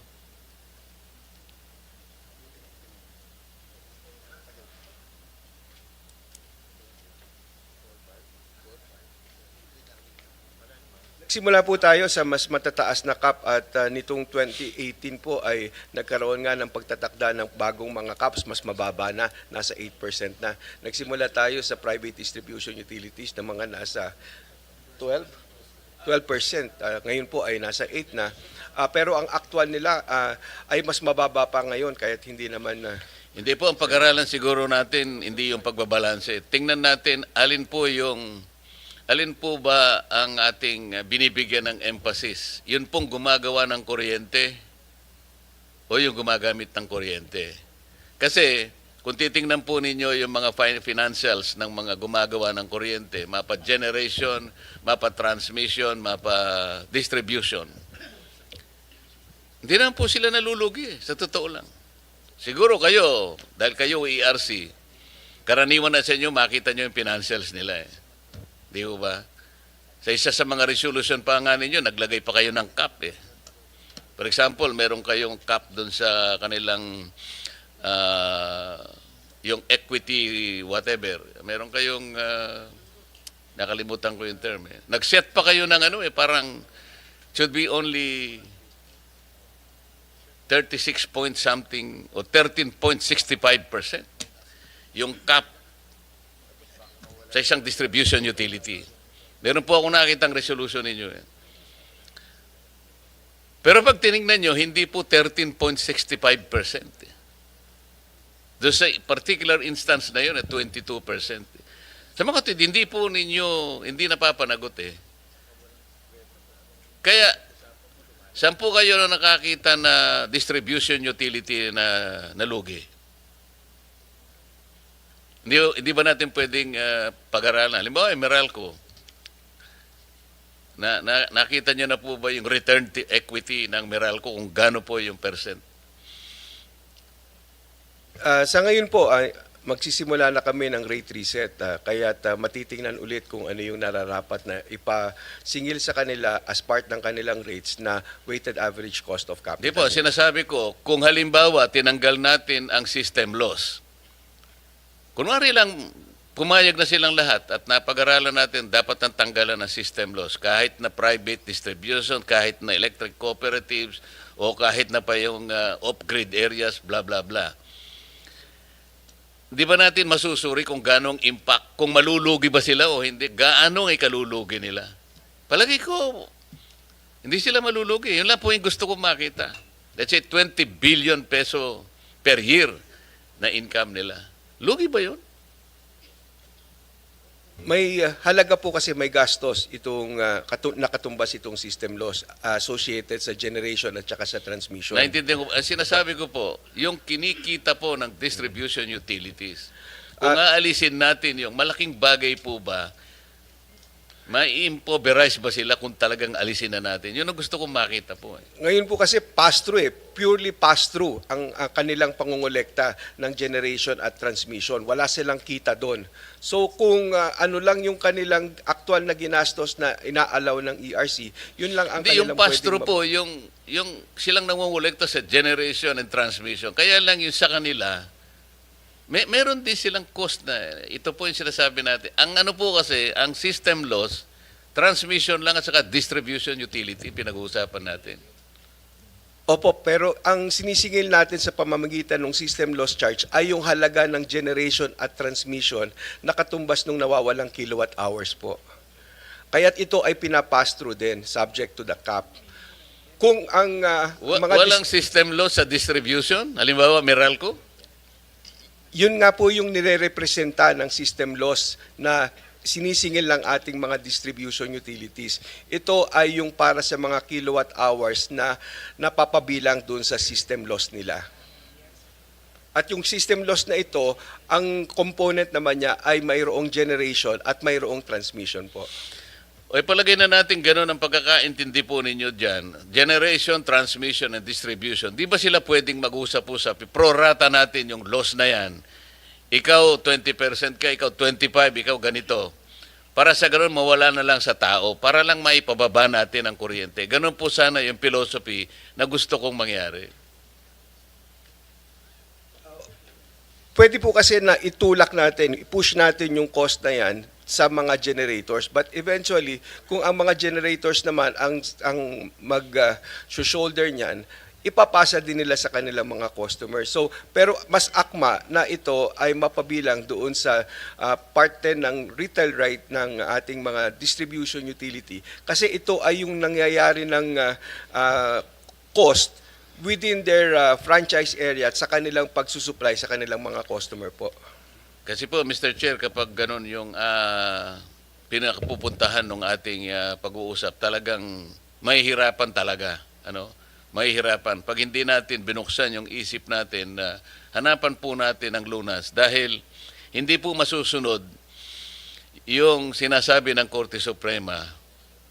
Kasi nanggaling na po sa Korte Suprema yung pananalita na ito. Any expense charged to a consumer by a private utility which did not inure to his benefit is unjustified and inequitable. Kailangan po nating panagutan yon. So naintindihan ko na mayroong cost sa iba, ngunit in the final analysis po, ang pinag-uusapan, yung expense na hindi naman napunta sa kanyang ganansya, wala siyang, hindi nyo dapat singilin siya, sabi ng Korte Suprema. Doon tayo dapat magsimula, Mr. Chair. Iwanan po natin yan, puntahan natin yung... Mr. Chair, can I interrupt? Yes, ma'am. Sir Chair, I want to cite kasi system loss is due to something, no?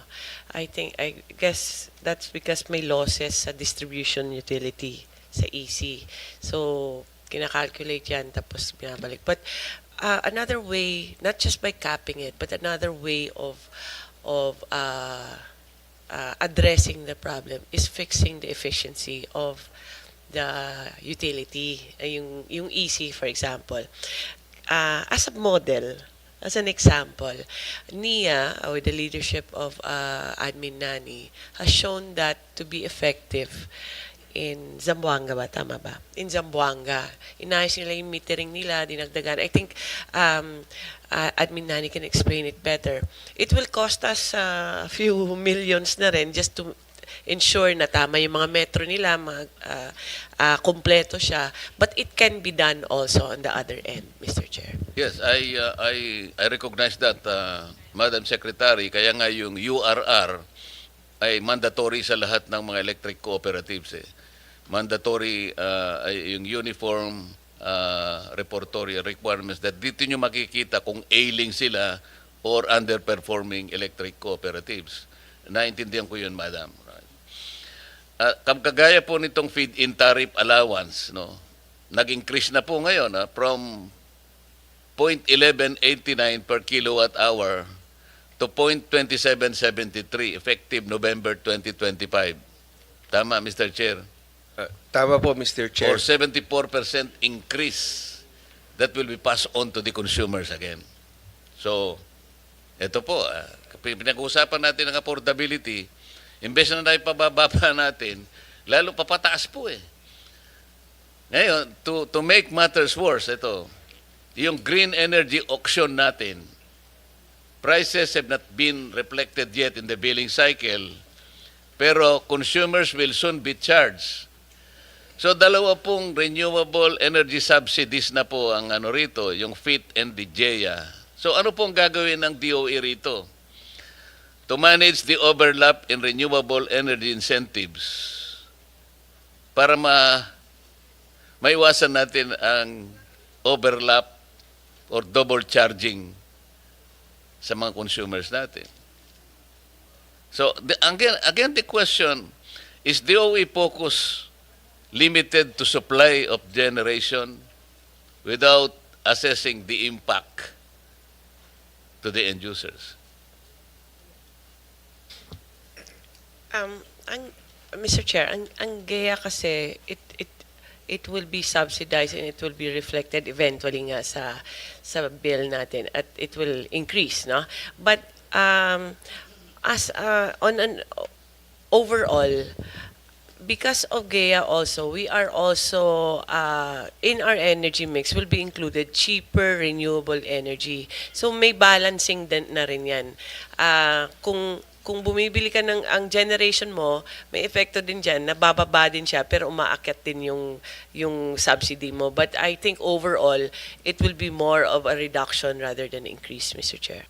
Sana mapil natin, Madam Secretary, lalong-lalo na po yung mga consumers po natin na talagang mahirap na mahirap. Patuloy po silang nagte-text kay Chairman Sherwin. Sabi nila, pinakikita po kasi sa akin ni Mr. Chair yung mga text messages almost every day. Mr. Chair, sabi nila, baka naman we can bend the law to make the people happy. Hindi, pinakikita mo kasi talaga pong because of that, tad na po kami ng text messages eh. You want us to be happy, Mr. Chair, sabi nila. Papayagin nyo na yung ERC na you bend the law. Ha? Alisin na muna natin yung system loss na yan. Hindi naman na magiging pobre lahat yung mga stakeholders na gumagawa ng... Pero yan lang naman. Palagay mo, palagay lang natin, pag inalis natin yung system loss, there's a general loss of, let's say, 1.5 billion per year across the board. Andyan na yun sa generation, andyan na yun sa transmission and distribution. Palagay lang, no? 1.5 billion ang nawala sa kanila. Pag tinignan mo yung financials nila, 22 billion, 24 billion per annum. Yung ba naman 1.5 na? Ang laki bagay ba naman sa... Pero yung 1.5 billion na natipid po across the board doon sa mga consumers natin, nararamdaman po nila yun. Yun po yung principle. Pasensya na po kayo at ako'y talagang makulit sa ganito. Mr. Chair, because we're talking here of not just Meralco but also the electric cooperatives. Oo naman. Doon sa singil nila, wala nga din silang return na binibigay sa kanila. Kaya't kung sila din ang mag-absorb ng cost ng system loss na yan, ay baka mas mahirapan po ang kanilang operasyon.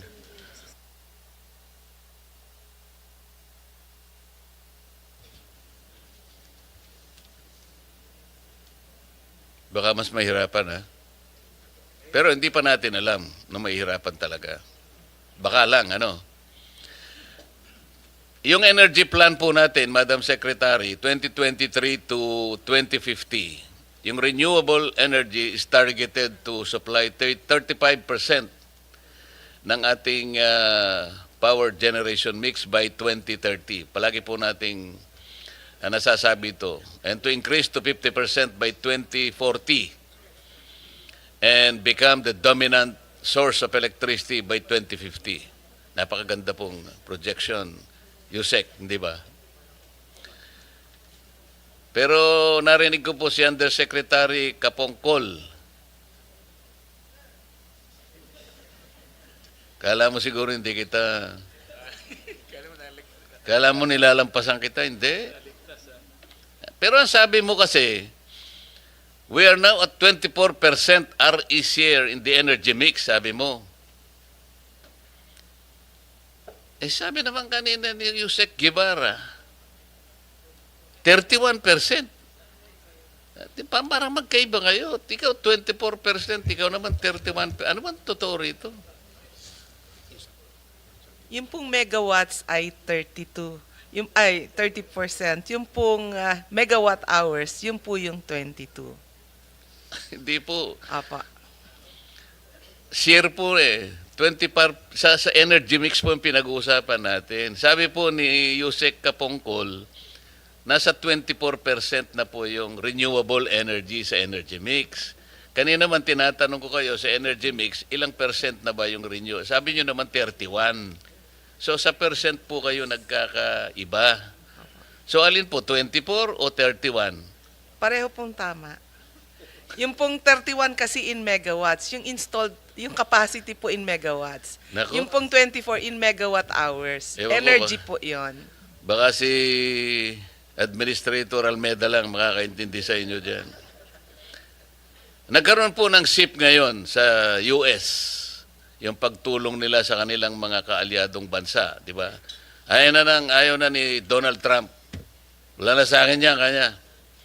Basta ako sa giyera na lang ako magko-concentrate, di ba? So ano epekto sa atin ngayon, ma'am? Sabi mo, sabi ni... Sino ba nagsabi?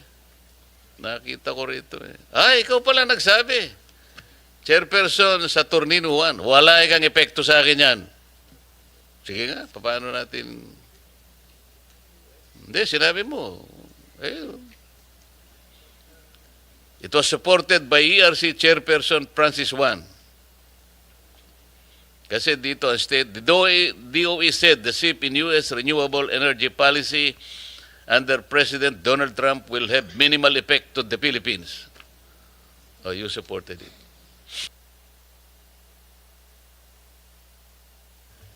Actually, Mr. Chair, I don't recall that statement made, but yes, we support the Department of Energy's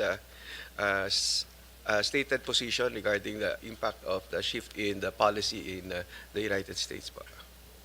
Meron ng formal assessment, Madam Secretary, that this will not affect our program, energy program. Yes, Mr. Chair, currently wala namang investor na US sa Philippines, or very minimal lang sa renewable energy. Mostly Asia and Europe ang investor natin, Mr. Chair.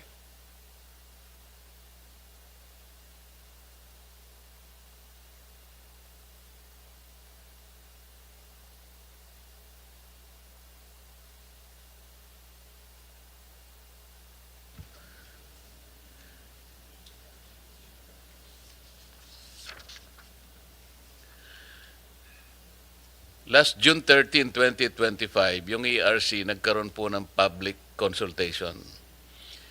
Ito yung sinabi mo kanina in your opening salvo. It's about the Nasicor ba yun? Nasicor po yung aming Nasicor ba yun? Versus ERC, di ba? This is in regard to the decision of the Supreme Court that you have to find a new valuation methodology in regard to the regulatory asset base.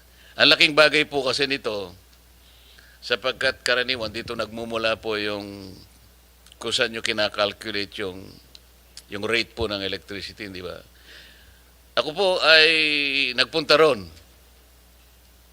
Ako lang po mag-isa. Kaya lang di ko kayo nakita ron kasi iba yung set ng panel, ano po. Hindi pa kayo ang nagsuggest po ako ng mga ilang bagay doon para makatulong naman. Halimbawa, ang sabi po namin doon, under the new rules, public utility services should be mandated to submit evidence that the assets included under the regulatory asset base are not only in working condition but must also necessary to and are regular that they are regularly and necessary used in their operations as distribution utilities. You know? Kasi po yung old, idle, and unnecessary assets such as recreational facilities and museums should not be included in the RAB. Tama naman po yun. Tama po yan, Mr. Chair. Tapos, ang sabi namin, instead of a single valuation method for all assets, ERC should utilize different valuation methods for different assets. Hindi naman po uniform ang mga assets. And then we also suggested that ERC should publish a standard list of assets category and assign a default valuation method for each category.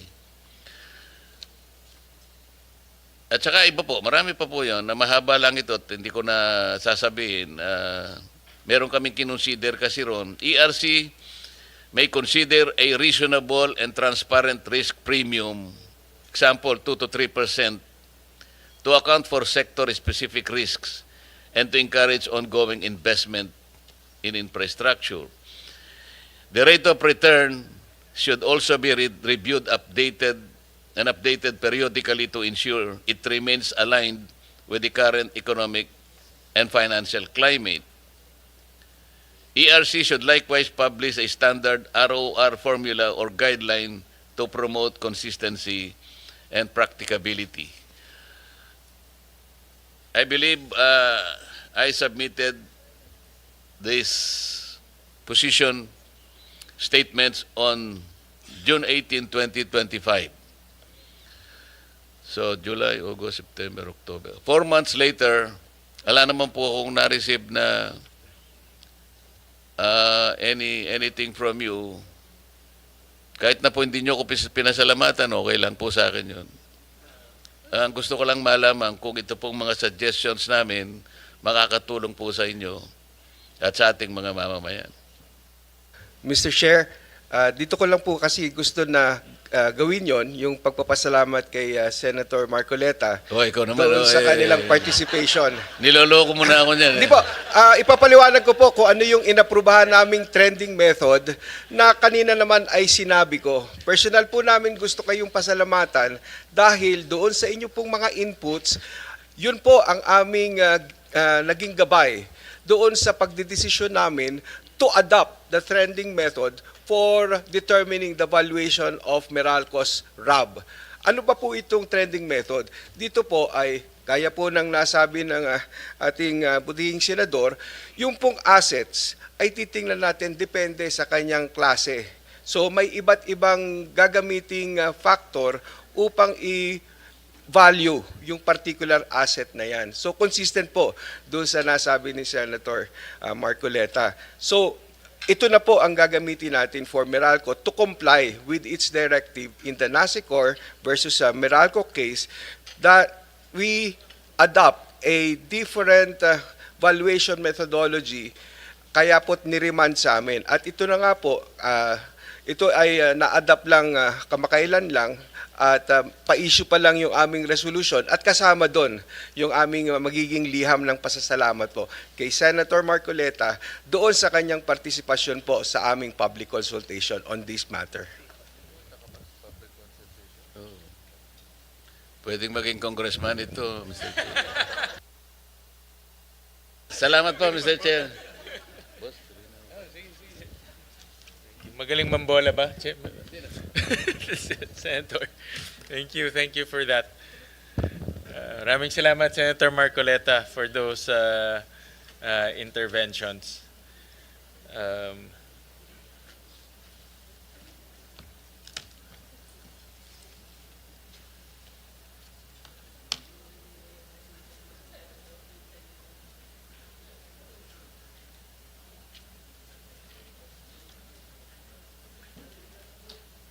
May nakuha kaming secretary. Ay, sige, okay lang. Don't worry. Baka bumalik pa ho yan. Huwag kayong mag-relax.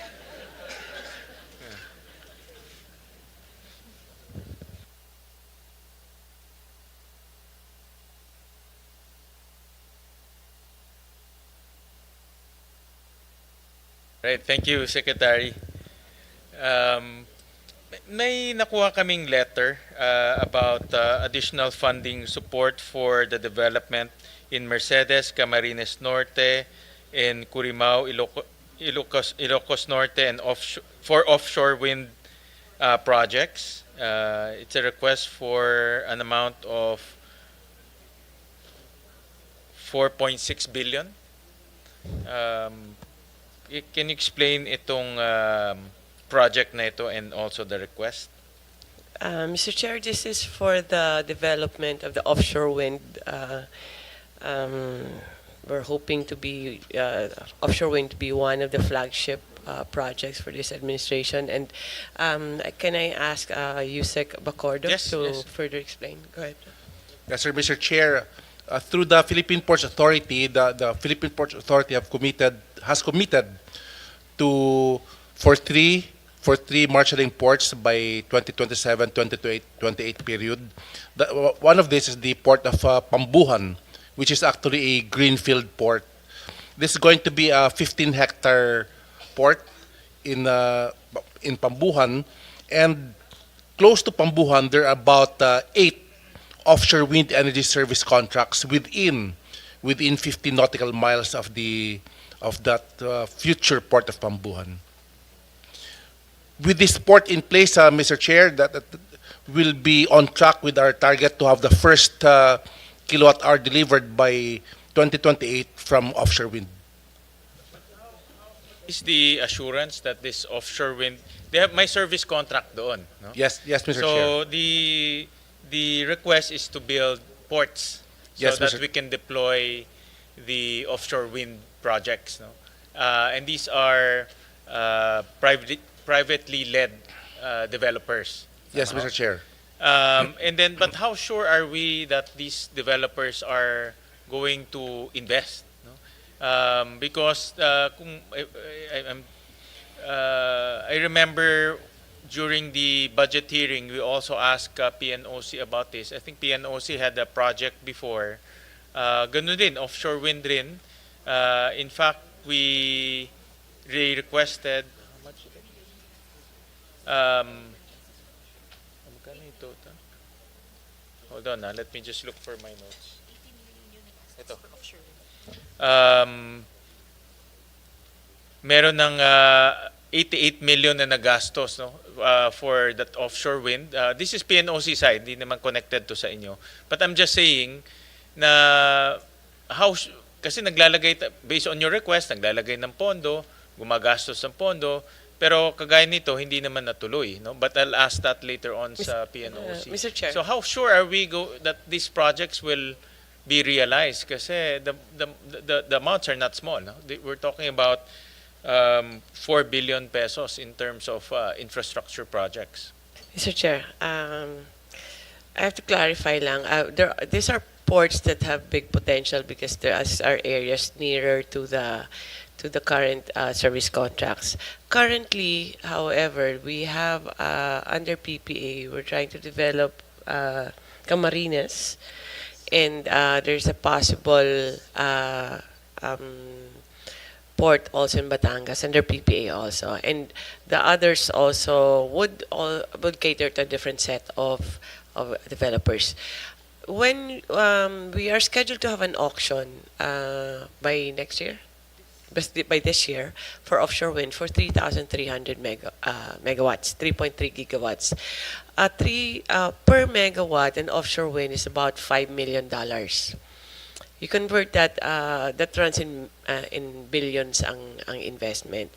The investment in the port is very minute compared to how much they're bringing in now.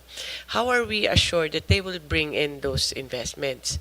With the auction, it's a condition that they have to have an agreement already, a use agreement with a certain port so they can join the auction. Kaya kailangan kumpleto na sila. May kontrata na sila sa port para maka-join sila sa auction. And so even now, they can already talk to the possible developers or they can vice versa kung pwede sila to work with them because that will actually be a contract for very least mga 5 to 10 years ang isang developer lang, Mr. Chair. The amount of the port might be small for them kasi malalaki investors to. Pero sa atin, 4 billion is 4 billion. No? It's quite a sizable amount. So ang gusto natin, certainty. No? And I know that this project is also important in terms of increasing our RE share. But kung maglalagay tayo ng ganito, kailangan may certainty na papasok itong mga investors na ito. Sa ngayon, meron silang service contract na hawak, di ba? But alam naman natin, the service contracts pwede ring hawakan na matagal. No? Kagaya kanina, nasabi ni Yusek Guevara, 105 yata na cancel. No? So in other words, the service contract is not an assurance that they will build unless meron na silang committed, nasa committed stage na sila.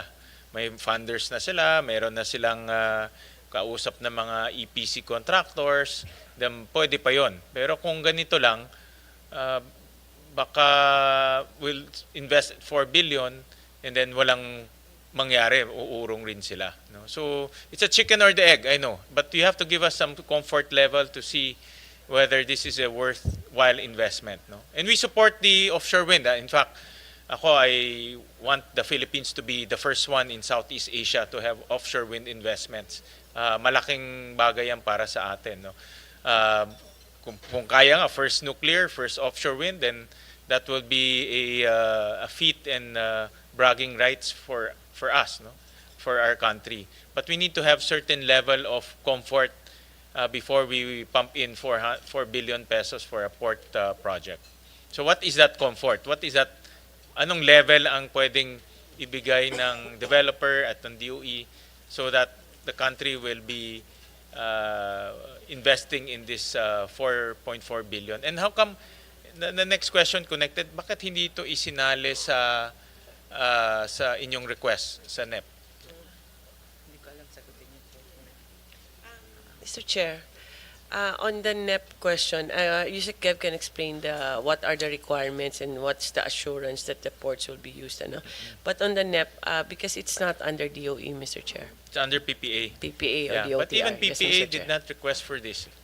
Nag-hearing kami ng PPA. They came here, but I don't see in their NEP. No? Unless I missed it, pero wala akong nakitang 4 billion for a... Meron ako nakitang pera for a cruise line, but not for a solar port. Not solar, offshore wind port. No? Yes, we understand, Mr. Chair. We have had several conversations with PPA, and I guess it's also a matter of prioritization for them. And two ports actually medyo napasok nila.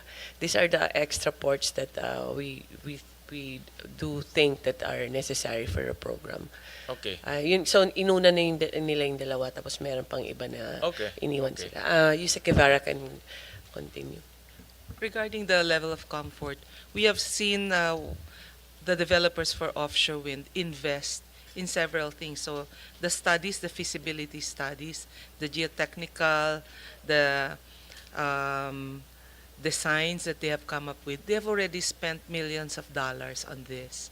So those that we think are the frontliners, there are 16 projects. They are far advanced in where they are, and we know that they have already spent a lot. And Even without the port. even without the port pa, sir. So kaya government naman will have to assure them that the investments that they already made ay matutuloy-tuloy nila na maging offshore wind project talaga. So one company, more than $5 million na yung nagastos niya eh. So we know that they are spending. And also, for them to join the auction that was mentioned by the Secretary, our requirements are very high. They should have had many of the permits already done and the designs already done. So that is the level of comfort for the investment that the government will be making for the offshore wind port, Mr. Chair. So I suggestion ko, well, I think you have may usapan na kayo with PPA on the other ports. But on this particular case, ang suggestion ko is to have some form of financial clause or movement from indicative to committed stage and supply us with those information. So at least we can justify investing 4 billion pesos into an offshore wind port na alam ko kailangan to kasi kung hindi nila malalaunch yung kanilang offshore wind. No? Paano nila ila-launch yun? But we need some advanced stage document para ma-justify natin.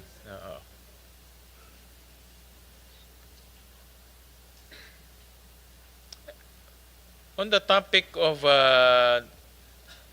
nuclear, may nakita ko dito sa budget, meron tayong Nuclear Energy Program Coordinating Committee. It has a budget of about 45 million pesos. No? And so what's the exact status of our nuclear program?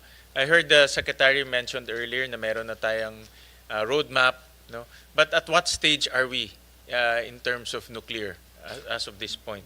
Mr. Chair, first off, on the increase in budget, there's NEPIAC and then there's the nuclear division.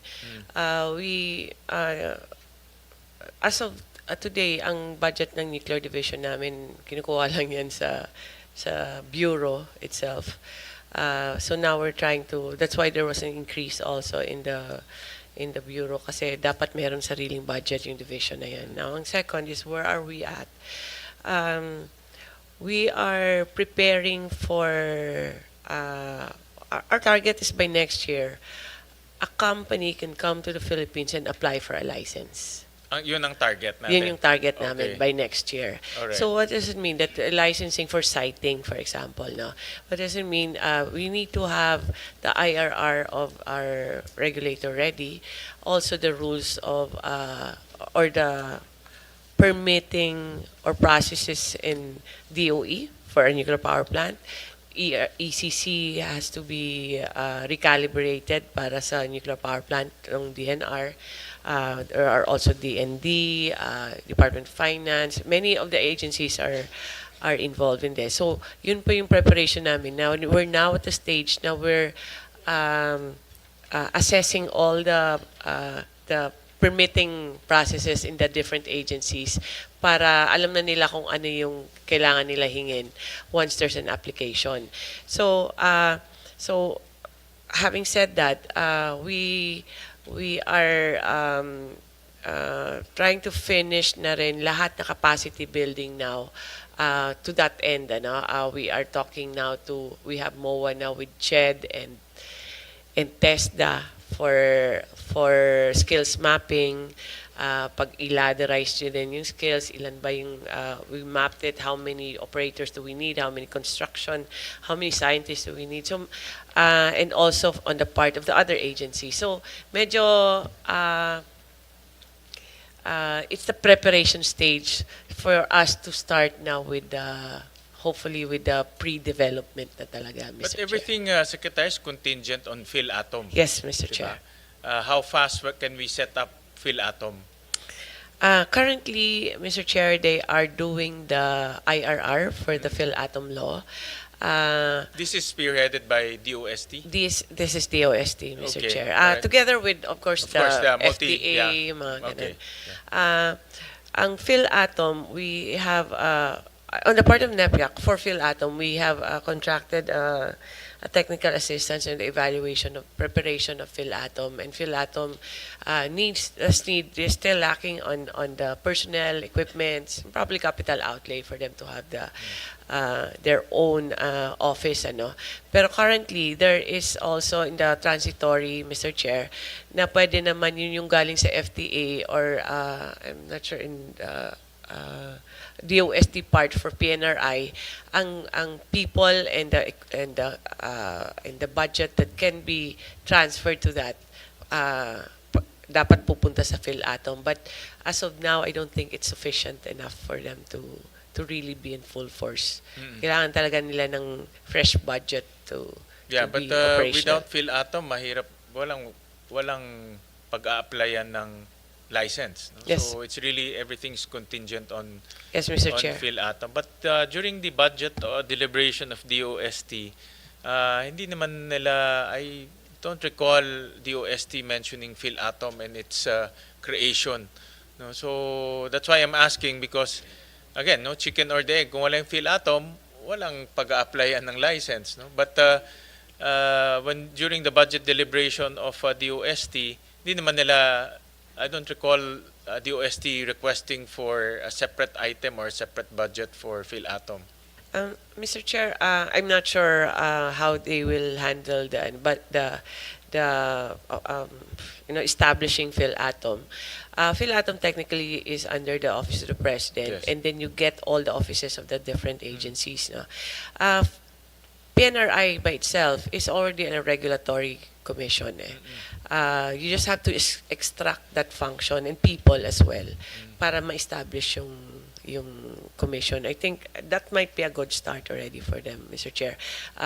Hopefully it comes with a budget that's allocated to PNRI, but Correct. that's for the OST to determine, Mr. Chair. Correct. Well, I'm just flagging the department because if the target, and I know in the PEP meron na tayong, for the first time, may nuclear kasama na siya sa energy mix. No?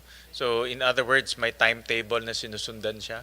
So I'm just flagging the department on that matter.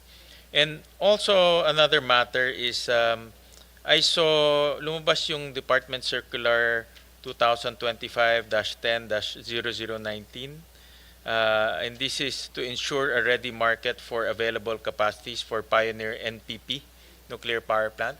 I know the intention, no, for exempting nuclear power plant to CSP, no, para meron na siyang assured market kasi ang laki, no? We're talking about ano bang pinakamaliit na nuclear power plant, $10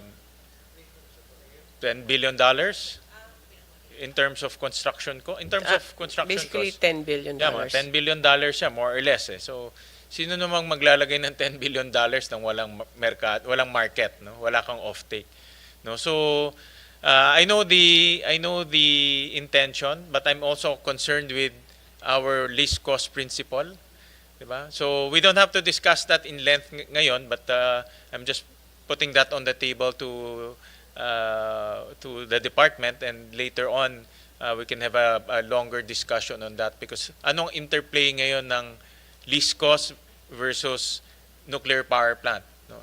And from a consumer point of view, lalo na sa ERC, how are we assuring our consumers na si nuclear power plant is laging least cost, no? So you might want to have a quick response, no? Quick lang, sir. That's why it's an interagency, all interagency in the sense that kasama namin yung ERC. It's to assess how do we set the tariff for nuclear. Buti na lang katabi ko si Nino. It needs a longer contract, Mr. Chair, not just a 20-year or 10-year. So the useful life, in France, in fact, it's 70 years yung sa kanila. Some countries give 50. So that's a major consideration in determining what's the cost of nuclear for us. Otherwise, it will be expensive kung shorter siya, Mr. Chair. Definitely because of the enormity of the investment cost, no? $10 billion. So that's about 50 billion pesos. Kailangan mo talaga 500 billion pesos. 500 billion? Ganun kalaki. So imagine yung kanilang, kailangan talaga meron siyang assured market, no? Kasi kung hindi, saan niya dadalhin yung kanyang kuryente? Just another thing, Mr. Chair. Why is there the exemption from CSP is just for the first one, Mr. Chair. It's just to have the pioneer in the Philippines, and it won't cover the rest of the succeeding ones, Mr. Chair. It's an incentive or encouragement to build the first nuclear power plant in the Philippines.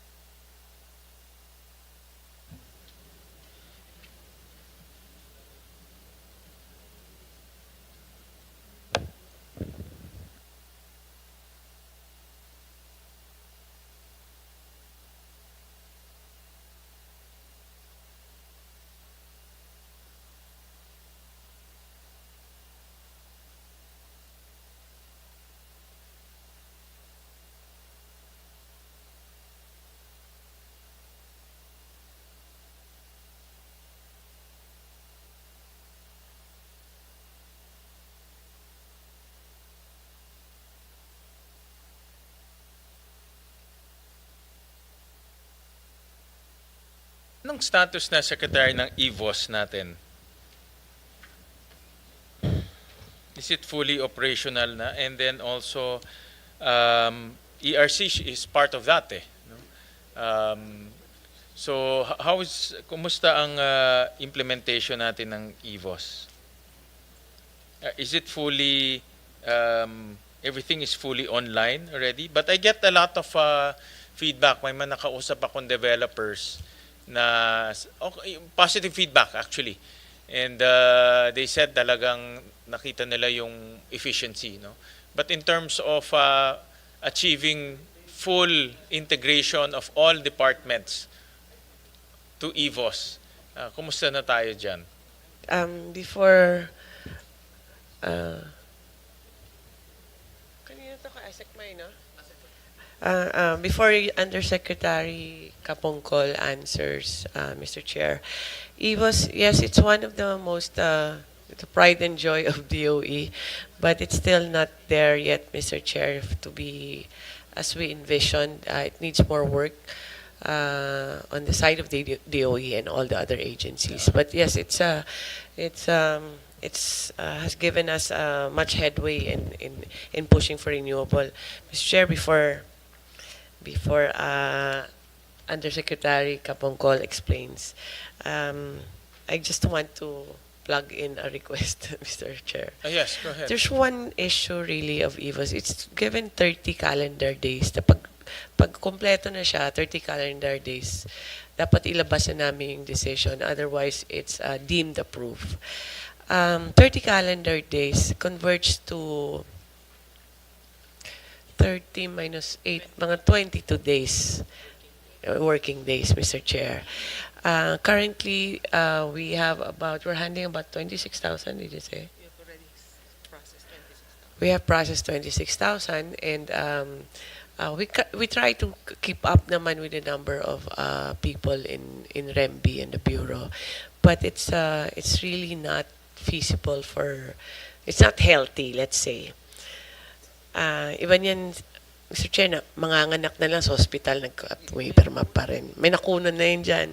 May mga stroke. It's not healthy for, because of that.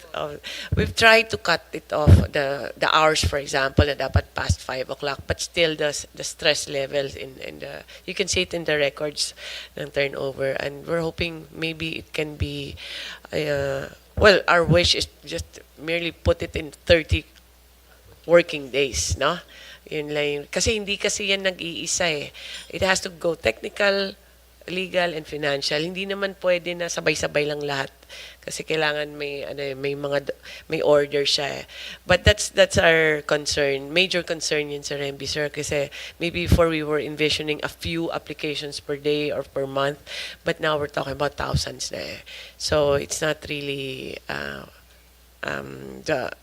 we'll make the proper request to you, Mr. Chair. What's envisioned when we were drafting that, together with all these stakeholders, is really a full automated, almost no human intervention system, meaning the system, the paper will hop from one office to the other via digital means, via electronic means. So yun yung vision. So that's why nung pino-formulate namin yun yung lumalabas, no, 30 calendar days. But we're open to listen. So you can send us a justification kung hindi talaga feasible. But that is the vision, no, to get it done as quick as possible.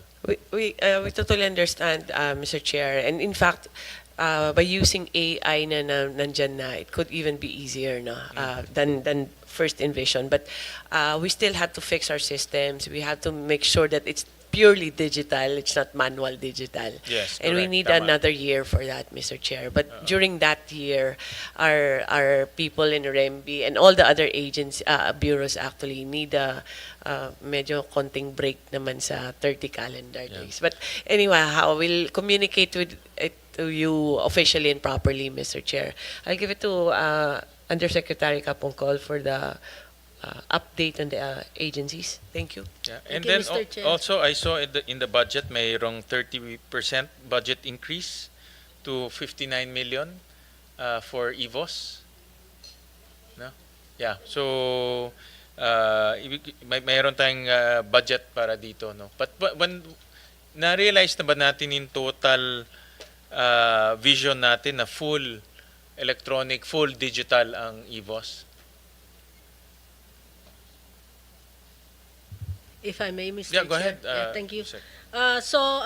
Since July 24, 2020, when we started the Energy Virtual One-Stop Shop, there are 19 processes, but today there are already 58 workflows from 14 department or national government agencies. No? So for the Department of Energy po, there are 5 units in the DOE that are integrated in the Energy Virtual One-Stop Shop.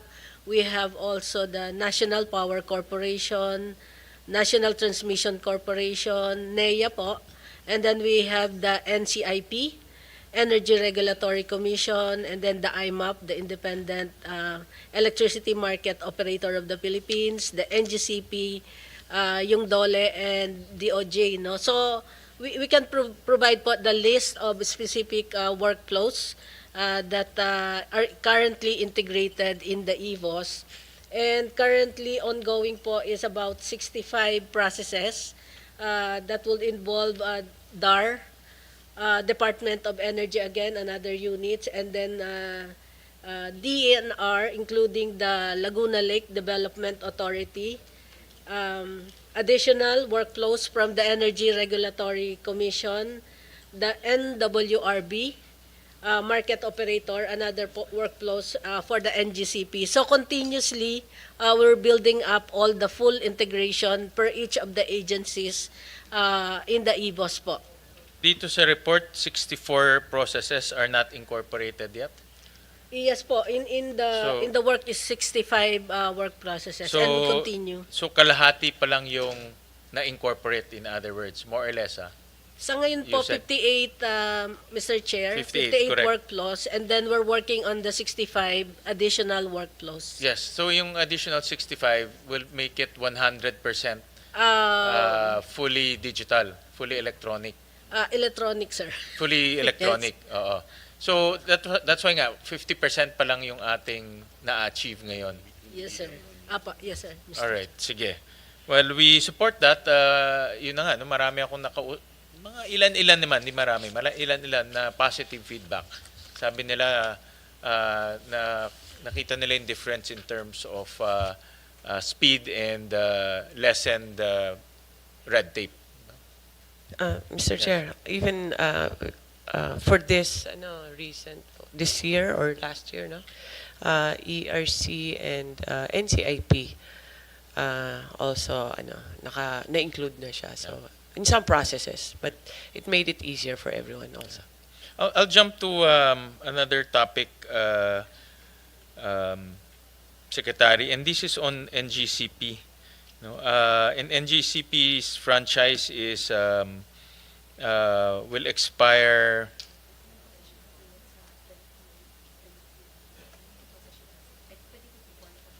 Yeah, 2034. No, yeah, yung concession agreement, and then last time merong statement ng DOE which I agree, no, na ihiwala yung system operation tsaka yung in transmission, in asset ownership, no, and yung system operation should remain with government. In fact, na-file ko ba yung bill? Na-file ko yung bill? Na-file ko, diba? Oo. In fact, nag-file ako ng bill I will just double checking na ihiwalay yung system operation and yung asset, no, ownership.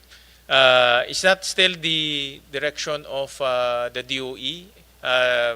Considering that Maharlika already invested, I think about 20% ba of, if I'm not mistaken, 20% of indirect investment of NGCP.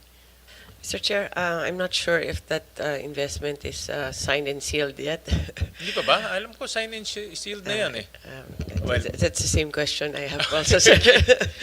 But now that's the first time I've heard about. Akala ko it's a done deal, no? Because in fact I support that because that will give us eyes and ears, no, inside NGCP, and yun ang nawawala ngayon. Parang we're actually blind to the to a infrastructure that spans from Luzon, Visayas, and Mindanao. So, okay. Mr. Chair, on the question on separating the system operation and the transmission assets, we do support the concept, Mr. Chair, and in fact, in our projects that or proposed projects in Palawan and Mindoro, that's the structure that we are trying to establish na si Transco yung SO. Tapos iba rin yung transmission assets. So at least we can have models already. But in our proposed EPIRA amendments also, if on the part of transmission, we also suggest the separation of the system operator from the transmission assets.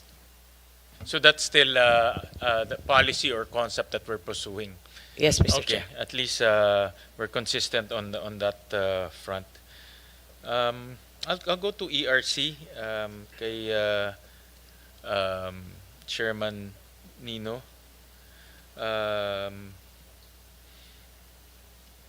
Actually, almost nasa dulo na kami ng budget hearings. We have 2 more days of budget hearings. And inupuan ko lahat ng mga agencies. Wala akong absent. Pero ngayon lang ako nakakita ng agency na hindi nag-request ng Tier 2. No? Tier 1 lang. No? So, ibig sabihin kung ano yung request nyo, yun ang ibinigay. Diba? Any reason for that? Because traditionally, before you, Chair Nino, madalas namin tinutulungan ng ERC by adding extra amounts, especially to support the resets. Alam to ng mga commissioners, no? We would add a few hundred millions. Kasi ako, personally, I believe in order to exact discipline and lower down electricity rates, we need to have a strong regulator. Deregulated tong environment natin eh. Isa lang ang pwede natin gawin para mapababa yung rates at siguraduhin na fair play is a strong regulator. No? So that's why we always augment the budget of ERC. But this time around, hindi kayo nag-request ng Tier 2. No? So any particular reason? And I heard earlier kay Senator Marcoleta, marami ring mga resets na papasok I think next year. No? So Yes, Mr. Chair. Insofar as the plan, because when I assumed office, there was already the proposed NEPs for ERC. I just had to look at the details of what is being proposed and looking at the utilization also, which was comparably very low. That's Then, true also. Actually, that's another considered. The utilization is very low. It would be contradictory for me to be asking for additional budget for certain expenditures when, in fact, those that were provided us, we could not even make use of. But insofar as this year, for the remainder of the year, and to be able to realize our plan, our target to be able to finally restart the reset process by January, we will already be utilizing what is left of our budget for 2025 to be able to procure the regulatory reset expert, the consultant that will assist us in the review of the rate filings of the Group A entrance to the PBR for this coming January 2026. So that is our plan for the rate reset, Mr. Chair. Kasama na siya sa budget for 2026 sa Tier 1 nyo.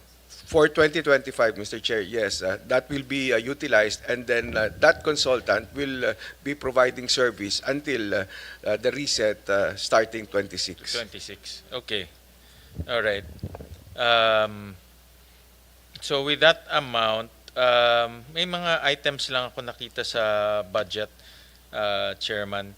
Nakita ko na there's a decrease in the budget of local travel, but an increase in foreign travel. Diba mas kailangan natin ang local travel kasi nag-i-inspect kayo ng mga planta, nag-inspect kayo ng mga DUs.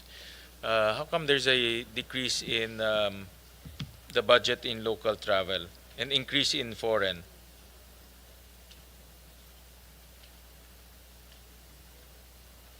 Based on the submissions of the different services of ERC, in terms of their budgetary requirement for local travels, to include, of course, the hearings in the localities and also the conduct of IEC and other activities in the various parts of the country, they felt that the current budget and that as proposed would already be sufficient. But insofar as foreign travels, considering the developments in the industry that need to be kept abreast of developments in technologies like for storage and now nuclear, we would need to capacitate our staff and send them to other countries for foreign travel so they can be exposed to these developments. Deliberate yan. Deliberate na tinaasan yung foreign travel because of this. And I don't know, I just want to inquire, no, kasi it's in the budget, so I just want to understand. And I admit, kagaya ngayon, nuclear, you will regulate nuclear rates. Admittedly, that's completely alien to all of us, no? I think walang tao sa Pilipinas siguro exposed sa nuclear rate setting. Ibang-iba talaga siya. So, kung yun naman ang intention, then I support that, no? Kasi especially technical know-how is very important to the regulator. Very technical yan, no? Yes, and how they regulate it in other jurisdictions where there are also markets or competitive electricity sectors. Sige. And then I talked to Secretary Garin earlier, and she made a very good point about yung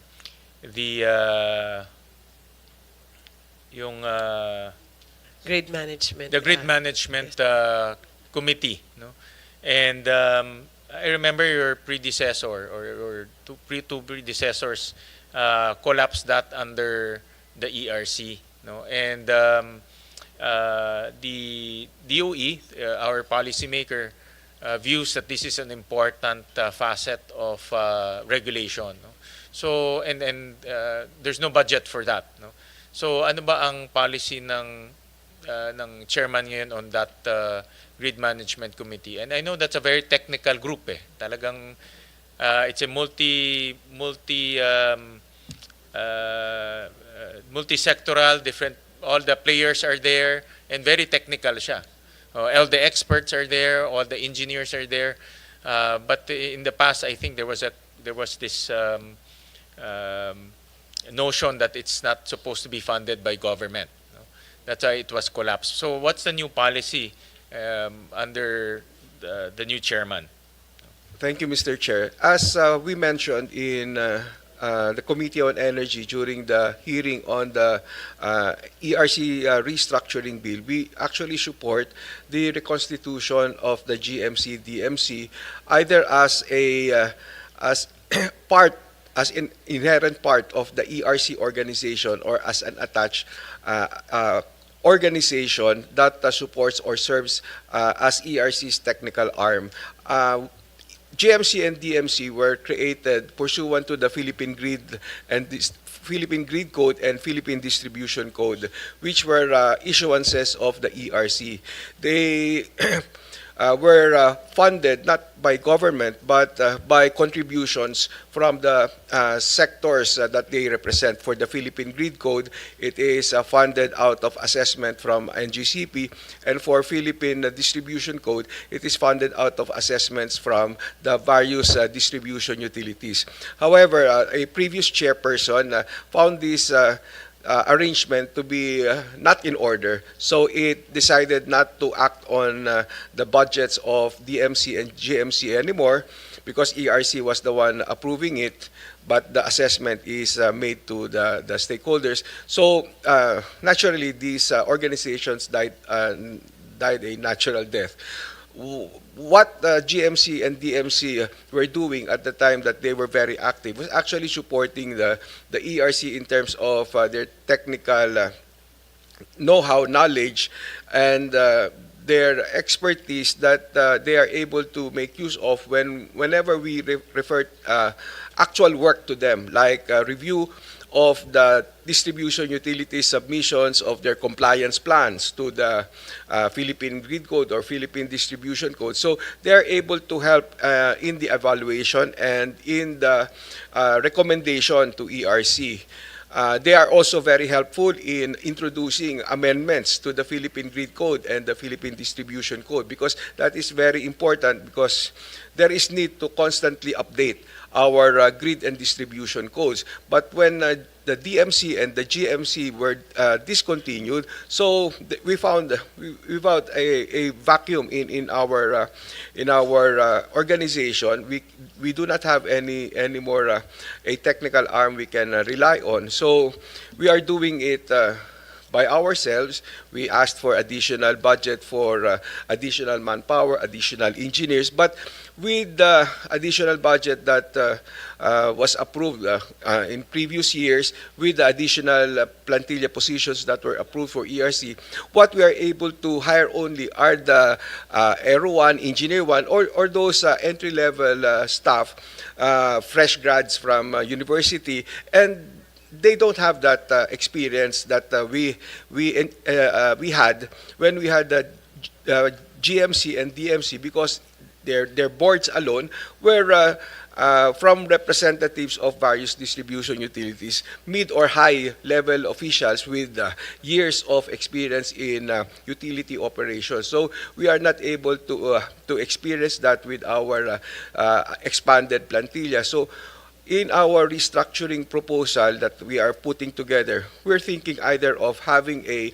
technical arm embedded already in the ERC organization, or similar to GMC or DMC, as a separate non-stock, non-profit organization where we can have an agreement where they can provide technical support to ERC. Right now, the previous chair actually they issued a resolution to have an interim GMC, and the interim GMC was designated, the technical committee of the PEMC was designated as the interim GMC.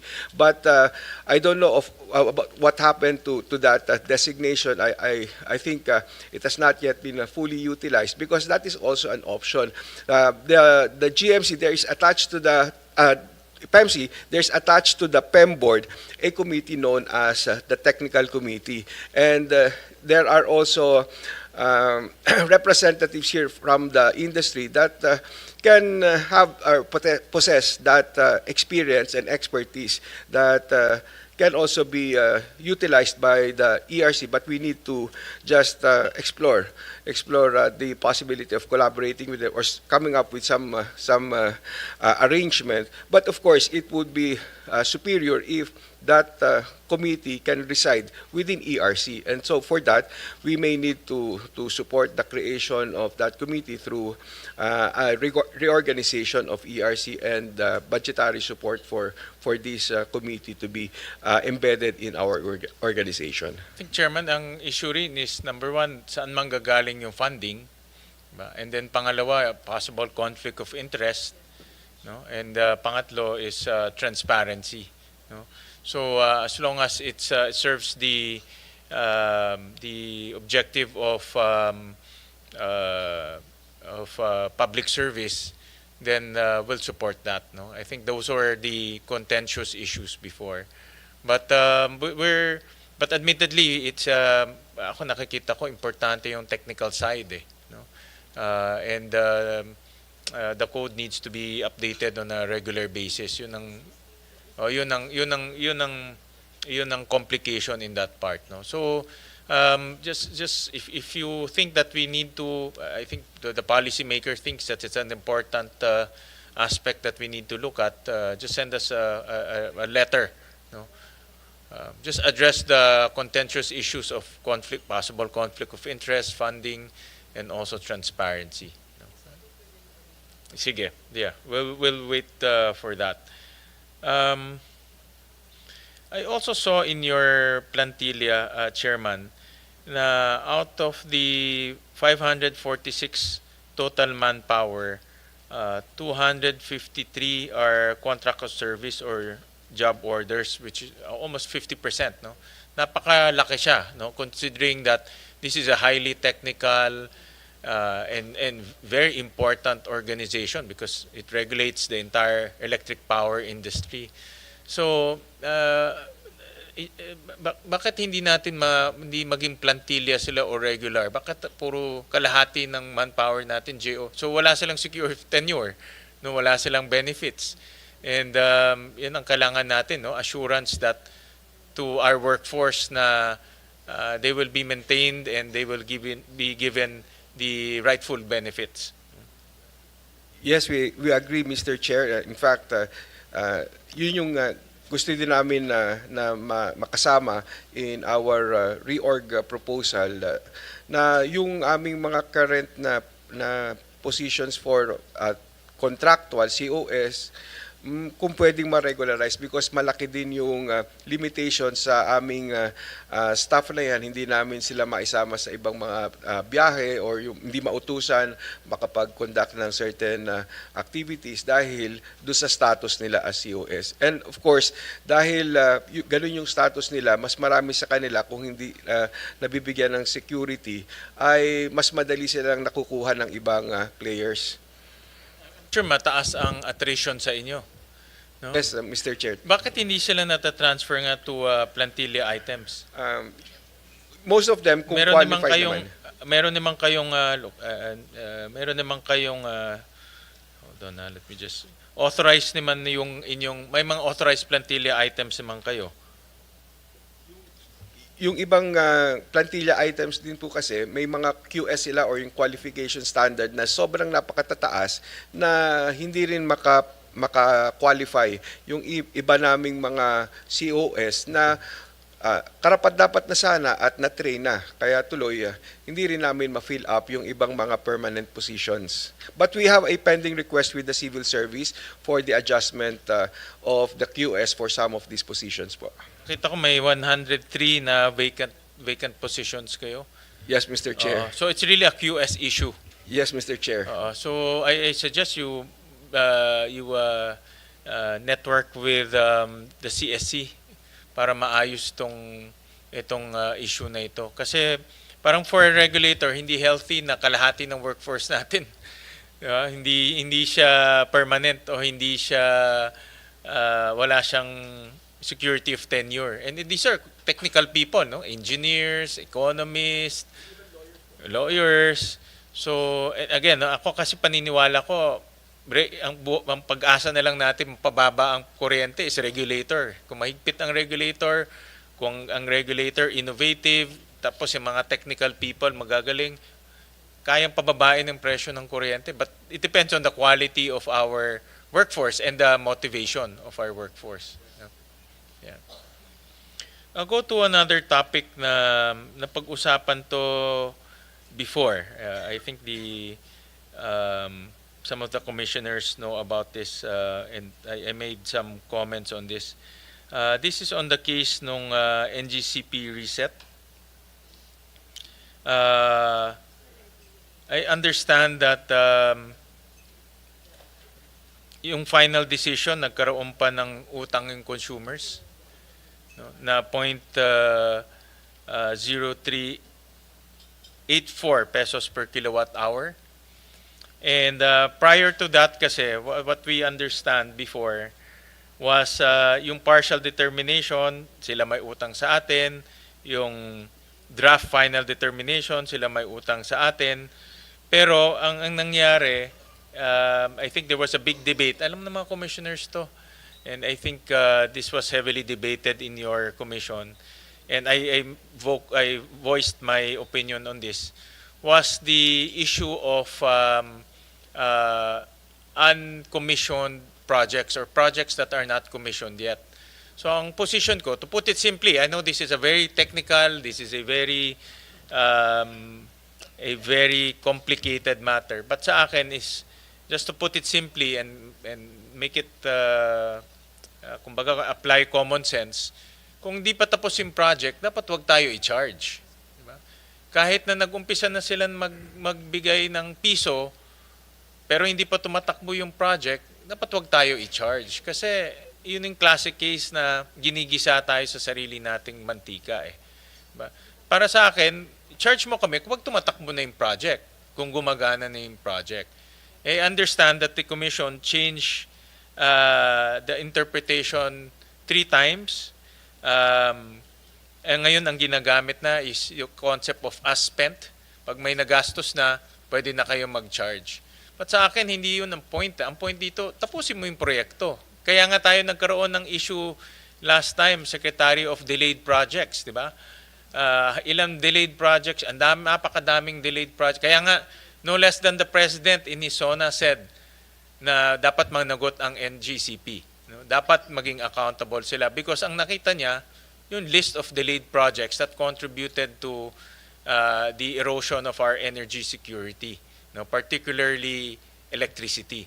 No, so bakit nag-change ang commission interpretation at pinayagan yung as spent rather than pag-commission na yung project?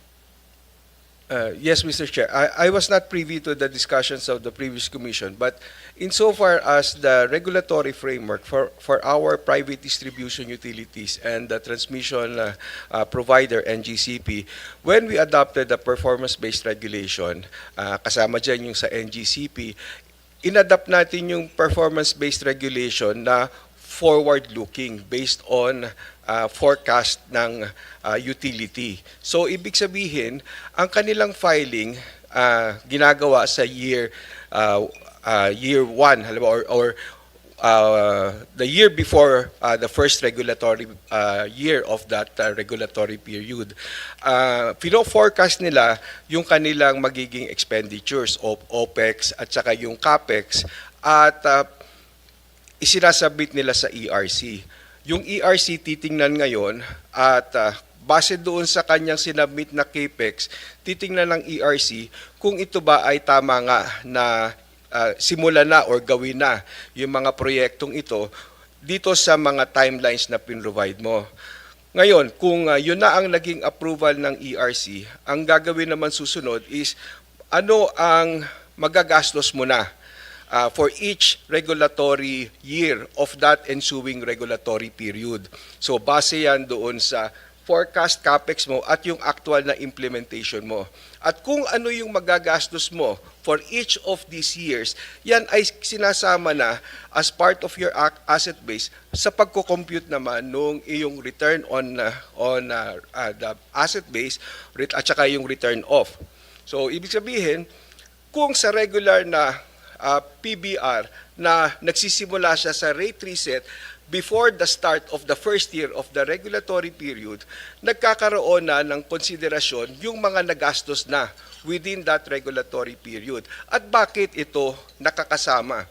Dahil nga gusto natin bigyan ng insentibo na yung regulated entity ay magsagawa ng kanyang CAPEX on time base doon sa isinumite niyang schedule nang sa ganon pumapasok yung CAPEX, natatapos siya on time at during the time na mayroon na siyang pangangailangan sa asset na ito ay magagamit na. So nandito na kasi ipinasok mo na, inilagak mo na.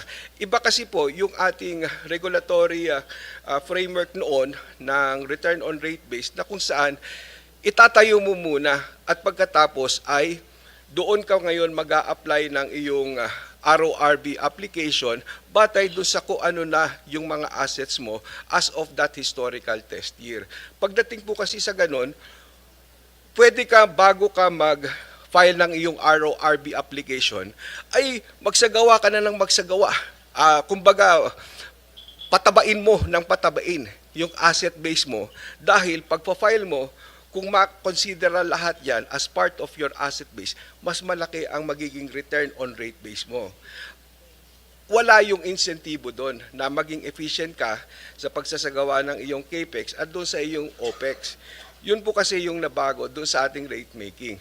Ngayon, pagdating sa reset ng NGCP at ganun din po doon sa mga distribution utility, nagkulang din po ang ERC dahil hindi siya nakapagsagawa ng reset bago pa magsimula ang regulatory period.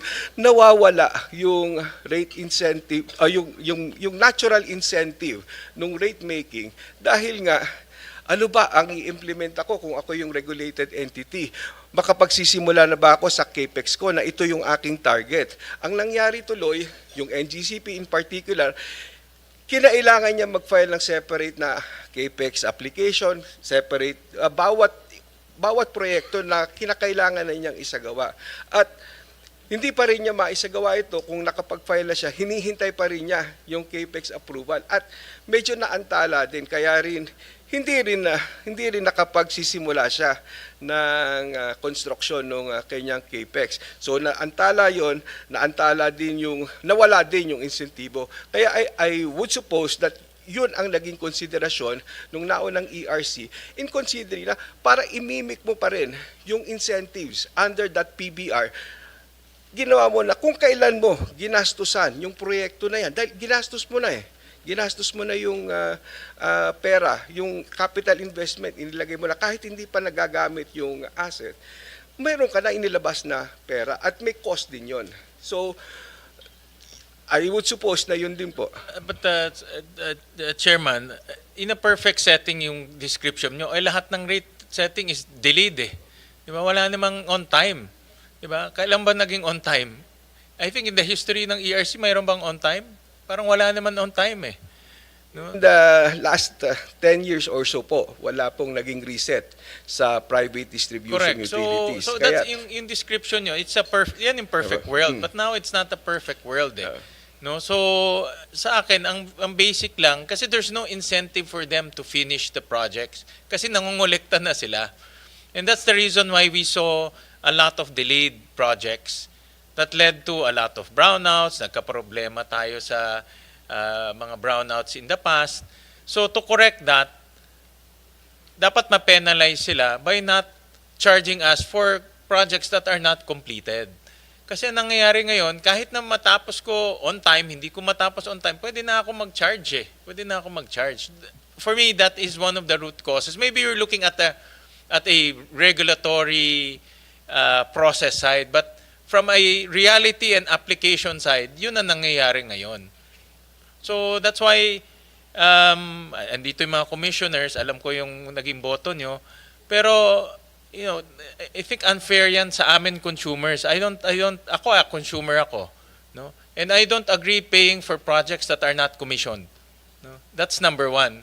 Kasi diba, for practical reasons, sino naman magbabayad ng full ng amounts na hindi pa tumatakbo yung project?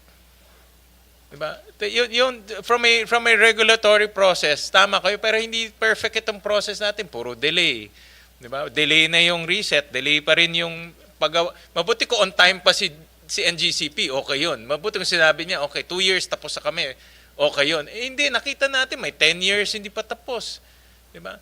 So, yung pera, alam naman natin anong ginagawa nila eh. Gagamitin nila yung collection dito, lalagay dito, tatapusin doon, bago tapusin dito. I mean, negosyante yung mga yan. They're conserving their capital.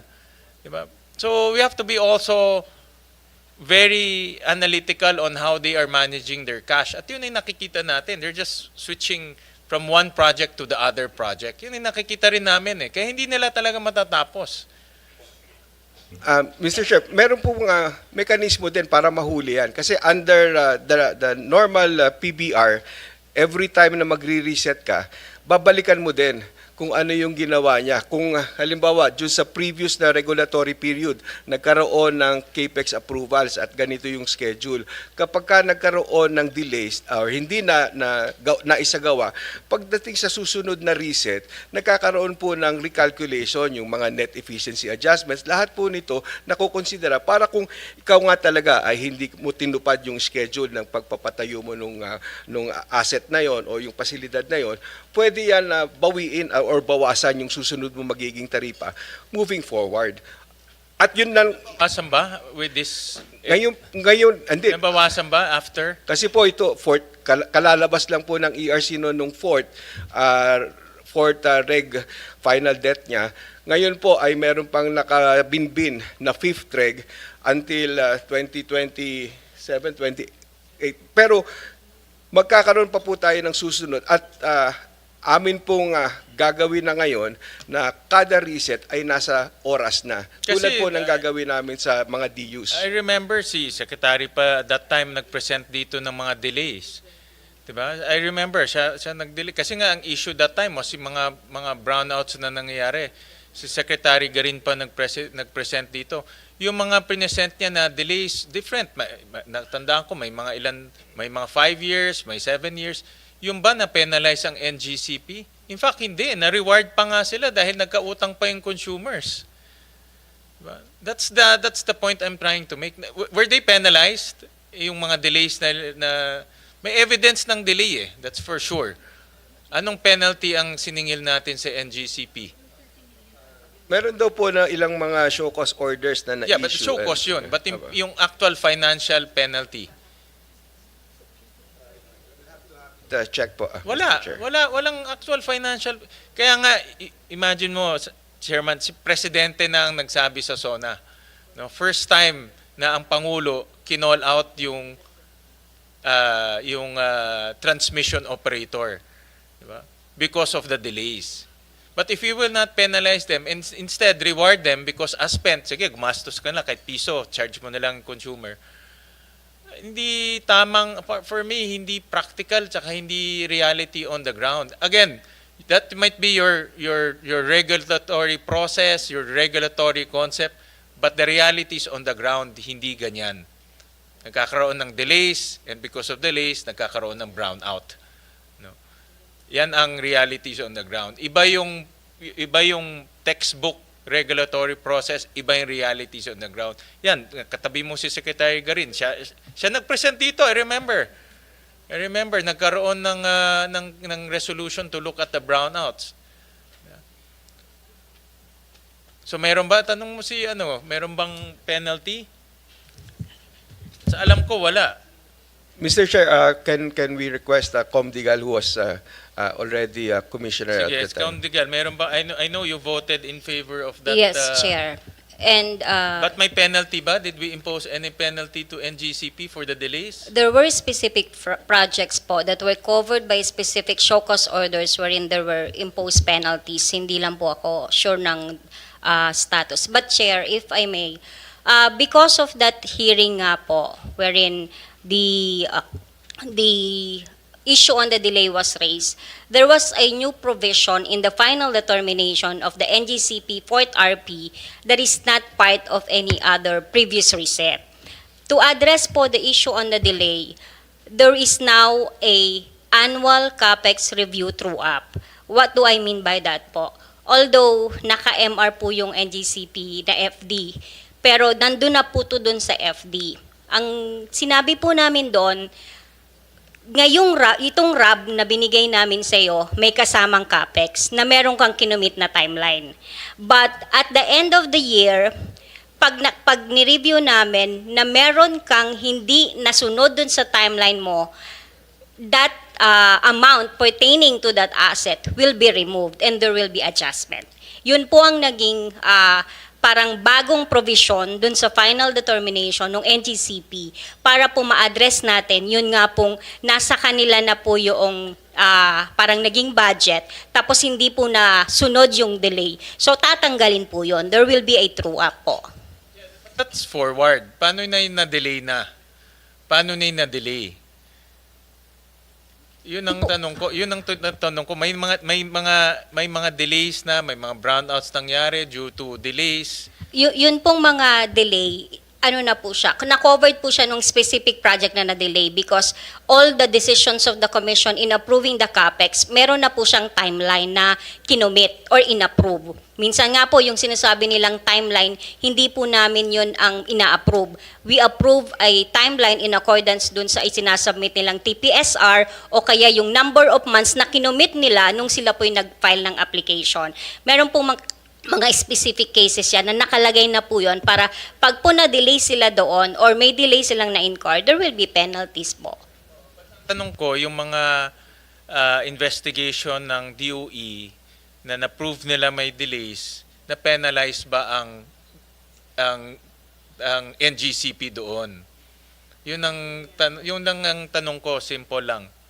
Meron ba o wala? Ang alam ko po may na-issue mga show cause orders po. Hindi show pa wala lang show po cause, akong data ngayon. Apo. Slap in the hand lang yun. Apo. We will submit na lang po siguro kung meron na pong nabayaran or meron na pong na-evaluate na may penalty. Okay. Wala lang po sa akin Dito ngayon naman yung sila, data. Alvin, bakit i-check nila kung meron? Mr. Chair, Yes. I think there was once for 5 million pesos. Yun lang yung maximum naman talaga pwede nila impose. Yeah, but 5 million. Very small.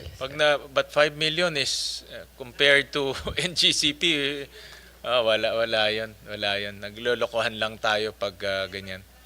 It's not because of ERC, it's because of the rules that's So my point of the matter, Chairman Nino, is let's be fair to the consumers. I know what you're saying. Naintindihan ko yung inyong regulatory process, naintindihan ko yung regulatory concepts, but the reality is on the ground, nagkaka-brown out because of delays. At hindi natin pwedeng i-baby ang NGCP. No? we need to be tough. Kasi kung gusto nating disiplina, kailangan ni regulator mahigpit. Kasi kung sasabihin na, sige, gastos kayo, pwede nyo man charge sa consumers. Bahala na kung 20 years nyo mapailaw yan o ma-activate yan. Lugi naman yung si consumer.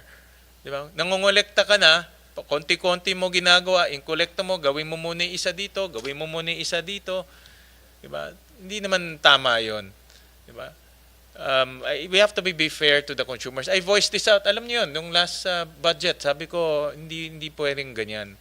Yeah, but then, hindi naman nangyari yon. No? So, ngayon, nandito yung mga consumers, nandito yung mga commissioners. Let's be fair. No? Reconsider that concept ng ASPENT. I don't agree with that.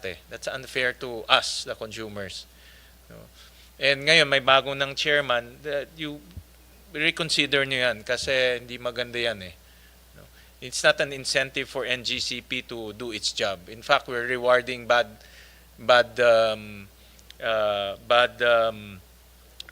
practices by the transmission operator. No? Do you want to say I'll move on to but if you want to have a rejoinder, I'll move on to another topic nilang. So, yun lang ang gusto ko Chairman, kasi nagulat lang ako na, natuwa ako, sila may utang sa amin After nung final, kami pa nagkaroon ng utang sa kanila. Hindi naman, tapos sila pa na-delay. Diba? Isipin nyo yung narrative. Sila yung na-delay, nagka-brownout, pero kami pa nagkautang. Look at the narrative. Diba? That's the narrative na lumalabas. No? So, and we are trusting our commissioners, ERC, na protektahan kami. No? Kasi that's part of your mandate to protect the consumers. No? But the narrative in there, ikaw pa na-delay, ginamit mo pa yung pera namin sa ibang project, tapos kami pa magdadagdag ng presyo. No? That's not hindi tama yon. I find that unfair. No? So, let's leave it at that. I-review na lang ng commissioners. Andito naman lahat ng mga commissioners and we have a new head. So, I trust that the new head, kilala ko naman si Chairman Nino, I trust that he will protect the consumers and put the consumer interests at the forefront. No? I'll go to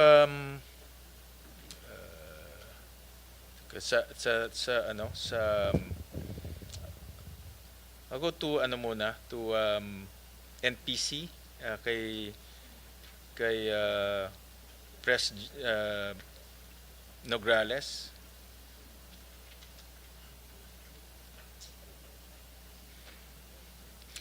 And I Pres Nograles, I am quite pull out ko lang yung notes ko.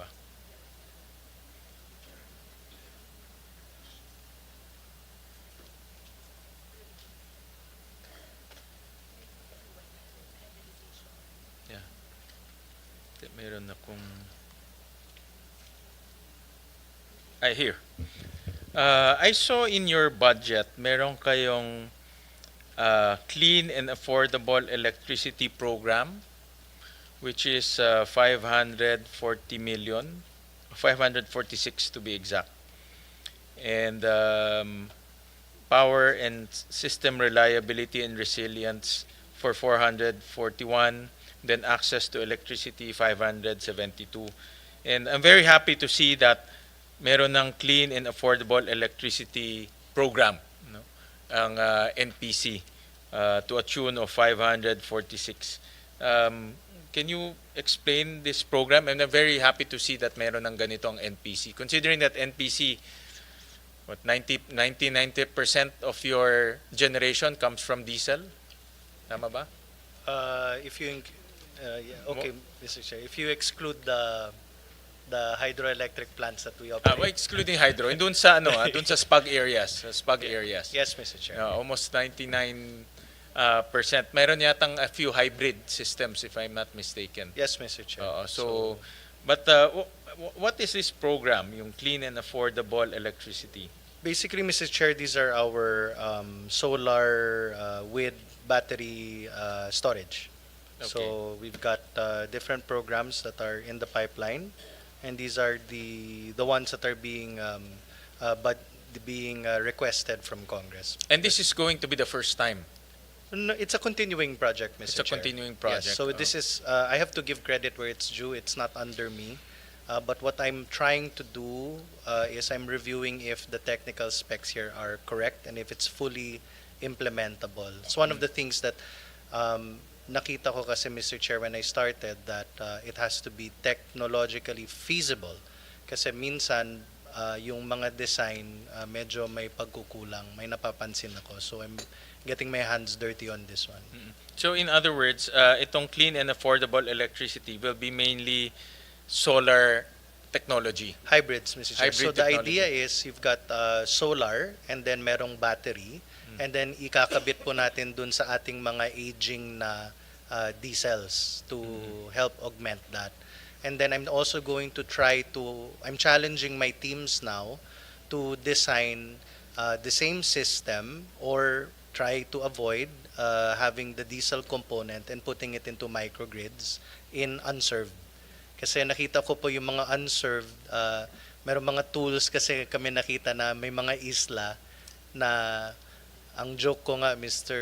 Chair, if I may, powered by Shopee. Kasi bumibili na lang sila ng Shopee pero wala po silang hindi po nare-reach ng Napocor. So yung sa mga yan, currently meron tayong solar home systems and we're trying to deploy it to the furthest talaga, but I also want to improve on that. So we have an upcoming 3-day strat plan. Binibigyan ko na po sila lahat ng homework in that direction po. So we're excited for that. Itong solar is Yes, sir. Battery and solar and diesel combination. So yung diesel po, hindi po tayo bibili ng diesel. Existing diesel, tapos ididikit po Okay. natin yun. Alright. I think ang report sa akin ng teams, the biggest challenge is the controller. So this is the non-human intervention kung kailan sisipa yung diesel kasi from the battery or direct ng solar. So dun daw nagkakaroon ng technological challenge yun dun sa controller. So like I mentioned earlier, personal po ako bumababa at pumupunta dun sa mga young engineers at sina-challenge ko. To sabi ko, alika, punta tayo sa mga existing and working projects because these guys, they're open to teach us and we should be willing to learn. So yun po yung tinutumbok ko po. And then I saw here meron na tayong 27 existing areas na hybrid. Tama ba? Press. Let me And verify then three that new, I ang don't target want to be... next year is 3 new areas. I know, more than 3 new areas. po More tayo. ba? How many ang target? Kasi like right now dito sa kodigo ko, Mr. Chair, merong Naro, Gilotongan, Osmeña, San Pascual, Cabra, Tingloy. Ang daming mga lugar na hindi ko pa po napuntahan.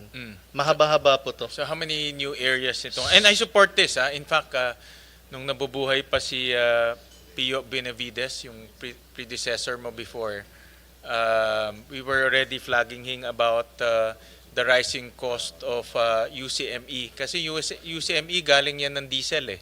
No? So tayo lahat nagbabayad niyan sa on-grid areas. So I think he started the conversation of hybrids. No? So nag-umpisa doon. But right now, how many hybrid areas ang meron tayo? Ito yung binilang ko po dito sa 1.5 billion natin na hinihingi. Yung 546 million po na hinihingi specifically for renewable energies, 30 areas. 30 yung sa existing... 30 existing areas. No, ito po yung sa 546. Yung target. Yung ating Yes. pinag-uusapan na IFA fund for 2026, we are looking at Dami, yung 546, 30 areas. Yung sa existing, 8 lang po and with ongoing 7 na mangyayari. May And then I'm secretary, also, wala eh. Meron palang 8. Ikaw naman, Sharon. yung isang ang example, But, Mr. Chair, but kidding aside, matagal na nakita ko kasi madalas namin pag-usapan to during budget hearings eh. na palakihin yung hybrid. Ang problema kasi, and I'll show you yung UCM. Mayroon ba tayong slide ng UCM? Ang UCME natin ngayon is meron ba tayong power? Paki-flash. Yan, almost 14 billion na ang UCME natin because of this is primarily because of diesel prices. Diba? Ang diesel naman di bumababa, pataas eh. No? So pag pataas ang diesel prices, tataas rin yung UCME natin. So ngayon, ang if you compute yung difference ng yung approved subsidy rate, 7 pesos, 7.4 pesos. Ang true cost ngayon is 26. So ang difference is 18 pesos. So ganong kalaki ang subsidy per kilowatt hour. Yun ang ganong kalaki ang binabayaran ng consumers outside of the missionary area. So the strategy is to lower down the use of diesel, and the only way to do that is to hybridize. No? Tama po yan, Mr. Chair. In fact, that's why we're prioritizing the hybridization, because the way that we estimate it, it's going to be 12 or below per kilowatt hour. So that, yun po yung challenge na binigay po sa akin. Napakalaking challenge, pero sige lang po. Okay. Well, ano ka naman, ikaw kilala kita as innovative eh. So and very aggressive. So hopefully we get meaningful impact with the hybridization projects, kasi that's the only way na bababa yung consumption natin. And this is related to diesel consumption eh. Kaya yan lang ang only way natin eh. Yes. Just to add, we're also talking already with NPC on giving them more microgrid areas and use the microgrid concept in some of the islands, Mr. Chair. And that's my question. Meron ba tayong plans for microgrid areas this coming 2026? Ang concept natin dito naman is to invite the private sector to invest in microgrids. Sila na bahala, no? Including distribution. No? Sila nang bahala. But regulated, of course, by ERC. No? But sila nang bahala doon sa generation and distribution, but microgrid lang, maliit na areas. No? NPC is the one who will bid that out eh. DOE ba? DOE. Sorry, DOE pala. Sorry, Sandra. Meron po tayong existing microgrids and 1, 2, 3, 4, 5, 6, 7, 8 existing microgrids also. We plan on expanding. Yeah, we're working on it, Mr. Chair. Our expansion. That's for 2026. Identified areas na yan. Meron na ba tayong USEC GEV na mic operating MGSP? Wala pa, no? Wala pa. QTP, but yung MGSP? Wala pa. Can you use the mic? We awarded it December 2023. Okay. They have 18 months to build it. Okay, but they're ready mobilizing? They are mobilizing, sir. How many areas? 8 lots. 8 lots. Okay. Yes, sir. Okay. That's for 2026, Mr. Chair. That's Daan Bantayan, Cebu, Medellin, Cebu, Bordeos, Quezon, Panukulan, Quezon, Dumaran, Palawan, dalawang areas sa Dumaran, Palawan, Coron, and Busuanga, Mr. This Chair. is for microgrids? Yes, for Candidates 2026. For 2026, okay. All right. So hopefully ditong 2026, yung microgrid plus your hybridization, magiging may impact na ito sa pagbaba ng UCME. The goal is to bring down UCME. Taas na ngayon eh. No, 14 billion ang linalabas na ngayon ng consumers. No? That's a way to lower down electricity rates because it's being charged to all of us.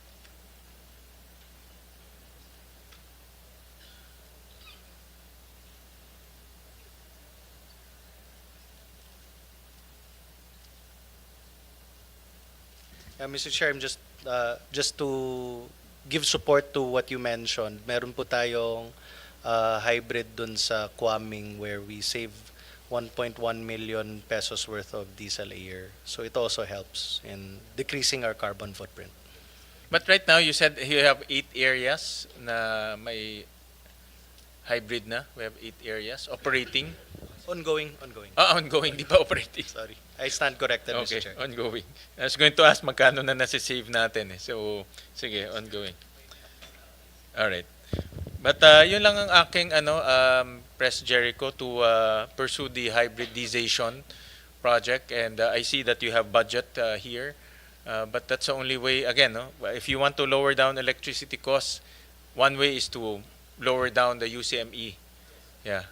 Magkano na UCME ngayon? How much is the...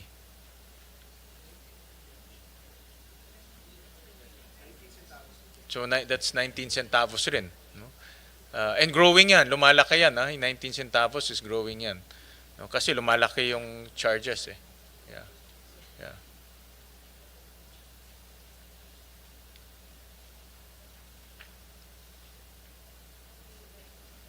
Meron pa tayo sa NPC.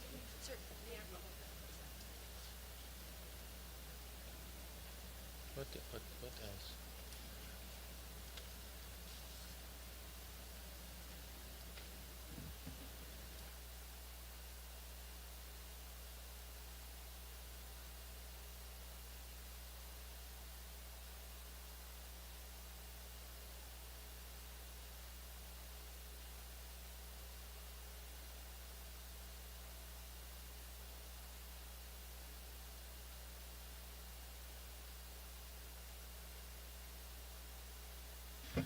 Aside from yung Siquijor and Siargao, meron pa bang areas tayo na problematic because of the NPPs? Meron bang ano? Yeah, Okay. go ahead. Mr. Chair, this is a multi-agency and everybody wants to Daming answer. daming gustong sumagot. I eh. know, but I just want to point na lang Daming gustong who sumagot. does what, no? Actually, on the part of DOE, we have a task force for the islands in which Mario has several islands targeted this year and next year. That's together with the rest of the agencies. They visit these islands, mag-evaluate ano yung sitwasyon and what are the proposals. And sila Nani also has their own set of cooperatives, let's say, no, not just specifically islands. For example, Basilan is one of their major, or Zamboanga, which is not an island but also a problem. But they have certain areas also. But between the two, DOE and NEA, always involved will be Napocor also because sila yung power producer. So, if you don't mind, Mr. Chair, maybe Mario can answer and then Nani can follow through. Huh? I just want to know, kung meron pa tayong mga problematic SPAG areas, particularly NPPs. Pag NPC naman, di naman nagiging problematic eh, kasi may generator sila. But yung NPPs, kagaya ng nangyari sa Siquijor or sa Siargao, Siargao ba is an NPP? No, it's on the grid. On grid siya, kasi yung cable ang... Yung cable ang naging problema sira, po, sir. no? Yeah, maybe Siquijor, mga ganyan type. Yeah. Meron pa ba tayong ganyan na areas? Yes, Mr. Chair, we have several islands that we are continuously monitoring, and in fact, on Monday, we are scheduled to visit Catanduanes. So that is included for the year.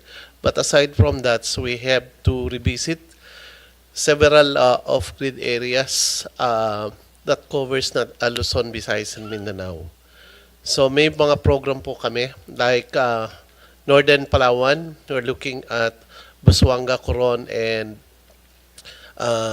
adjoining islands. We are also looking at the interconnection of Camiguin Islands.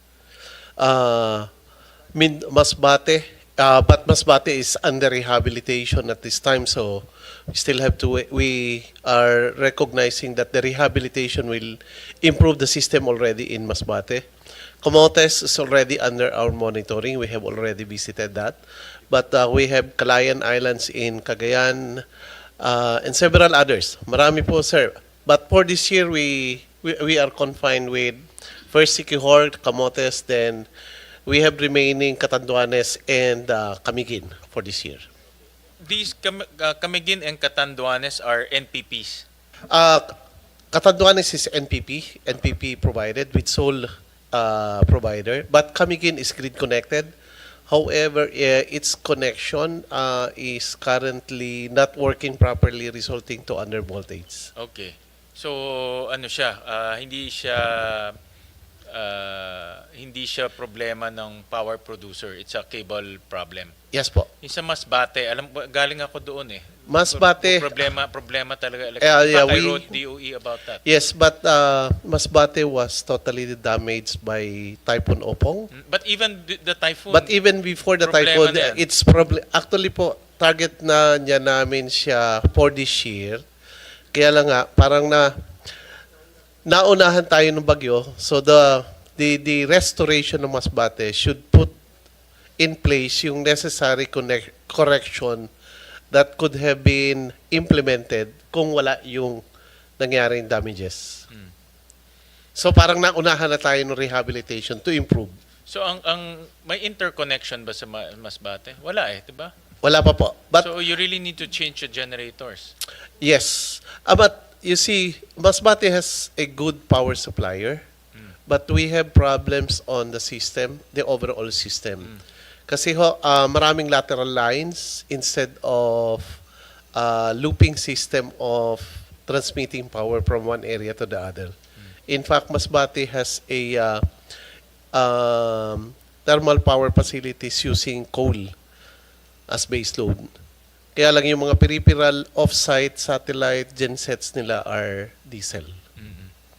So, but yun nga sir, yung Mr. Chair, yung rehabilitation effort should already improve the system. Okay, so but that's beyond ito, lahat to beyond budget na ito, no? Yes po, These beyond are budget. all policy considerations. Yes, since we will be conducting full audit, performance and assessment, technical, financial, and legal, then covered na po lahat yung assessment. To be, of course, our stakeholders, the suppliers and the electric cooperatives and distribution utilities will be the one to implement whatever findings we will have. All right. Mr. Chair. Yes. Just add lang, because we have a team actually, we're working with NEA, NAPOCOR, and MIC even, together with DOE. We've identified some islands also that not necessarily na walang hindi kailangan budget. These are major works, and we're targeting this and trying to find funding. I think NEA can further explain on this also, Mr. Chair. if you Because allow. commissionary areas, the only option we have is to buy more generators, NPC. Diba? You can I'll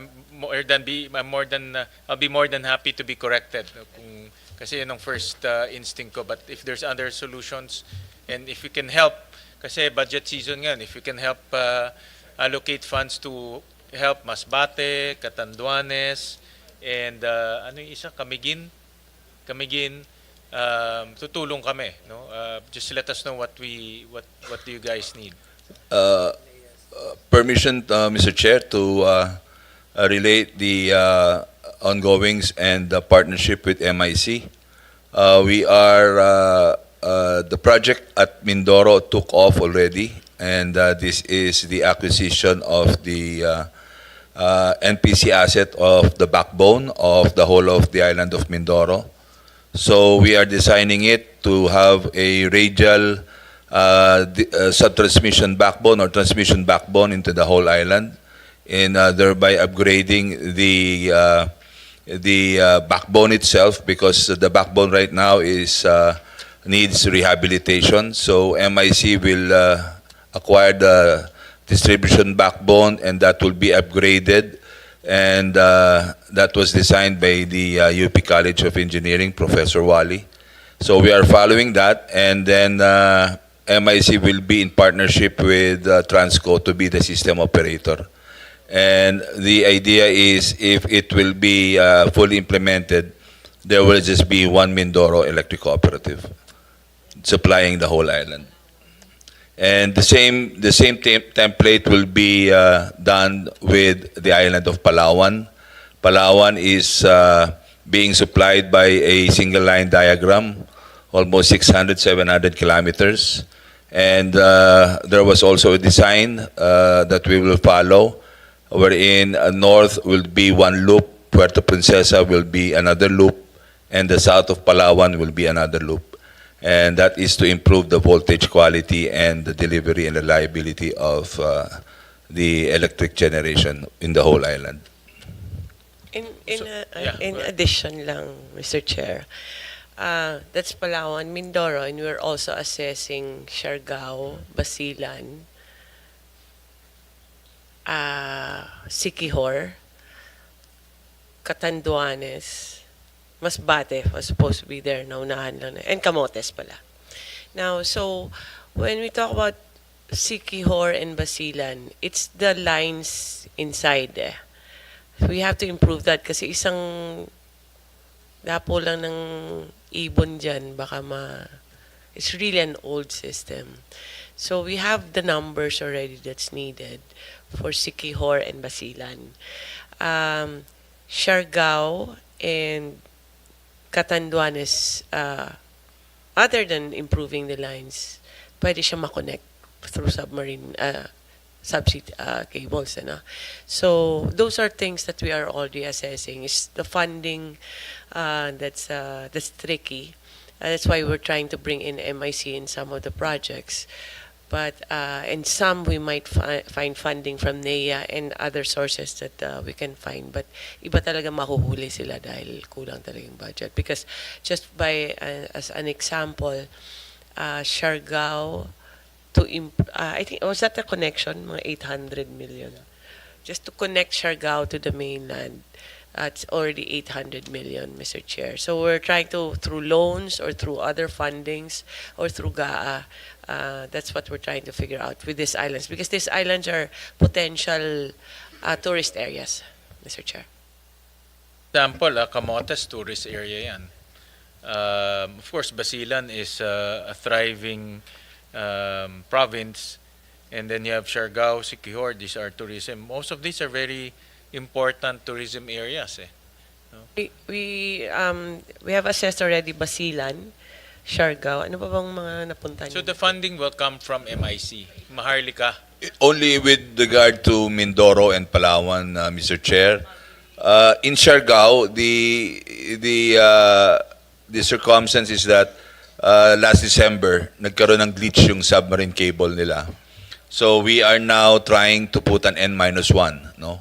So NEA loaned in the tune of 840 million to Siargao to do an N-1. So mahirap, baka biglang bumigay. I mean, dugtong na lang kasi siya, Mr. Chair. So it was apparent that Congressman Dagook really would put an N-1 submarine cable connecting the three islands.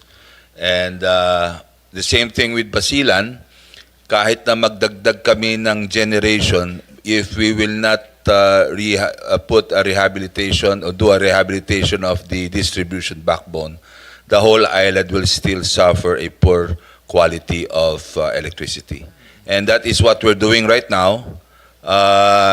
We did a study, it's in the tune of 400 to 500 million. I already started pouring in 100 million before the end of this year, and we'll just be doing it in phaseology.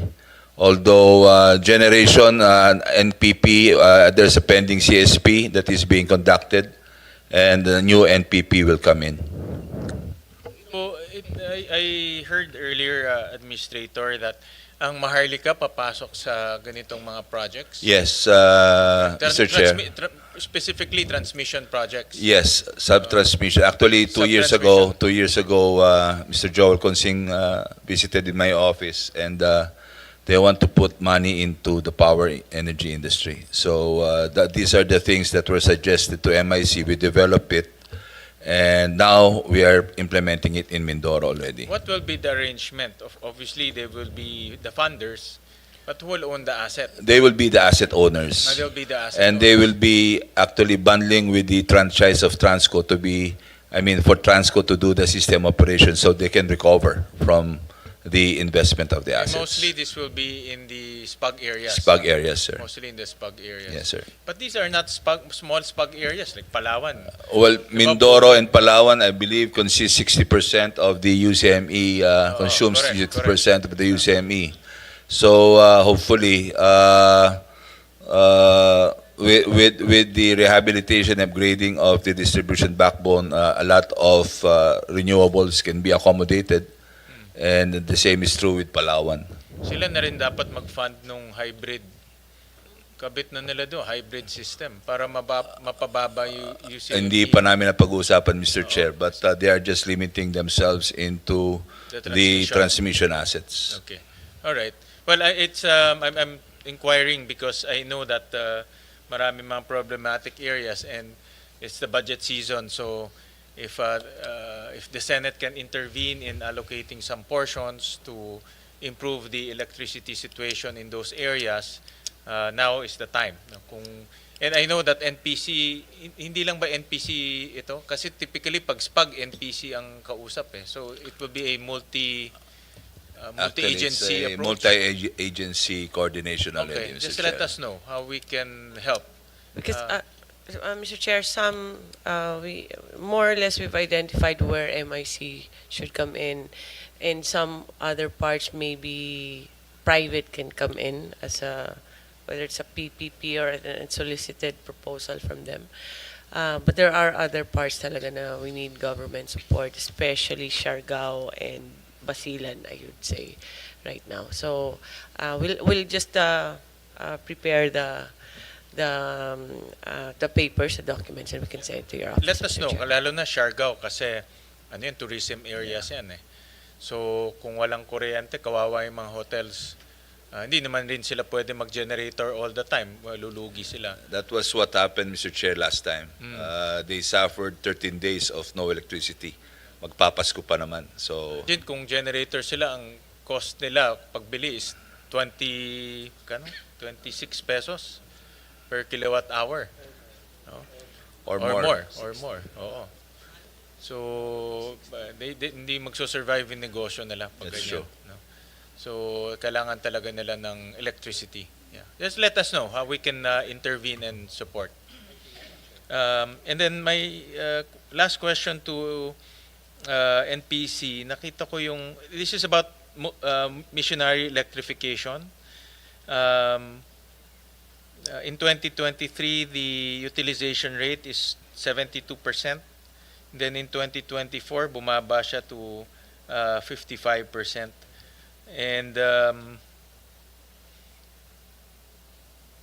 how are we doing in what seems to be the problem with missionary electrification? This is one of your core mandates. And I saw in your presentation earlier that meron pang 450,000 na mga households na in the missionary areas na hindi pa electrified. So, have you improved the utilization rate?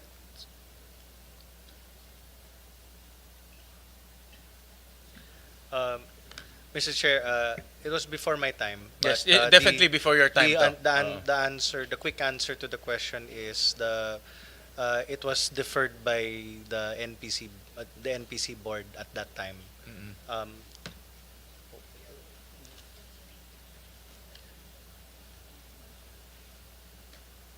But mababa kasi yung utilization. In fact, in 2022 is only 14%, 2023 is 58%, 2024 23%. This is a core mandate missionary electrification. Mr. Chair, these are actually the implementation ng mga tie lines, distribution lines na hindi natuloy. Ito. Yeah. So merong sa Holo na mga tie lines. This one is Palawan also, no? May mga tie lines din sa Palawan na hindi natuloy yung implementation because it was deferred. So that's why yung utilization bumagsak at that time. And what's the action plan to improve utilization? So while it's deferred, it doesn't mean na it's not going to push through. It's actually being pushed through. Then we're pushing that to be 90%, Mr. Chair. Okay. Kaya ba within the year? Is that feasible? Before 2025? Yeah, naka-target na, Mr. Chair. Okay. 90%.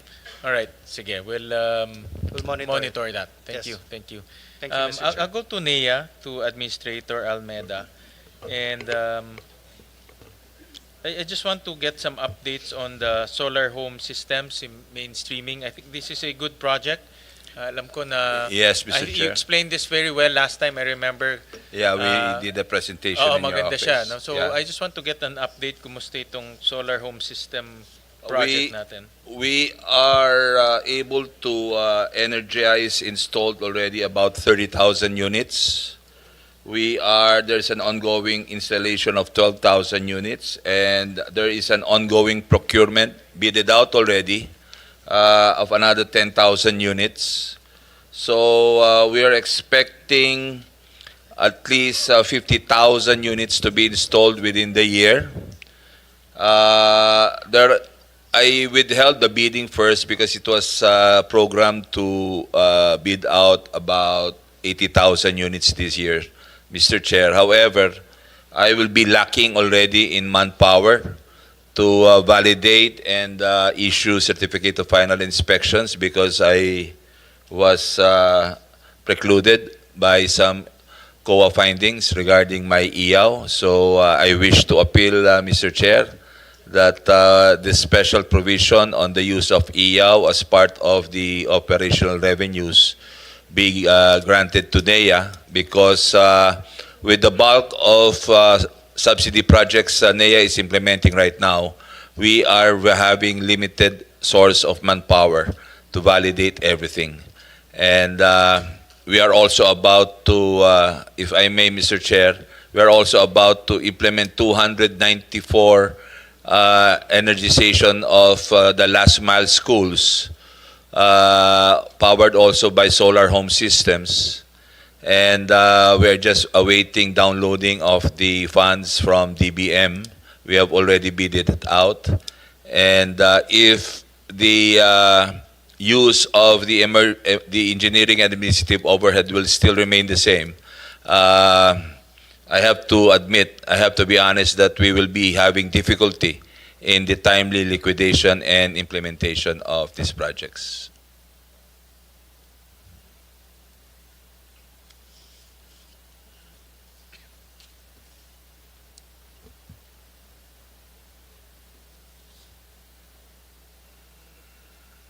Mr. Chair. Yes, in the from HOR, there was an additional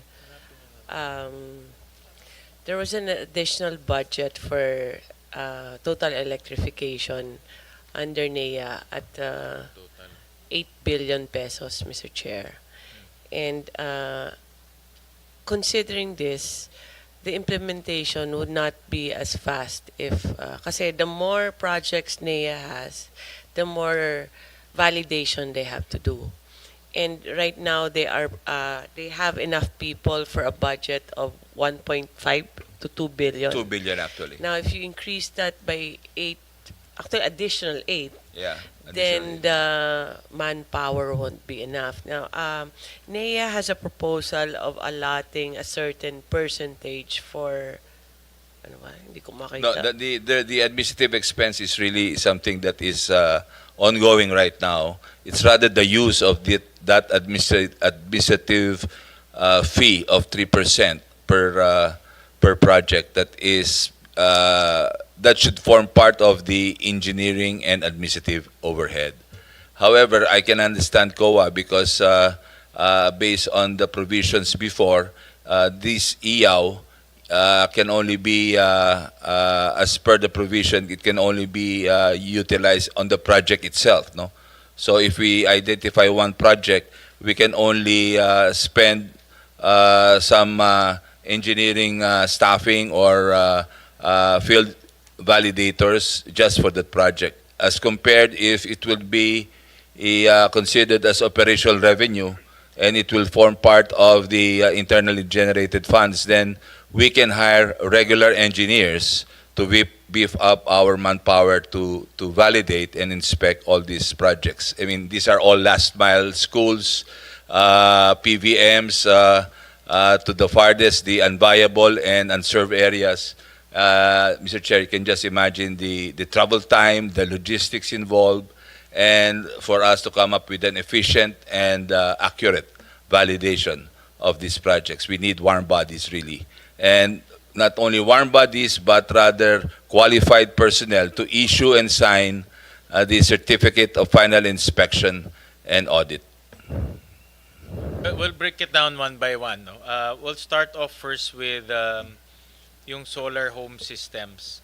And the reason why I asked this because I want this to connect to schools. No? And right now, for school year 2023-2024, according to to DepEd, meron pa tayong 2,000 schools na walang kuryente. Well, on the last mile schools alone, Mr. Chair, per DepEd, there are still 2,359. Okay. 2,359. So as per our MOA, which we recently signed last February, all their electrification budget will be downloaded to NEA. Okay. So NEA can implement the energization of the last mile schools. However, the budget can only accommodate 294. That is my next question because one problem that I want to solve, actually two problems I want to solve is with education. Number one is dapat lahat ng school natin may kuryente. I agree, Mr. Chair. Ang susunod, dapat lahat ng school may internet. Kasi hindi naman pwede may internet, walang kuryente, di ba? So, umpisahan muna natin yung kuryente. So, and based, siguro ano ito, no? I'm just off by 300. Actually, Mr. Chair, if I may share, the pilot school we energized in Agusan del Norte, the first school that we did as a pilot project, of which Secretary Angara and myself energized and inaugurated. We were able to energize, put electricity to supply 4 classrooms. And we also brought with us that Starlink. And when we inaugurated that school, actually, we had a Zoom meeting with the president then, who was somewhere. And we were able to donate also smart TVs that can give the professors or the teachers an interactive method of teaching. And that also the setup is designed also to accommodate charging tablets for the design. We came up with the design that can do charging of 40 tablets per classroom. And that would give the students the opportunity to receive tablets that are normally given to public schools here in the metropolis. Assumption natin itong 2,300 schools na walang kuryente. Assumption natin na sa co-op sila, co-op areas. Yeah, within the franchise area of the electric cooperatives. Okay. And the way to reach those 2,300 schools through solar rooftops. Solar with battery. Solar with battery. Solar with battery, Okay. Mr. Chair. The design are for 2, 4, 8, and 16 classrooms. Okay, but some of the schools yata malalaki. But sige, how much per school ang investment? Parang if my memory serves me right, Mr. Chair, parang nasa 1.2 million for the 4 classroom setup. 1.2 million for 4 classroom. If I'm not mistaken, Mr. Chair. And then how much is the investment to cover the 2,300 schools? Well, we just have to qualify, Mr. Chair, because there are schools that are 8, there are 16. Yeah. Pero, Mr. Chair, pag tumataas yung bumababa yung cost eh. Okay, so assuming Parang ganun, pero pag bumababa siya. assuming 1 million siya per school, assuming lang I'm just Yeah. making some easy calculation. So lalabas mga 2 billion, 2.3 billion Something there. ang Something kailangan there. natin. Something there. Oo. I'm checking, alam ko ang DepEd allocation is about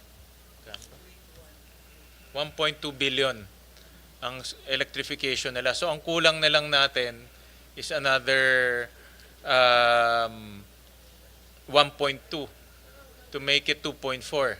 Something there. Ha? Oh, I'm just ano lang to initial calculation lang to para lang mayroon na akong working figure. Para may target na working figure ako. So to complete all 100%, to complete all the 2,300 schools, kailangan natin roughly lang 2.4. 2.4, but ang additional na lang is 1.2. Okay. Kasi may 1.2 na sila eh. No, roughly lang to, roughly. Sabi nga ni Sharon, ni Secretary, mas malaki pa yan. But roughly lang. So, para lang ma-complete na natin. Kasi yesterday, DICT was here and we managed to work out provision with them na yung mga wala pang internet, lalagyan na ng internet through the free Wi-Fi Yeah, but the program. electricity should be present. Kasi yung free Wi-Fi program is about 5 billion pesos and more. So, malalagyan na yung schools. Ang problema ngayon, walang kuryente. No? So, that's why I'm working with NEA to electrify those schools na wala pang kuryente. So, we'll take note that we need to add 1.2. Pwede bang idiretso na yan sa NEA? Actually, wala ng transfer. Actually, Mr. Chair, what happened for 2025, nag-MOA kami, but it was already downloaded to DepEd. And ni-request lang nila sa DBM to download it straight to NEA Sige, by virtue of the MOA. We'll work na lang with Secretary Angara Yes. kung anong prefer niya. Yeah. Kasi iniisip ko, since kayo naman kaya ko tinanong, where the assumption here is nasa co-op area siya. Yeah, Mas it's maganda idiretso na lang with the provision there na these are to electrify the remaining 2,300 schools. Para tapos na tayo doon, wala na tayong problema with the schools. Mr. Chair. Tsaka ano rin you need the co-ops na rin, Mr. Chair, to maintain that and to Actually, Mr. Chair, for the information of the body, I requested the co-ops not to charge anything to these public schools in terms of operation and maintenance. That will be part of their CSR already. But they are the ones who will be the one to be the lead in installing in the installation of the solar panels and the installation of the battery energy storage system. Thank you, Admin. So at least na-solve natin yung sa schools because we want to solve one problem at a time. And 1.2 billion is not that much naman. I think we can source it out somewhere. I'll go to itong presentation ninyo, Admin, just to understand. You started, we'll flash yung COMSEC, yung SEP accomplishments. I want to understand where we are in terms of electrification. So we started off with 19,000 unenergized sitios. Ngayon ang natitira 8,800. Tama? Yan ang natitira natin Yes, for Mr. Chair. 2026. And that will completely, tama ba? That will completely energize the entire Philippines. Itong 8,800. Sitios lang to. Yeah, sitio ba? Yeah. Okay. Kasi ang pag kinabit mo yung sitio, di mayroon ng kuryente doon. O iba pa yung household connection. Iba pa siguro yung household connections, Mr. Chair, because this is a moving target. The sitios are moving target. Anyway, I think it's better that we submit the 5-year program of the total electrification. I mean, this is kind of misleading, I have to admit. Maybe just to present the budget utilization in terms of the prior years, we presented this one. But I would submit, Mr. Chair, to your office, the 5-year program starting 2023 of the total electrification, strategic total electrification roadmap. Okay. But based on data, ang unelectrified nilang natin is 1.7 million households. Yeah. Correct? Yes, I agree. I agree. Because this is a moving target eh. Yes, I agree, Mr. Chair. Lumalaki yung population natin, especially in the countryside. So, lumalabas 1.7 million ang ating Households, Mr. households, Chair. no? Wala ba dito yan? Yung unelectrified? Tama ba yan? Tama yan, di ba? Oo, ito. Nasa DOE yan, actually nasa niya. Nasa briefer ba? Nasa my presentation. Asan na yung roadmap ng 5-year? Andiyan ba sa'yo? Okay. Ang gusto ko malaman, based on your estimates and your new programs, how much will it take to electrify this 1.7 million household? Based on your estimates, We started at 69 billion last 2023. I believe it's only at 61 billion. 61 billion, Mr. Chair. Ito yung aming estimates. This is based on your data, NEA data, na ang natitira is 1.7. So to electrify the 1.7, we need 61 billion. 61 billion, Mr. Chair. And this is a combination of solar rooftops, That's right, Mr. sitio Chair. electrification, Sitio electrification, barangay line enhancement program, and the PVM, which is the solar home system. Alright, sige. Medyo malayo pa tayo. And then 61 billion yun, medyo mabigat yun. I have to admit, we have to program that. Okay. I'll go to an item, Administrator, in your budget. This is, we read in a COA report, meron pang 1.2 billion have remained to be unliquidated 1 to 5 years. And then on the same report, there have about 470 million subsidies that were released to 14 delinquent ECs, contrary to the special provision, GAA special provision, that subsidies can only be released to ECs that have fully liquidated. This is in the COA report that we, and these are the ECs. Unfortunately, Mr. Chair, these are mostly in the BARM areas. Mostly in the BARM. Yeah, nakita namin in the BARM. Magelco, Siaselco, Lasureco, Tawelco, and Baselco.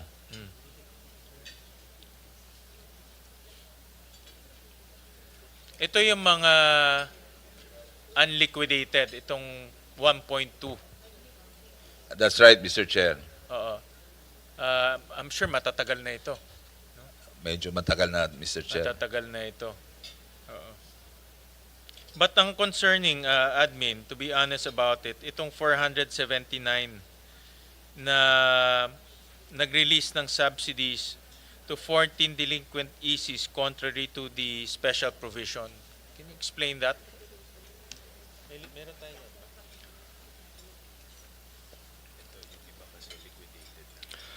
Out of the 479, Mr. Chair, 208,487,000 were already liquidated. So there exists a balance only of 270 million that are still pending liquidation. Ang punto dito, Administrator, how come we released, the special provision is very clear. Kung may delinquent ka, hindi ka pwedeng mag-release ng subsidies. Because again, it creates this bad precedent as well as bad habit of not liquidating. We're rewarding bad habits. No? So ito yung mga ECs na may delinquent. Again, this is from a COA report, no? So pinadala lang sa amin. Actually, Mr. Chair, based on the record I have with me right now, most of which are calamity grants. These are emergency and resiliency fund. That's why in the special provision request we had is to allow the grant of the release of calamity resiliency funds to cooperatives because case in point, like what happened in Masbate right now, imagine if they will be disqualified to receive emergency resiliency and calamity fund because of some pending liquidation of a sitio electrification project. And we will be going into the tune of 300, 400 million because the whole distribution backbone has to be restored. I mean, we will be punishing the residents of the province just because of some mismanagement practices of the management of the co-op.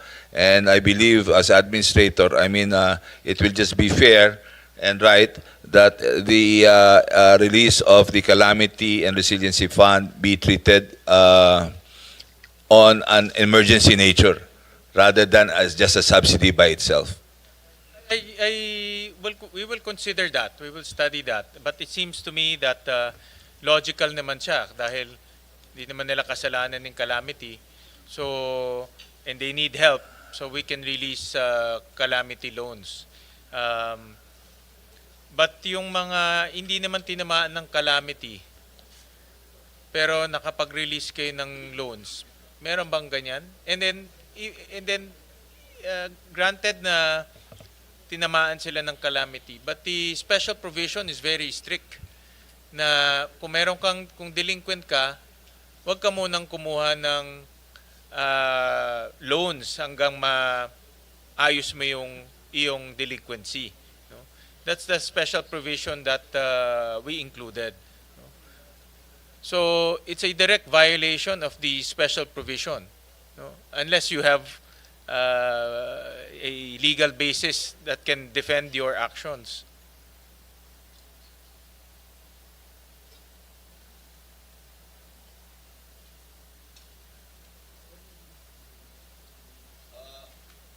Mr. Chair, I don't think there was a one-time release on this. It was a series of releases. Prior to this special provision or after the special provision? During calamity situations, because most of them are, as per our record, these are all calamity funds. Odette, actually Odette. I mean, I wasn't still there. Mostly Odette ito, Mr. Chair, yung tumama sa Visayas and Mindanao na matindi. I mean, the cooperatives really needed help during that time. I mean, from Cebu to Bohol to Camiguin, I think, no? To Camiguin, I think, medyo matindi inabot nila ron. Actually, as per our records, these are all Typhoon Odette calamity funds involved. 90% of which. Let's put our house in order. Again, we support the concept of helping calamity-stricken ECs. Di naman nila kasalanan, tinamaan sila, and they need to rebuild. And by helping the ECs, we're helping the people there. No? But let's be strict about the special provisions kasi these are laws. And we don't want a situation wherein laws are violated. If you think that we need to amend the special provision, we're very open to that. Yeah, it's part of the wish list that we will support your proposal. But in the absence of that, let's be mindful that these special provisions are aimed to create a orderly implementation of the noted, budget. sir. Yeah. Noted, Mr. Chair. Actually, we are still enforcing, and we are still requiring them to submit liquidation documents to put this and settle this pending liquidation issues.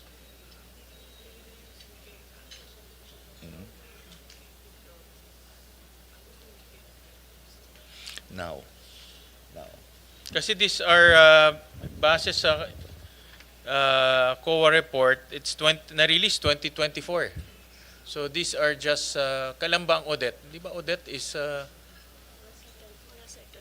Odette yata is 2020. When is Typhoon Odette? Not 2024. Third tranche na yun, 2024, sir. Mr. Chair. So marami siyang tranches. Yes, it's a series of tranches yan, Mr. Chair. Okay. Normally 3 tranches. Was the special provision there na? I'm checking, but baka mas alam nyo pa.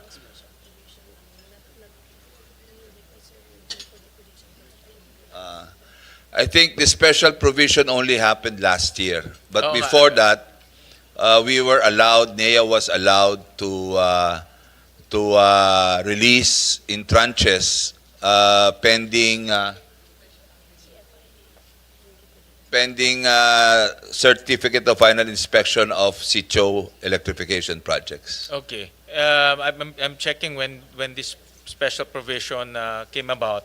But definitely this special provision came about 2024. Yeah. No, and there were releases 2024, no. So may violation siya. Even though in tranches, the argument might be in tranches, but then again, we're not looking at tranches, we're looking at the releases. So meron ng special provision.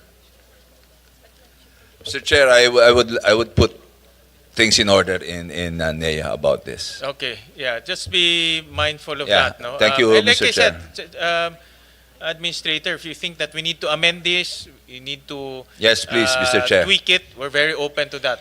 We want to make sure that that NEA is responsive to the Yeah. needs of our We have to, constituents, no? Mr. Oo. Chair. Yeah, but wag tayo mag-violate ng special provision, kundi magulo eh. Yeah, yeah. So I want to put. I'll be mindful of that, Mr. Chair. I'll make sure that things will be in order as far as liquidation is concerned. On emergency and resiliency funds.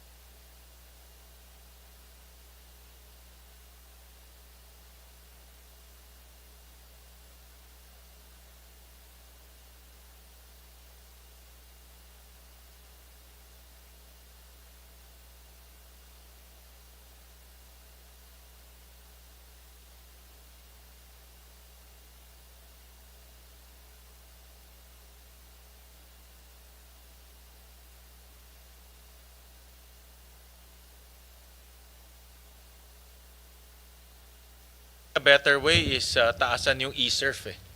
Kasi yung e-surf is really meant to, yung Electric Cooperatives Resiliency Fund.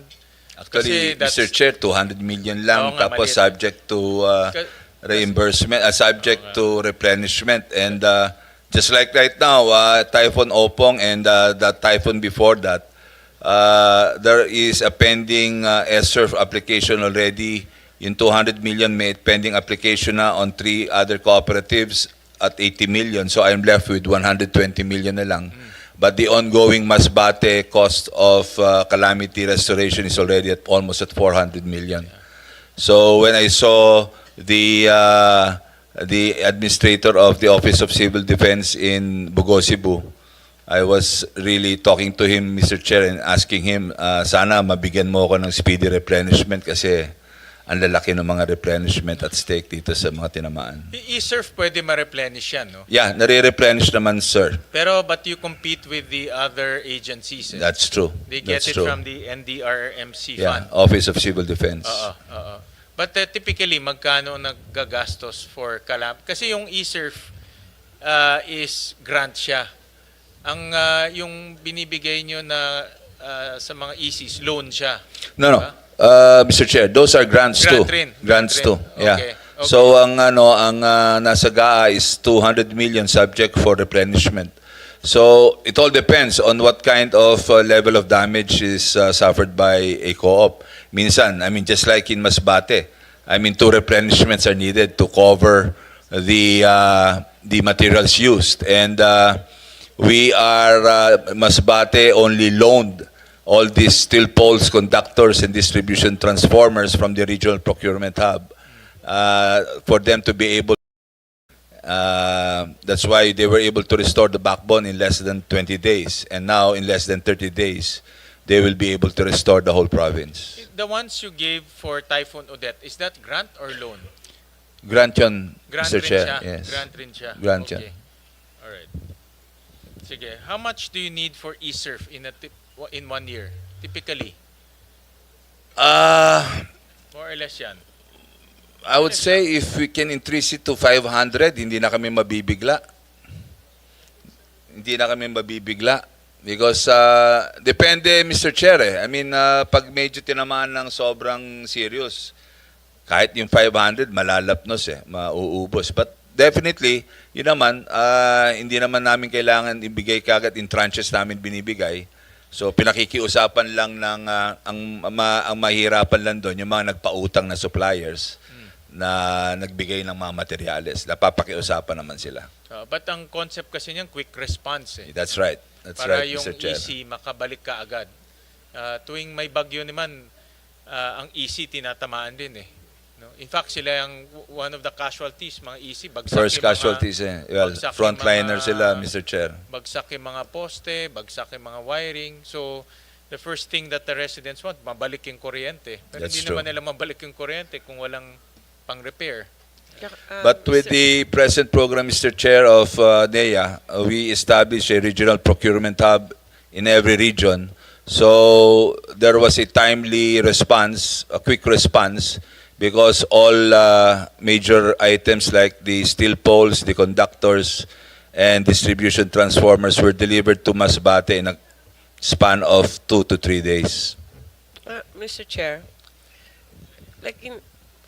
kasi I do support the increase of their quick response fund kasi dapat kasi nauuna talaga yung electricity doon eh. Otherwise, the hospitals won't go.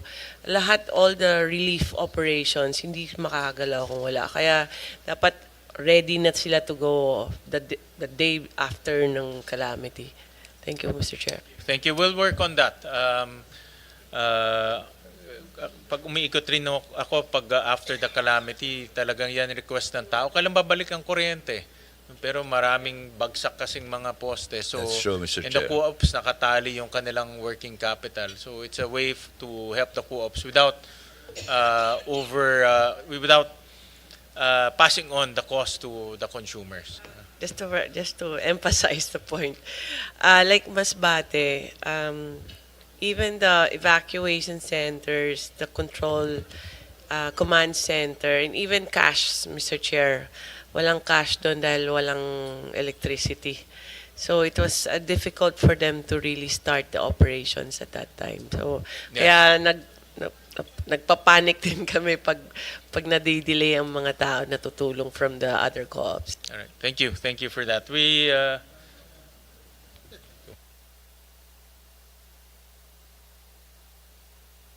Senator JV, who has also questions to the energy sector.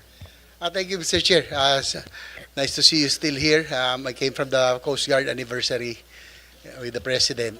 Kaya umalis ako muna ako. Pagbalik ko, dito pa rin kayo. So, nice to see all of you again. Anyway, just siguro, no, I asked this question to the Secretary when she, during her confirmation, just like to get the DOE's position. Of course, yung EPIRA, no? I asked if we can get yung inyo pong suggestions. Which provisions, I'm sure that most of you will agree already by this time that we really need to amend the EPIRA law. No? We just passed in 2001 with very good intention to lower down the cost of electricity by encouraging competition, by privatizing Napocor power plants, transmission lines, distribution system. Ang nangyari po, natuloy yung Napocor power plants privatization this, privatization of the transmission lines, ang di lang natuloy pagbaba ng presyo. Di ba? Lahat ng privatization natuloy. Pero yung inaasahan natin na competition supposedly to lower down the cost of electricity, hindi po nangyari.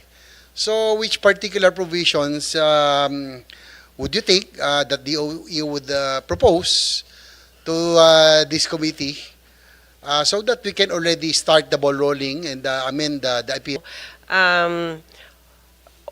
First, my priority was the PSALM extension, which is done already, and second would be the ERC strengthening, not per se in the reorganization of ERC, but streamlining their processes and also giving it teeth. Kasi like the question by the chairman earlier, what are the penalties that have been given to NGCP, for example, for any violations and the delay?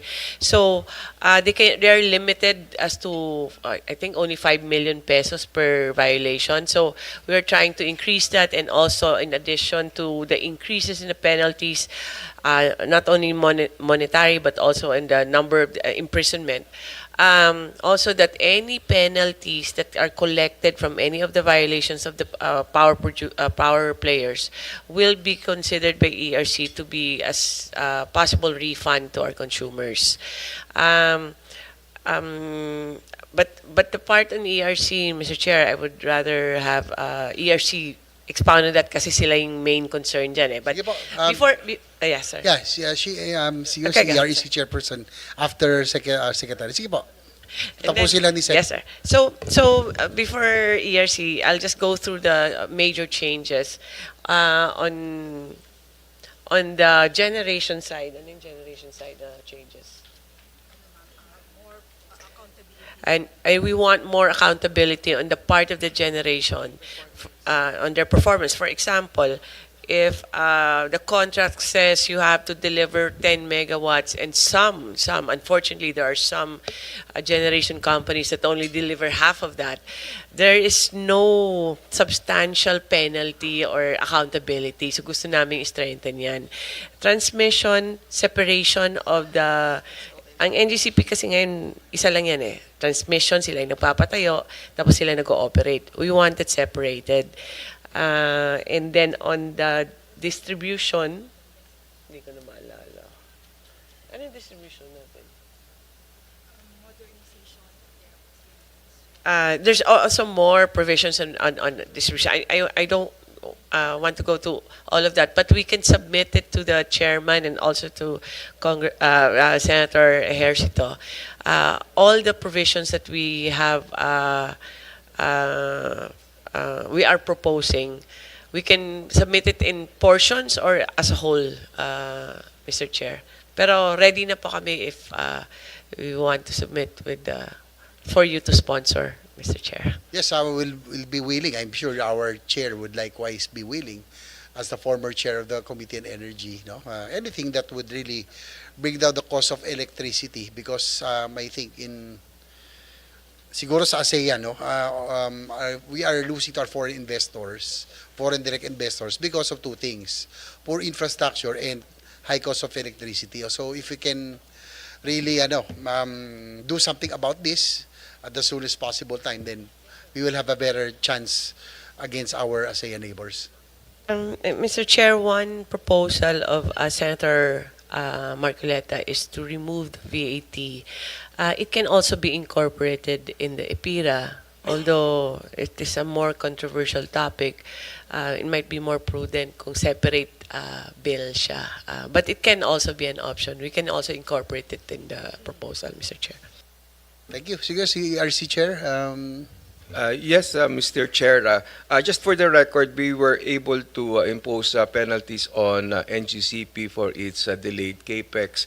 There were around 34 CAPEX projects that got delayed. So we were able to impose 15.8 million. But as the Secretary has stated, there may be already a need to In a span of update. how many years po yan, Chairman? It was a one time. There were the two cases. One time, it involved 34 projects. But as the Secretary has stated, there may already be a need to update the fines and penalties that may be imposed pursuant to EPIRA under Section 46.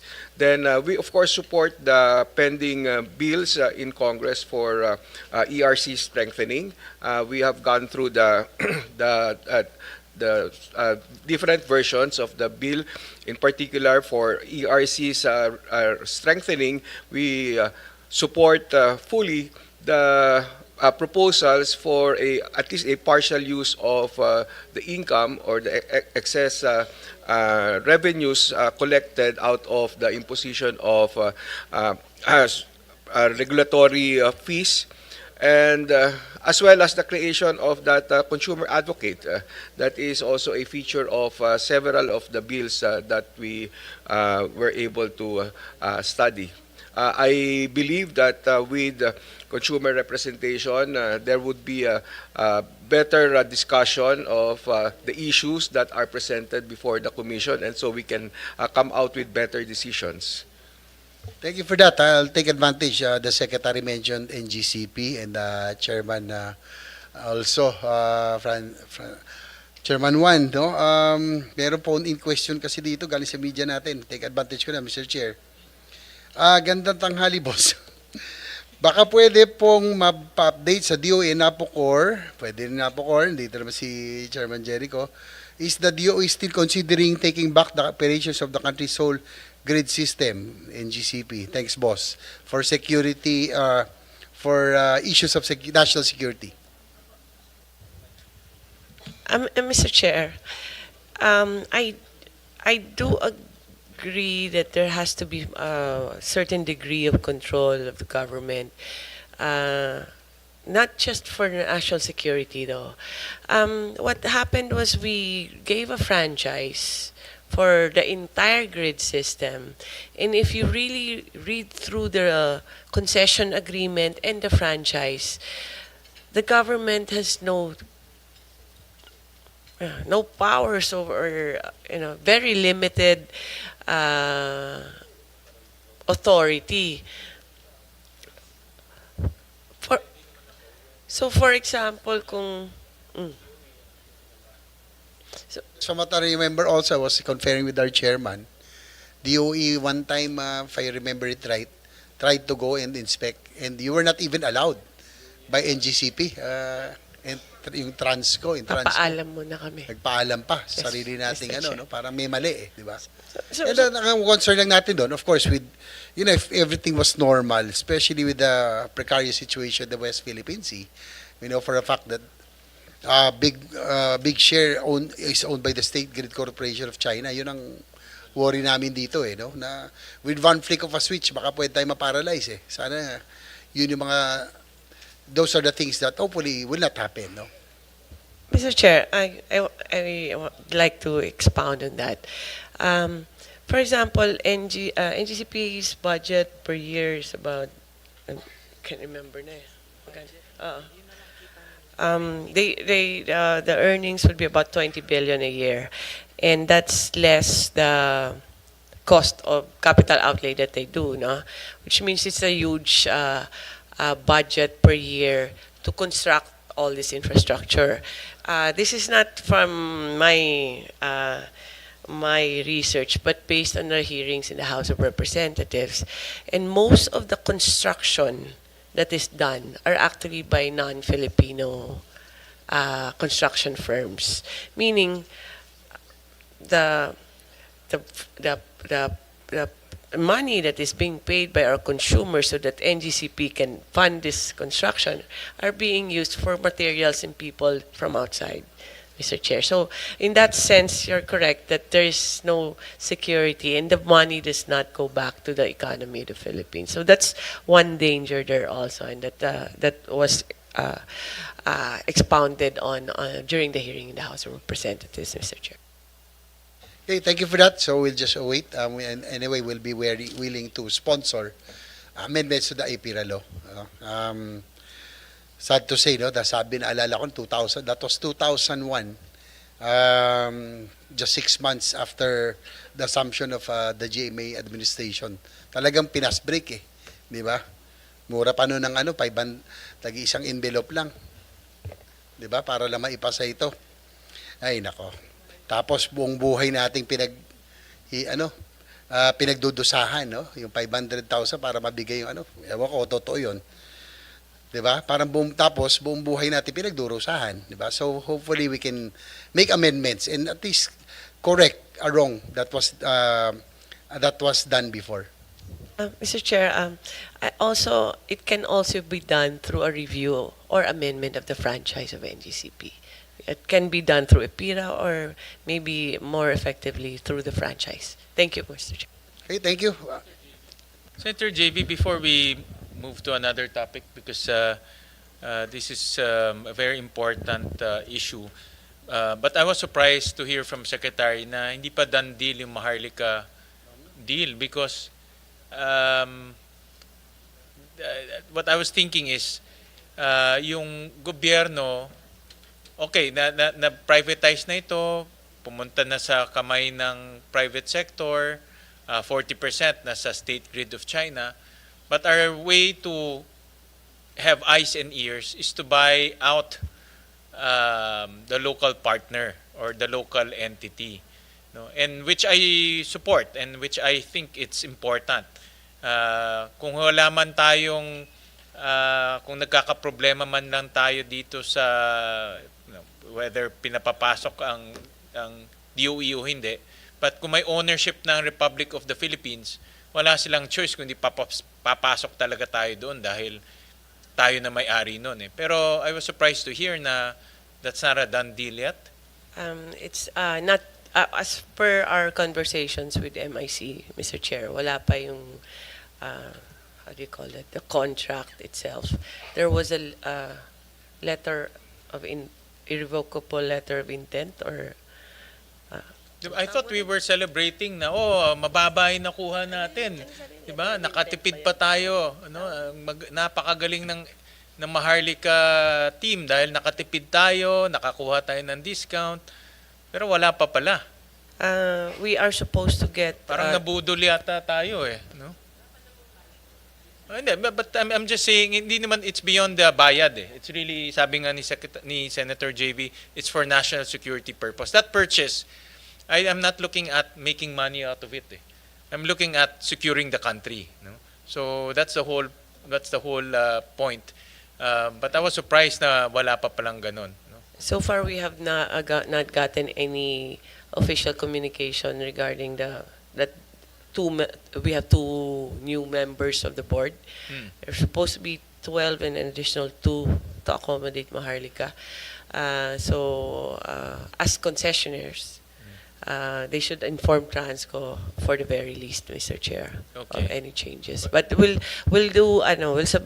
send them official inquiry also, and Mr. also Chair. some updates because DOE should be in the loop with this transaction because again, no, it's a national security concern, it's an energy security concern, so dapat in the loop ang DOE. So Yes, Mr. just Chair. update us with the real situation. Yes, Mr. Chair. Thank you, Mr. Chair. Likewise, I had sayang yun, no? Because I think it will be a very wise investment for Maharlika. Kasi ano to eh, tuloy-tuloy to eh. This will be a cash cow instead of putting it in investments that are not that have no certainty. At least tingin ko walang talo rito, and we'll hit 2 birds with 1 stone. We'll have a very good investment for Maharlika. At the same time, yun nga, yung binabagit ni Chairman din, binabagit natin, yung issue of national security. I'll move on to another topic, yung one of the things that I was really happy during the SONA PBM, noong nabanggit niya na magkakaroon tayo ng 200 bagong power plants, no?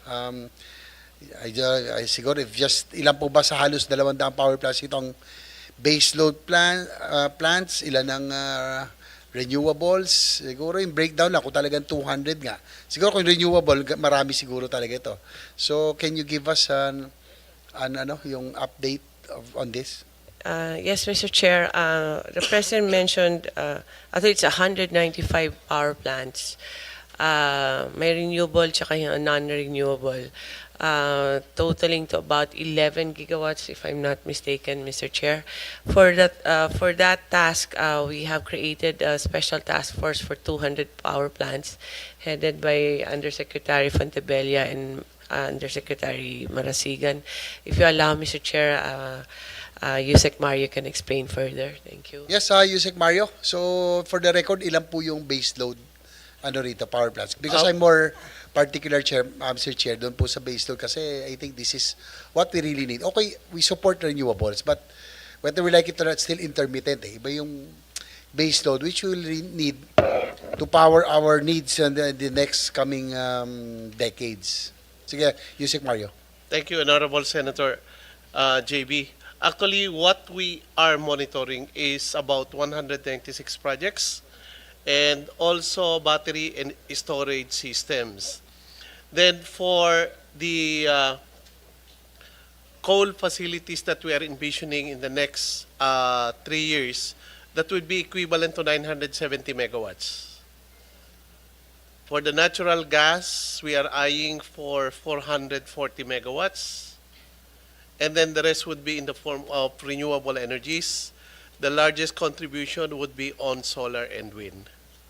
So the So, total, mga ilan po yung total sa renewables na megawatts that you estimate po? ang estimates po natin sa renewables would be around 7,000 megawatts.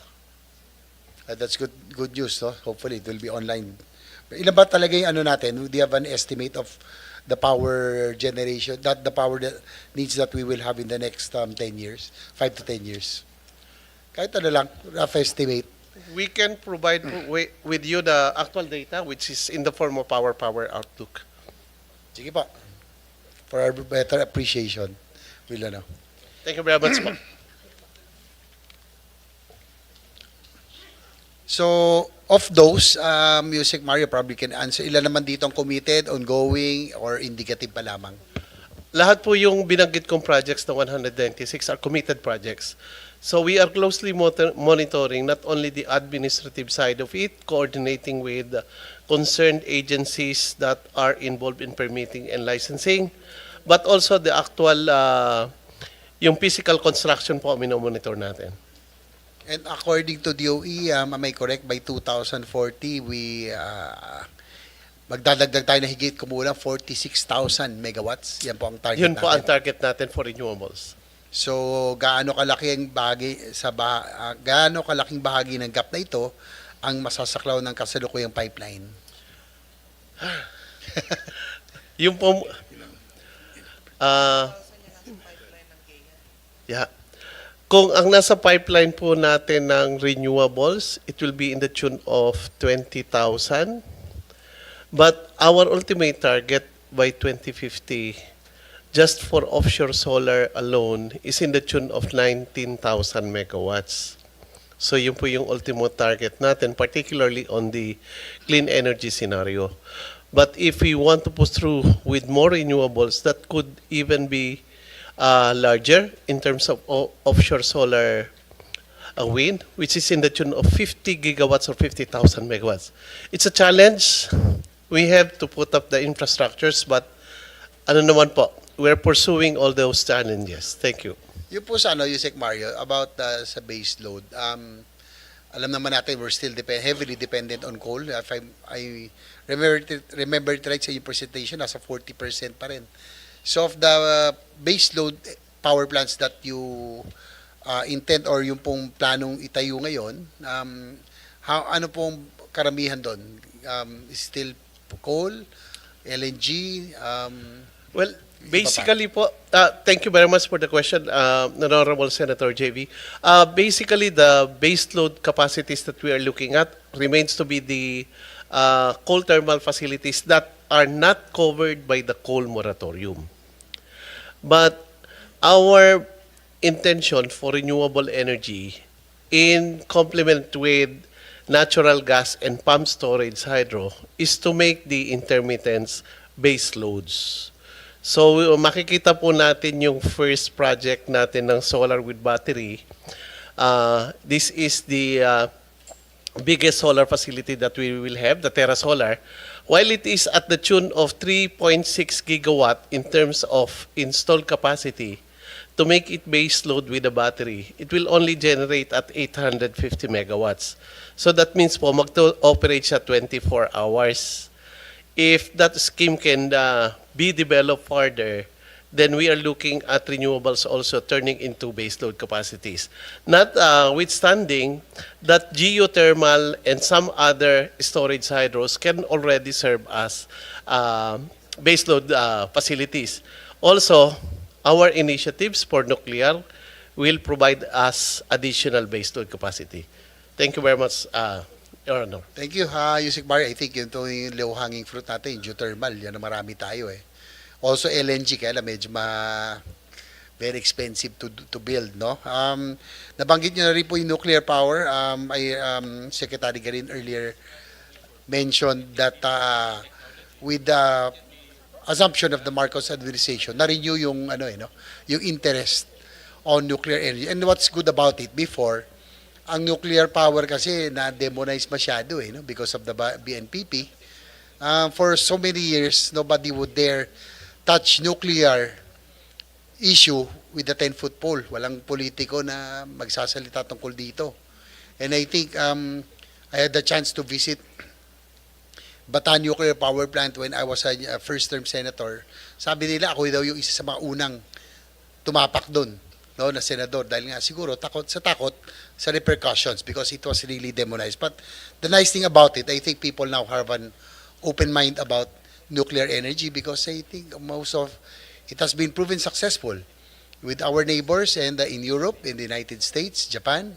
Yun na po, with the Philippine Energy Plan of 2023, 20 targets, a phased entry of nuclear energy. In line with this, what are the programs for 2026 to integrate nuclear power into our energy mix?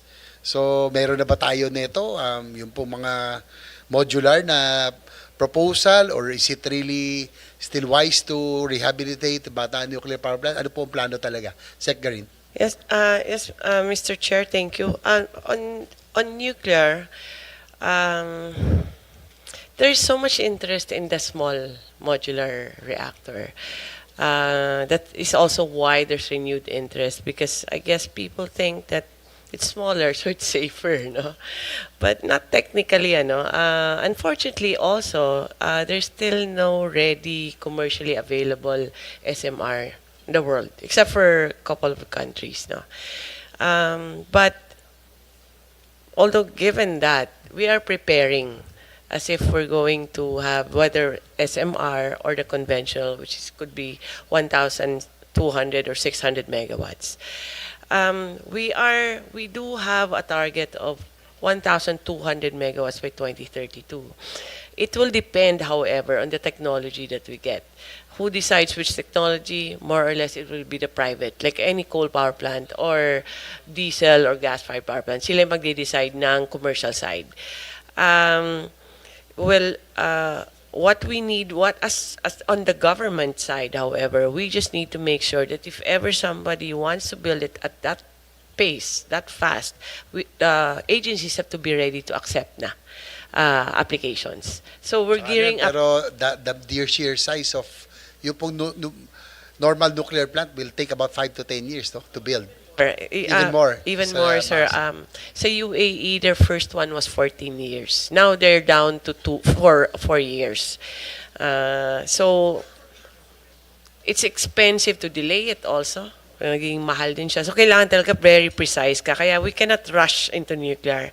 We have to be ready. The agencies have to be knowledgeable. Our operators have to be knowledgeable, have to be trained. Kaya ang gusto lang namin na by next year, capacity building, we're done already. Preparations for the permitting, we should be finished already. Kaya, para pa may nag-apply, we understand it can be more than 5 years, but at least they can start na, we can grant a license na within 2 years or so. Yun yung objective. Construction, we cannot control. Mr. Chair. But we're really, it's really part of our roadmap to have nuclear energy, at least a licensed one by within this term, Mr. Chair. Thank you. Nice to hear that. At least everybody's open about it. And I think there are a lot of good stories about it. Yung mga mga successful energy mix, no? Yung France, I think 70%, 70-30, no? Yung pong ano. So, Can I yes. just add lang? There's always a question of kaya ba to ng Pilipino? We've proven that already. We built Bataan Nuclear Power Plant actually and almost turned it on. So kaya back then, if kaya natin yun, I mean, even more so Kaya, now. tsaka mga nag-welding ng Bataan Nuclear Power Plant are female. Yes, sir. Kasi maganda ang maganang kamay, tama? And kaya. in fact, UAE is building 4 in a row, di ba? Most of them, the construction is done by Filipinos there. So the ability is there. We just need to make sure that everything's in place. Kaya we're confident that we can build one.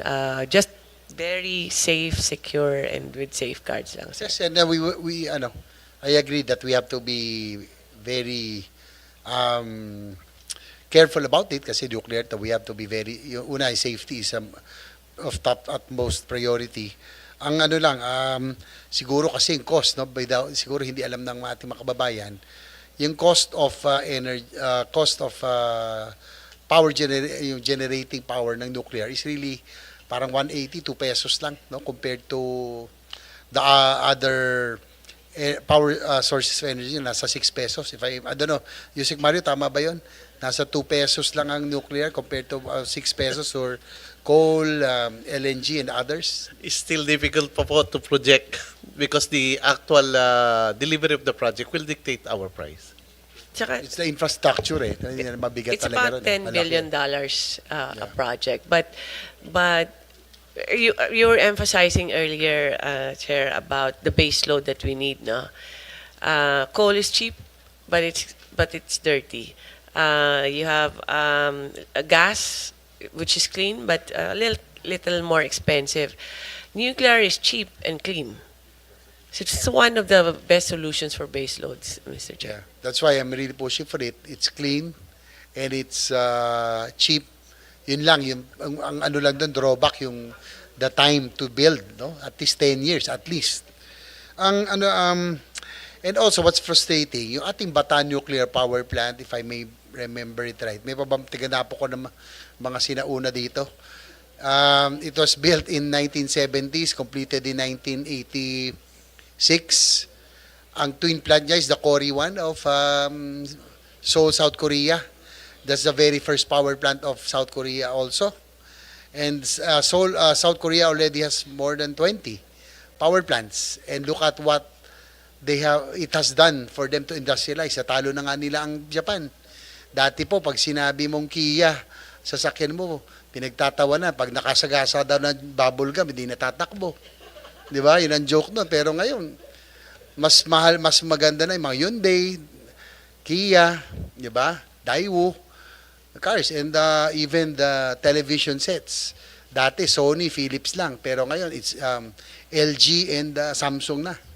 So, nuclear energy, cheap source of power, has really done so much wonders in the industrialization of countries like South Korea. Nakakalungkot kasi kasabay natin, Mr. Chair, yung Cory 1 eh. No? Ng BNPP. Twin plant nga yan eh. Bago nga sila tumakbo, nauna sa atin, hiniram pa yung spare parts para mapatakbo doon. Di ba? Tama ba ako? May mga taga Mr. Chair, dito. panahon ni Mario yan. Yusek Mario, totoo ba? Mukhang ikaw lang ang buhay dito noon eh. Nandito na po ako sa energy at that time. So, yun lang, no? Sayang yung frustration natin. What could have been na lang tayo eh. Kung nasabayan sana natin yung Korea, we could have been much better than our ASEAN neighbors at this time. Diba? So, we have one na hindi tumakbo, sa kanila nasa 20 plus na.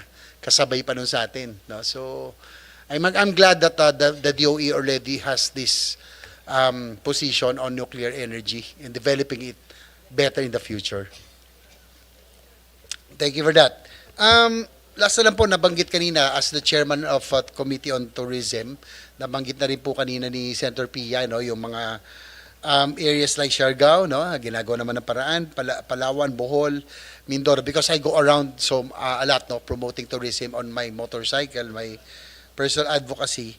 Yun nga lang po, talagang nakakaano pag nawawala ng energy. Siguro dagdag nyo na lang po yung Mindoro, yung mga island destinations in our and please update us from time to time so that sige pa. Sige Yes, sir. Mr. Chair, like for the tourist island areas natin, would be, I think, Palawan, Mindoro.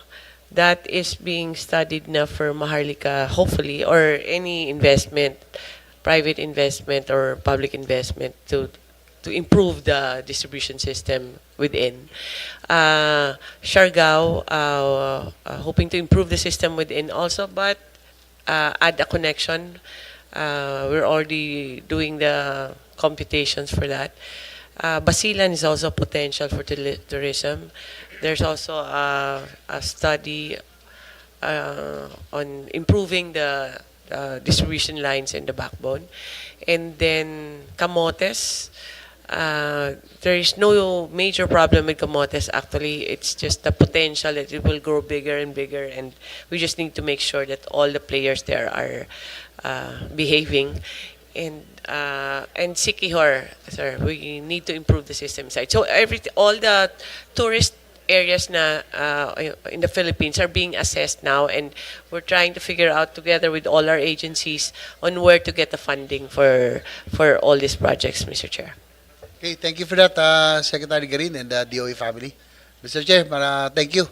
That's all for my questions. Mr. Chair, maybe the good senator can bring Chairman Nino for his inspection of the lines of the Philippines. Nagbabike din pala to eh. Sama kayo bike tapos kakain ng marami. All right.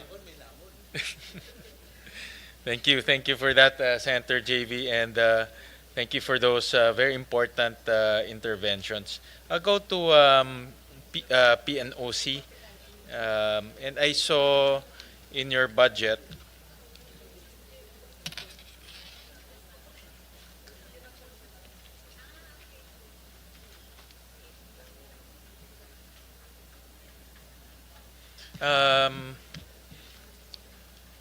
yung kaninang na-present na 4.7 billion, these are, wala na ito, if I understand it correctly. That's right, Mr. Chair. Itong, can we flash, Comsec? Itong mga land development, Bataan Properties, Green Government Facilities Initiative, Bright Island Initiative, offshore wind, these are, wala na itong mga, these are not going to be pursued anymore? That's right, Mr. Chair. We're not pursuing those projects anymore. Instead, you're pursuing a de-risking to equity type of projects. Yes, sir. And then land development at PNOC. These That's are the right. two categories. Yes, sir. Okay. And I understand that nagkaroon ng Supreme Court ruling adverse to, I saw also here in your presentation, adverse to PNOC. So can you give us an update on that ruling? And then how is it going to affect your plans of developing that Bataan property? We already received the decision of the second MR. We filed last September 2025. And so the Supreme Court decided that there will be no more pleadings. So we're just awaiting for the writ of execution when the decision will be remanded to the regional trial court. The Bataan property is not included in Petron. So with the This is a different property. This is the Petron refinery property. Yes, sir. Not, Correct. not- So wala siyang connection to your projects or any of your planned endeavors.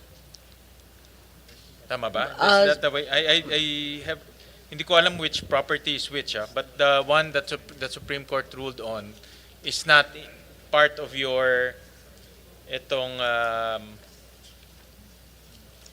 I just want clarification, itong land development at PNOC Bataan properties. These are two different things. Yes, that's right, sir. Okay, all right. And then, so yung property na merong adverse ruling, yan property na yan ay kung saan nakatayo ang Petron. Tama? O iba? The ESB port is part of the Petron case. The ESB, yun rin, wala na rin yun. Wala na rin, sir. Okay.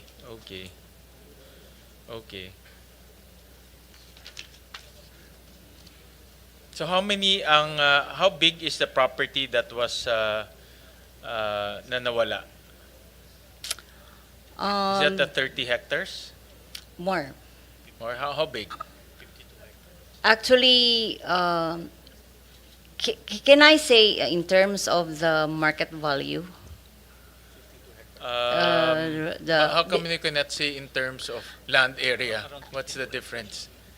Okay, Is there any- the Petron case would cover bulk plants, the service stations, and the refinery, around 52 hectares. 52 hectares. Okay. And then, yun ang nawala, no? Yes, sir. Itong land development at PNOC property, how big is this? That's about 520 hectares. So 520. So malaki pa pala. That's right, sir. All right. Sige. So I'll go to some items in your budget. Itong mga offshore wind, wala na ito. Wala. You're not gonna pursue that anymore. That's right, sir.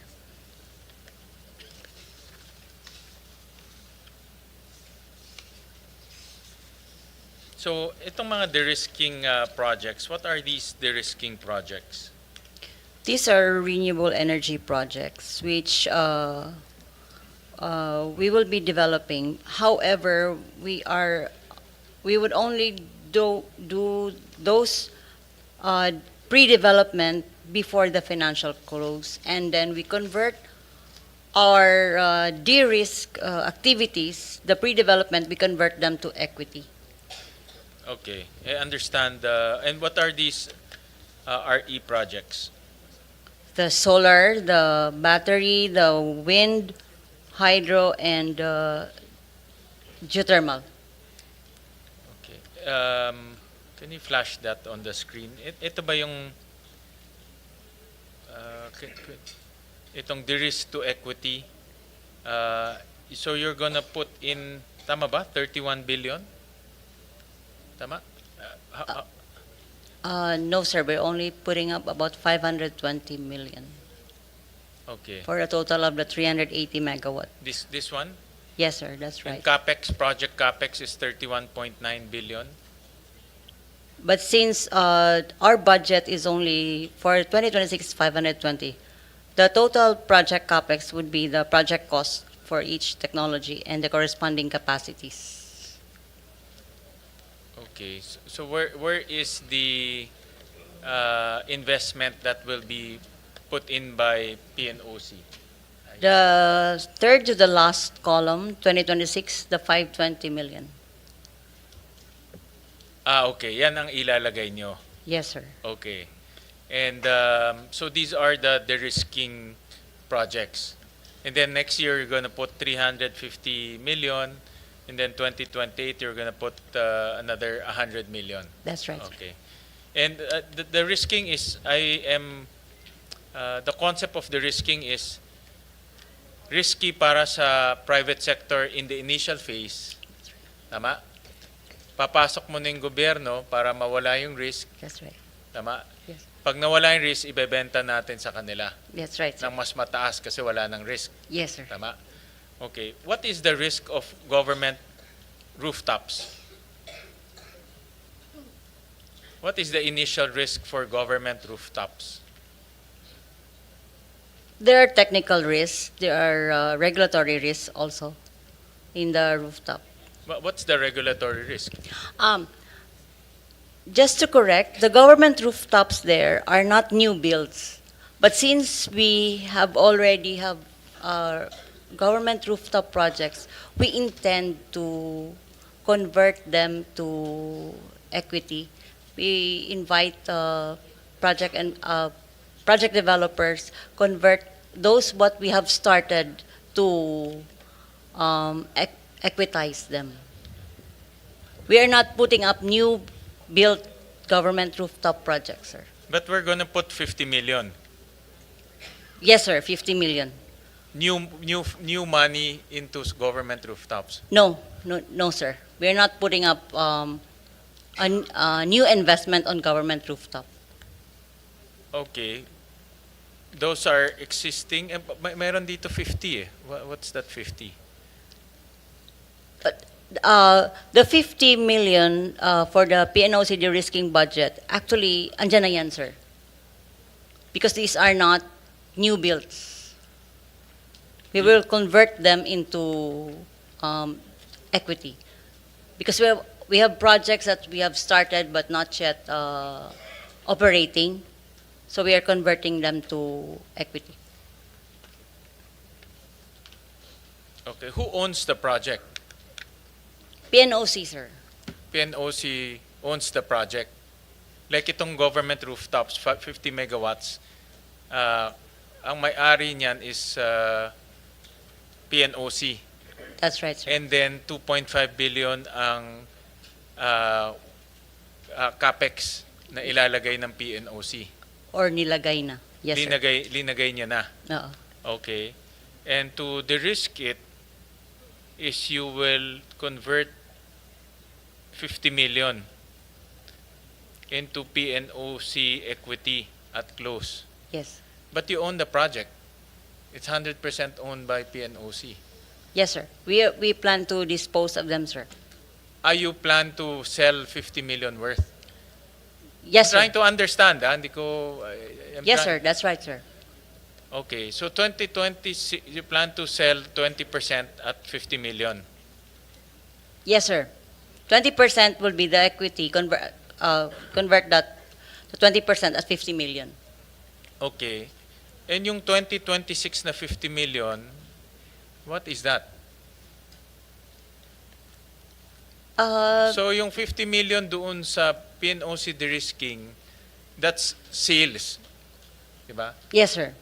Yung 2026 na 50 million, that is investment. Yes, sir. So how can you explain to me what's the difference? In isa cash out, isa cash in. Tama? The annual dividend column to PNOC is what we expect.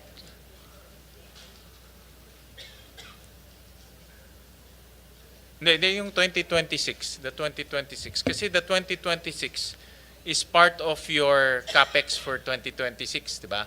Yes, sir. Correct. So yan ang ilalabas ng gobyerno. Or nalabas na, sir, nailabas na. Because we're not building. Existing na to.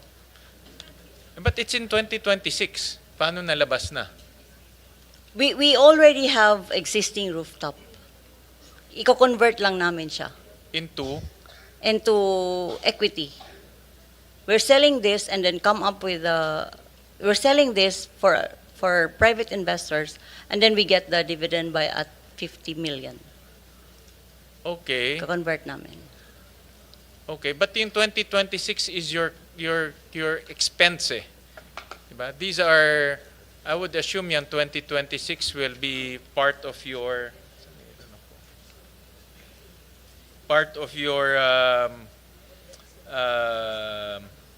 investment.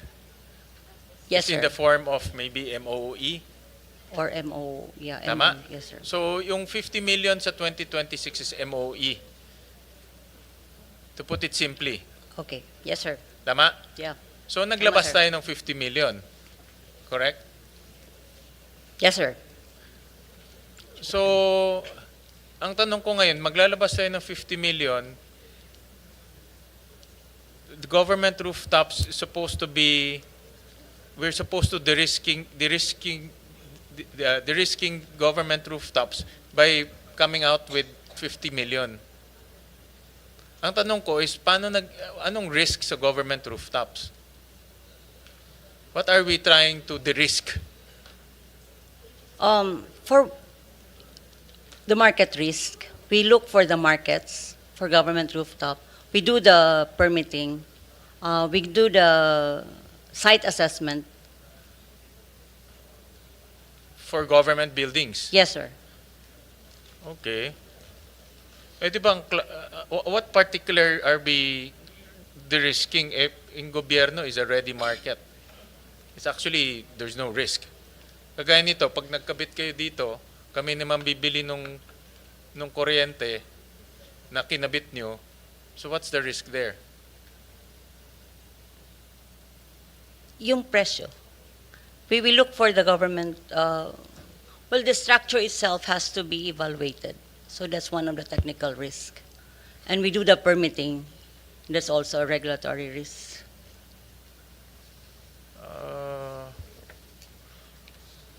But everyone goes to regulatory approvals eh. That's part of the process eh. Diba? Yung baka geothermal naintindihan ko pa kasi pag nag-drill ka walang steam din problema 'yon.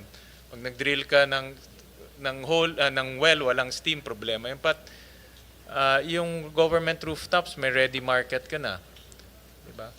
The regulatory aspect, everyone goes through it, whether you're geothermal, it's part of the process eh. You factor in already the regulatory requirement.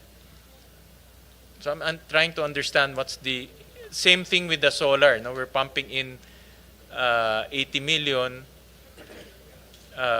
Wind, we're also putting 250 million.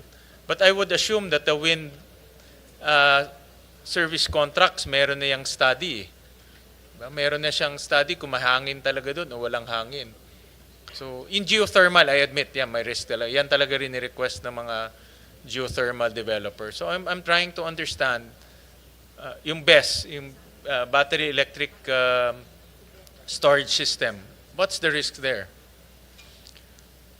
BSS, solar, wind, geothermal, lahat sila. We identify the risk. Number one, market. The service contract, which falls under the permitting, the grid connectivity, market risk, the off-taker. So we do this, and then we sell what we have spent as equity. I understand that the government can de-risk by absorbing the uncertainty. Yes, sir. The uncertainty. So I'm trying to understand per technology what is the uncertainty. Common to this technology would be the grid connectivity, the resource assessment for each technology, and off-taker. Off-taker pwede. Kung hindi mo pa alam sino bebentahan mo. Okay. But in solar, in government rooftops kasi, I would assume, ang clientele mo is the government. Kagaya pinag-usapan natin kanina ni Mario, you share on the savings, meaning consumption rin yun ng gobyerno itself. No? So that's my... I'm trying to understand this because we're spending 520 million on this project, de-risking to equity. So just submit to us ano pa yung mga write up on this 520 million de-risking investment. Yes, sir. Sige, I'm sir. trying to understand anong risk ng batteries, risk ng solar, risk ng wind, government rooftop, geothermal. Oil and gas yan, mataas ang risk. Yes. Sigurado ako. Kaya nga, if you want the perfect de-risking project, will be oil and gas and geothermal. if you want to play that, if you want to enter into that market, yan talaga request ng mga developers eh. Government should, actually ang request nga, government should share on the risk. Not completely absorb, but share lang. Pero kung gusto ng gobyerno to absorb, that's fine. At least, upfront nila, mababa. Kaysa drill sila ng drill ng well, wala naman makitang oil and gas, problema rin sila. But problema rin natin, re-reimburse natin sila eh. No? Re-reimburse natin sila. So I want to just send us a write-up on that so that we will understand this concept. And Yes, then, I will. itong land development in PNOC Bataan, how much are we going to invest in this project? We budgeted about 300 million for the development. It's actually more on phased development. The original proposal to that was about a billion, but then we reduce it to phase the development. Okay. And the land development is here, the concept here is maximize rental value.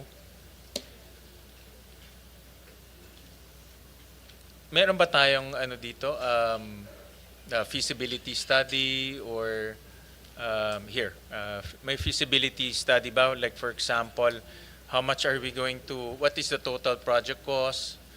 What is the expected rental income? Who will be the ones renting? Meron bang ganun na ano? Do we have any feasibility study on that?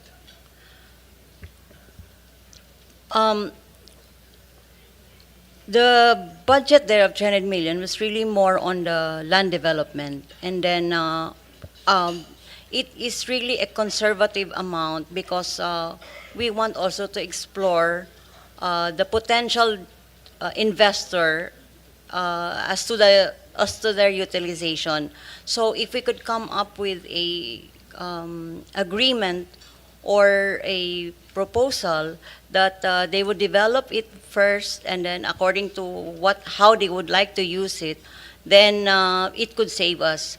But the 300 million is we're looking at really on the development of the land, minimal. So we do not, because the area is already identified as an industrial park, as much as possible, we leave it to the investor on how they would develop the land. I understand. I'll leave the decision making to the board of PNOC. But my what I want to understand, no, this is a business decision. If you think it will be profitable, it will yield more dividends to the Republic of the Philippines, that's fine. But what I want to understand lang is what is the overall master plan? What is the overall feasibility study? We're putting in 300 million. No, it's not a small amount. 300 million. But anong plano natin? Maglalagay tayo 300 million. Hopefully the private sector will come in to develop the rest. But we're also expecting income from the private sector, diba? Yes, As sir. lessees. So, how much are those? Who are we attracting? All of these things should be looked at holistically. No? So, We are already being a lot of, considerable number of investors have already talked to us. yes, but who are they? What type are they? What type of investors are they? Manufacturing? Are they call centers? And then what income stream are we looking at? They are LNG, potential LNG investors, LNG power plants. We have attracted the petrochemical, and then yeah, the expansion of petrochemical plants. We have the LNG to power investors. Um,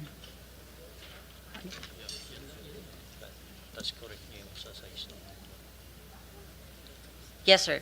So I think those are the profile of our um, potential investors, sir.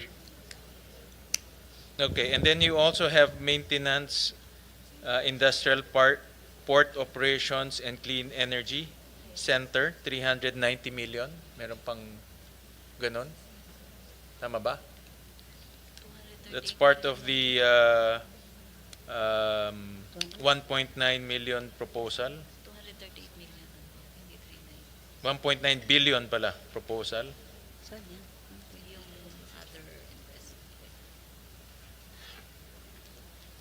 There are three items here. 300 million for land development, 520 for de-risking, and then 390 for the industrial park, port operation and energy center. What is this? Total of? 228 lang yung for industrial park, ASB and head office na maintenance. Okay.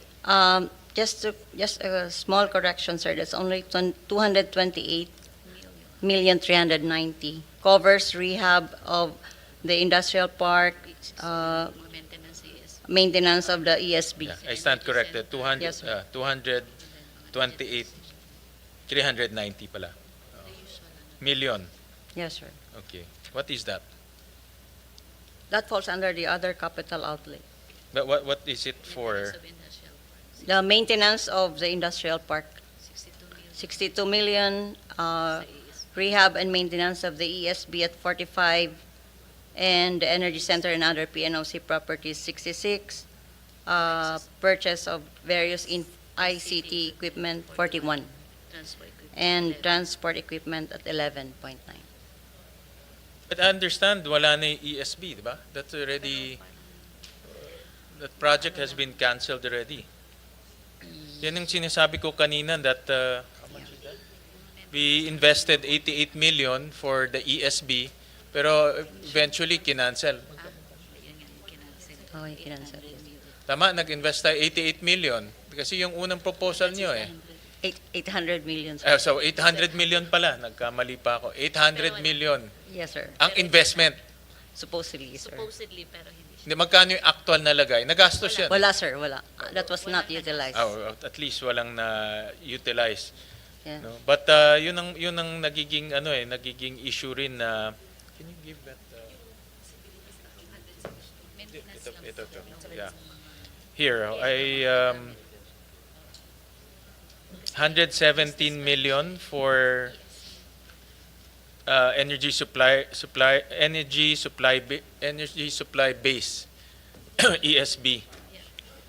Yes, And sir. then 88 million for offshore wind port. It was not it was Hindi na not nagamit yung utilized. 88. Yung 177, For the regular maintenance. Maintenance lang, sir. so everyday nagme-maintain tayo. Tama? Yes, sir. That's right, sir. If I may. Sige, go ahead, ma'am. Sige, kayo na yeah. sumagot If para I may, we put this. Yes po. Oo. The 107, yung 100 plus million na utilization. Identify yourself first. Para Yeah, on I'm Miss record. Jennifer Racho, the Treasury Manager of PNOC. Sige, okay. Yes, the 100 plus million utilization for the energy supply base that basically consists of the payment of the, kasi the assets sa ESB was previously owned by EC, the PNOC EC. So binayaran po namin in 2024. That is why may ganong kalaking utilization po. But basically, ang pinakano lang doon, sir, is maintenance of the Yes. the pier ng ESB ng mga assets doon. Wala pong about o sweep na disbursements. So maintenance lang ito, talagang Yes po. physical maintenance. No? Yes, of the How much pier. is the physical maintenance? For 2026, sir, we are requesting of about 45 million na budget For for 2026? 2026. Okay. Just to maintain the facility, sir. Itong 177, Bulk of that's almost 116 million was paid to EC. So in terms Yeah, for of... the payment of the facility. Okay. And then itong ESB, is it generating revenue? Yes, for berthing and the pure How much are operation. how much a year ang revenue niya? On an average of 120 million revenue. 120 million revenue. Yes. Okay. Ano ang net income niya? Ang net niya mga around 80. 80 million. Yeah. Okay. Pero gumagastos tayo ng 45 to maintain. That's only a proposal budget, pero usually naman po hindi siya talaga 100% na-utilize. Okay. Magkano ang maintenance? I guess yung 40 kasi 120 minus May 40 100. is 80, 'di ba? Mga ganun. Mga ganyan, di ba? Opo. Okay. Pero kasama na yung mga employee cost doon. So, Oo, yeah. Kasi lahat na 'yon. Yes, Oo, lahat na. Okay. So, ganito na lang kasi you have 3 items. Submit to us yung feasibility study ng land development. In land development, parte yan ng ESB?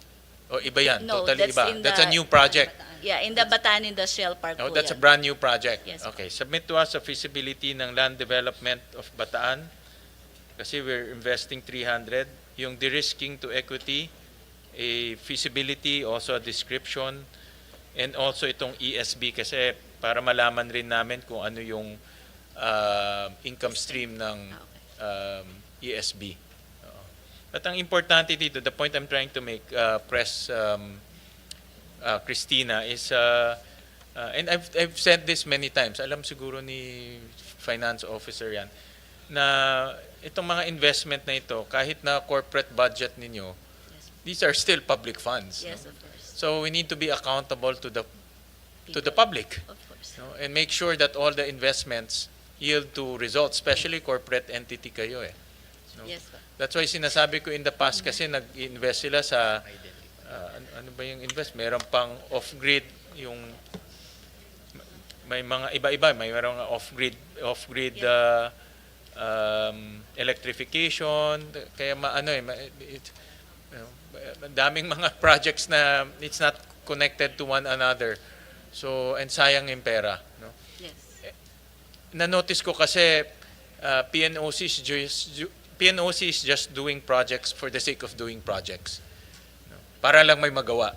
No? Yun ang na-notice ko eh. Kaya ano-anong project na yung ginagawa eh. And I said this many times.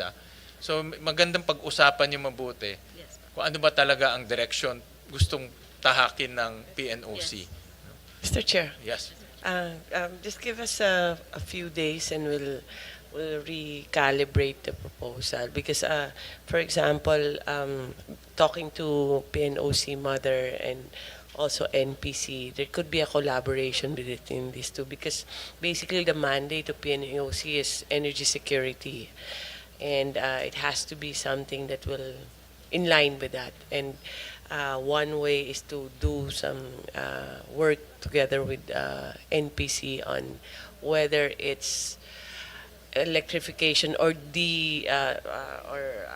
hybridization of islands, for example, Mr. Chair, or even with the other works that other agencies that we have. So we'll just do as DOE being the chair of the PNOC, we'll talk again and then we'll submit to you as soon as possible. And I think the president is new also, if I'm not mistaken. No? So it's good to get yourselves together and craft a roadmap. Where do you want to go? Again, meron kayong board. I leave the business decision to you. I leave the direction to you. But sa amin naman, we're just looking at when we invest, ano bang return? No? And when we invest, siguradong bang merong benefit to our constituents. No? Kahit na GOCC or corporate yan, it's the same money. No? That's Republic of the Philippines money yan eh. We'll do and we'll submit probably within a week, Mr. Chair. Thank you ma'am. very much. Thank you. Thank you. For RC, I believe that meron na yatang, I think I heard you earlier that you are now entering into a Yes, sir, for decommissioning. Yes, decommission, deactivation, sir. Sorry, deactivation. Yes, sir. We're just waiting for the memorandum circular from the GGC, and we'll be on the situation of transition, sir. Okay, all right. And but I also saw in your budget meron pa kayong 55 million request for a solar project.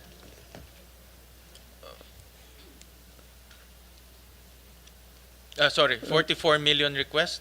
Mayroon pang allocation of 44 million for a solar rooftop project. No more, sir. No more.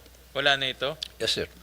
Okay, We have no more projects, sir, for the year 2025 because, and 2026 because we are on the process of the activation, sir. Okay, so for 2026, complete wind down na. Yes, sir. All right. Okay. Thank you. Thank you Thank for you, that. sir. And then for PNOCEC, you're the partner of Malampaya. You have a 10% equity on Malampaya. Yes, Mr. Chair. Correct. And then I want to know, kumusta na yung, kasi we extended the service contract, no? We extended the service contract in the hopes na we can find new wells. I believe that there are 3 wells, no, na we're looking at. It's the Mr. Chair, that would be Camago, Bagong Pag-asa, and Malampaya East. yes, Camago, Malampaya, and Bagong Pag-asa. No, so anong timetable na kikita niyo diyan in terms of actual production? Kasi excited na kami, no? Extend natin.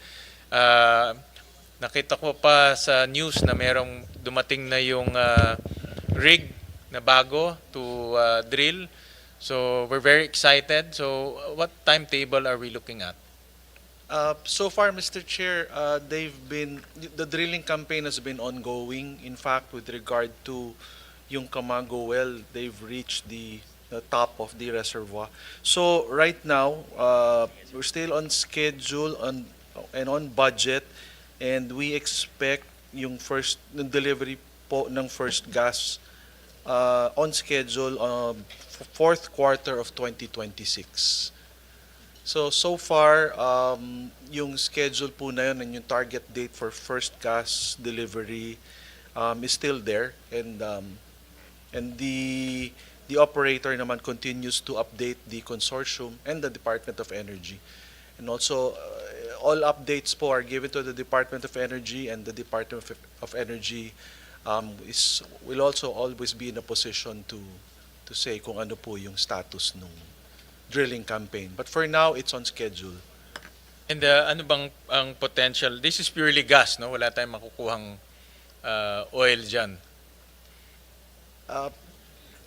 Purely gas po. Purely gas siya, Yes. no? And ano ba ang potential, ano yung expected, or ano yung potential for these new wells? Like we said po, yung initially, like the operator was reporting for Camago, for instance, they've reached the top of the reservoir, and according to them, there's positive finding for gas. The log data indicated the presence of hydrocarbons. So at least po for the Camago well, the prospects are very good. So they have proceeded to drill also the other 2 wells. It's the based on their seismic study, what is the estimated potential of that area of the new wells, yung tatlo? And what is the expected revenue for government? Okay. Including po, the 10% PNOCEC. So Mr. Chair, the remaining, okay, if Malampaya Phase 4 is successful, incremental Camago and Malampaya East reserves are as follows: 290 billion cubic feet of gas and 9 million barrels of condensate. So it is expected that these additional recoverable reserves will extend the life of the field until 2034.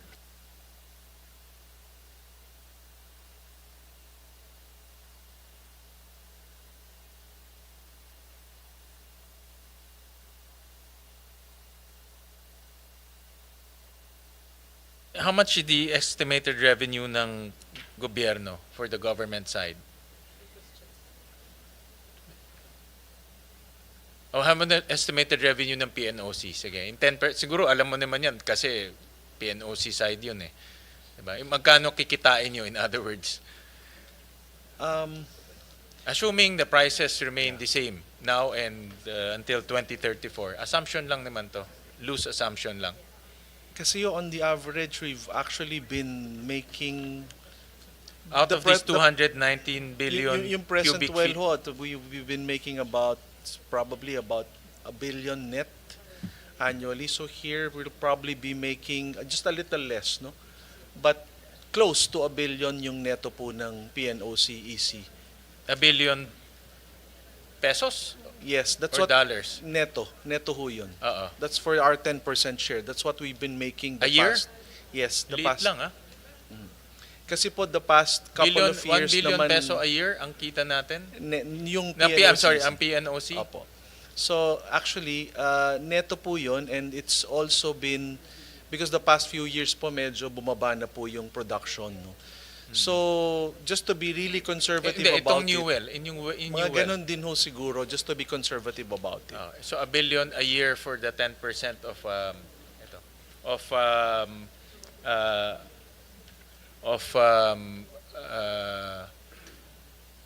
PNOC EC. Yes, Mr. That's our conservative estimate. So kung ang gobyerno is 40%, 'di ba? So times 4. Correct? 60% Sorry, po. 60% ang gobyerno times 6. So Yes, Mr. Chair. So 6 billion pesos a year. Tama ba? Is that the right math? 60. Oh, yes, Mr. Chair. More or less. 6 billion a year ang gobyerno for the 60%? Is that the right math? Mr. Chair, That's not necessarily. It's about, I think, about 10 billion, somewhere there, Mr. Chair. It's dwindling. At a certain peak, it was about 20 billion per year. But the new lang, itong new well, you said ang kikitain, ang bagong discovery, ang estimate is about 290 billion cubic feet ba? Cubic feet of gas. Ang 10% ng PNOC dito is 1 billion pesos a year. So kung ang gobyerno is 6 times 60%, di 6 billion pesos. Tama ba?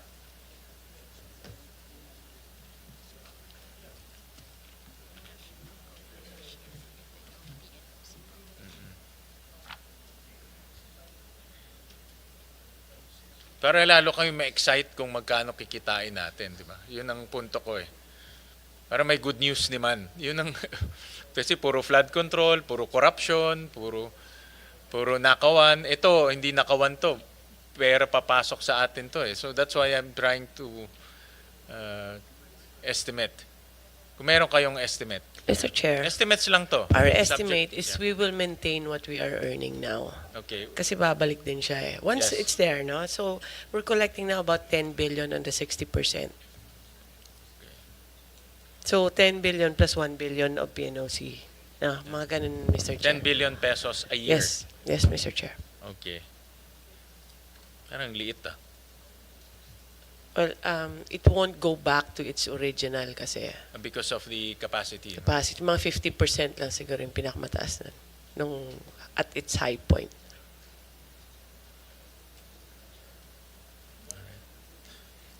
All right. So then that income stream will start coming in fourth quarter of next year. More or less. No, more or less. technically may konting delay lang on, there's technical things that they have. Well, it's normal for a drill, no?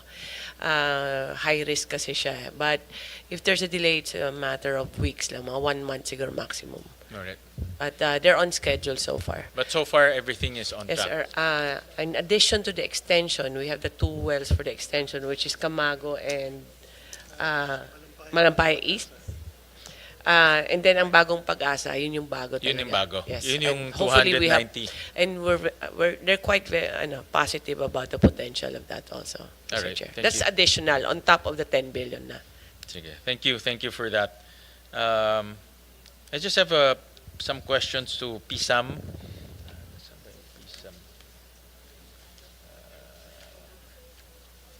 So, na-extend yung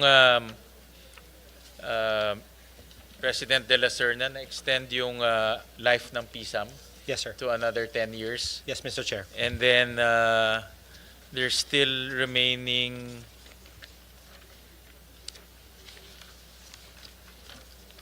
$262 billion Yes, Mr. Chair. in liabilities.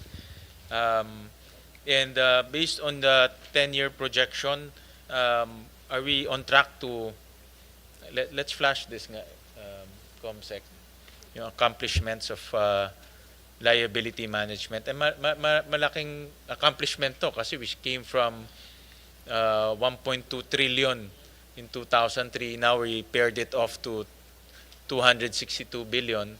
So based on that 10-year, one of the reasons why we extended it is to hopefully pay it off Yes, Mr. Chair. in 10 years. No? Yes, Mr. Aside Chair. from the current obligations that you are undertaking. So based on your projections, mababayaran ba lahat itong utang natin? Yes, Mr. Chair.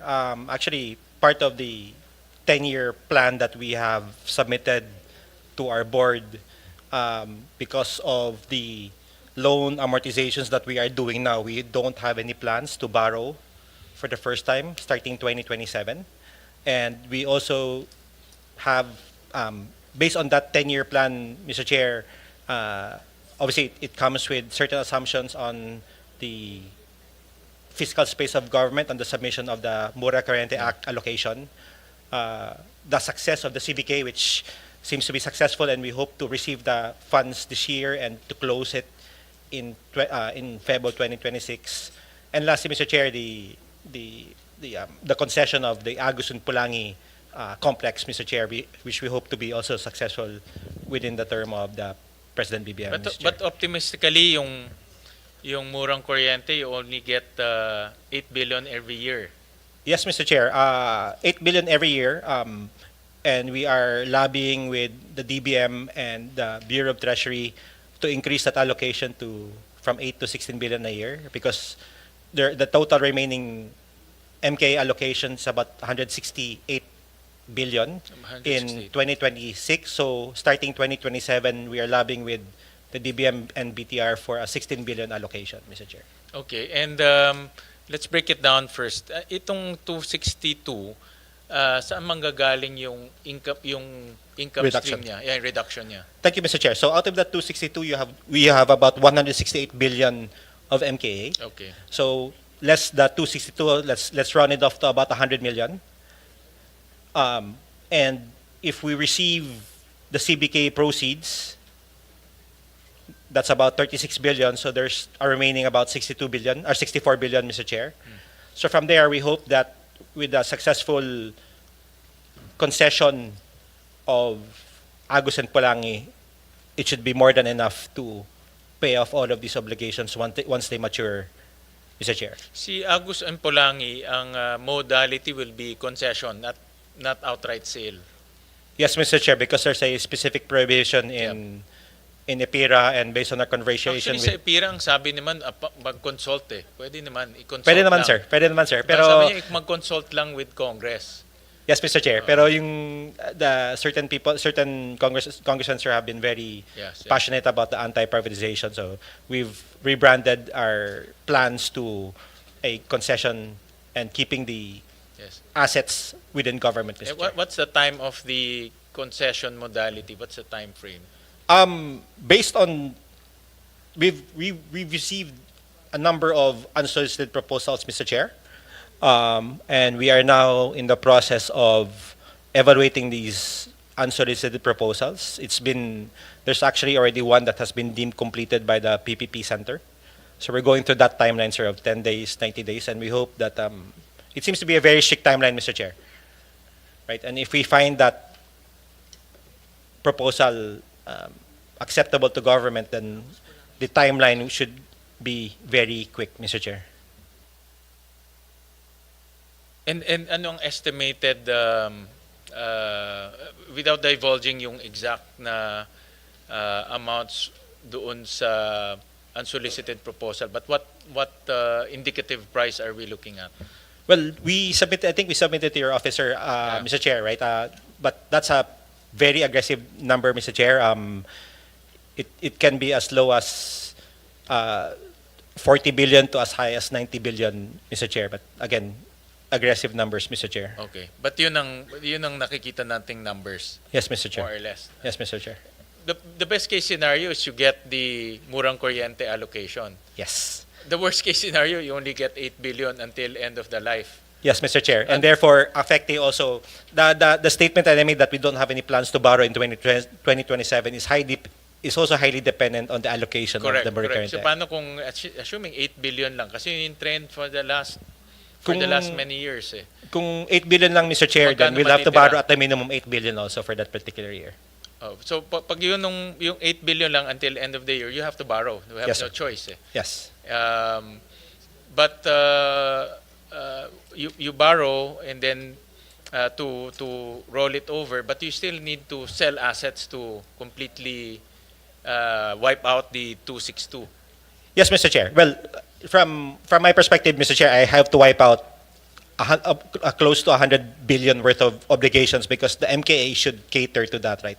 To the differential. Tama, So whether or not I receive 8 billion today or receive the balance at the end of 2036, it's now a national government Yes, liability. liability. So I just need to provide at the minimum 100 billion, which I hope to receive already from Agus Pulang and other privatization Yun activities. that's my point eh. Ang crucial dyan is the concession modality. Yes, Mr. Chair. Because if 8 billion lang ang mabibigay sa inyo, you have no choice but to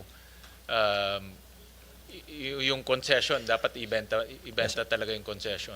Yes, Mr. Chair. So from upfront payments to, depending on the modality of the proposals coming from the various unsolicited proposals, Mr. Chair, it can be an upfront payment, then an annual amortization of payments, Mr. Chair, and we hope that should be more than enough to pay off the 262 billion obligation, Mr. I Chair. also heard earlier that yung Mindanao coal, it's TEAG, is still it's still in your portfolio. Yes, Mr. Chair. But it's not operating. It's an operating IPP coal-fired power plant Okay. in Mindanao, Mr. Chair, 200 megawatts.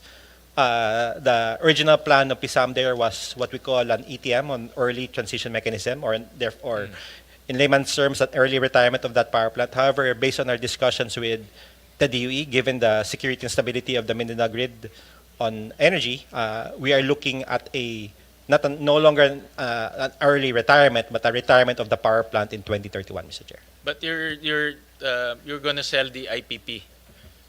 No, the Anong commitment of national government, Mr. Chair, is a decommissioning of the power plant. at to decommission sayang naman. But it's an operating plant. But secretary, why will you decommission it? By the end of the IPP period in 2031, because it also comes with a commitment from international lenders to lend or to build RE power plants as a replacement, Mr. Chair. So yes, we do lose a 200 megawatt coal-fired power plant in 2031, but hopefully it also comes with a... Walang interested party to take that? Well, I know coal now is medyo sunset technology na siya, pero walang interested party. At the moment, Mr. Chair, as compared to the market now, I think, in my personal opinion, Mr. Chair, there's a the market for a coal-fired power plant in Mindanao is very small. I'm not promoting coal. I'm just saying asset kasi yan eh. Asset Yes, ng Mr. Chair, gobyerno. it comes with... Kung merong interested, benta na lang natin. Bahala na siya mag-decommission. Yes, Mr. Chair, I agree. Gagastos ka pa sa decommissioning. Agree, Mr. Chair. It's a 200 megawatt coal-fired power plant. Correct. But you have to spend for decommissioning. Tayo gagastos ba yun?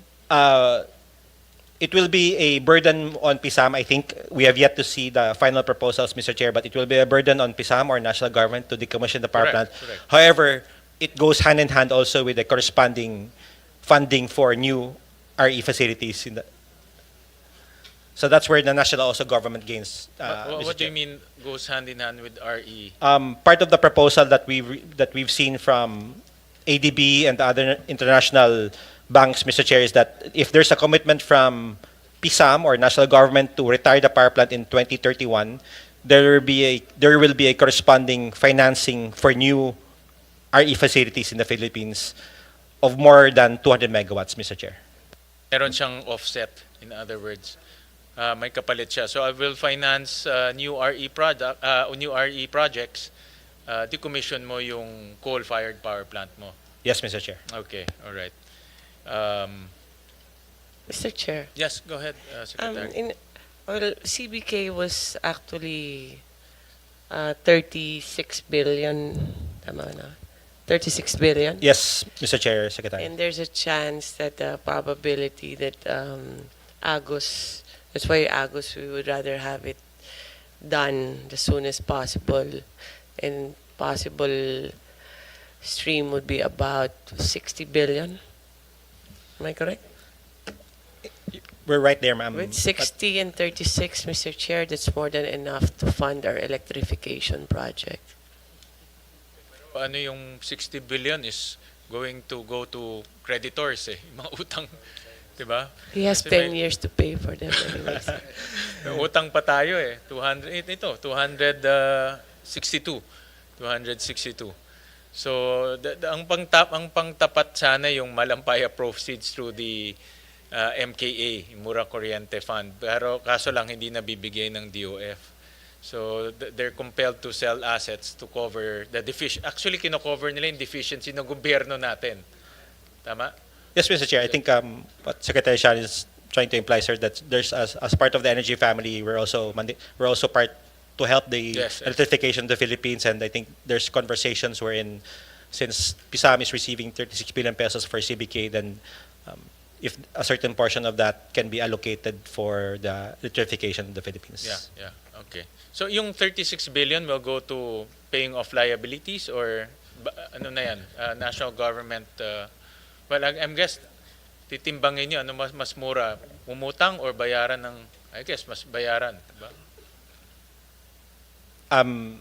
Again, I think the DOE family wants a certain portion of that, Mr. Chair, for funding of household electrification, Mr. Chair. Okay, all right. Okay, yeah, it's during the DOF budget hearing, they're factoring in that they're factoring the revenues from CBK as part of their income stream.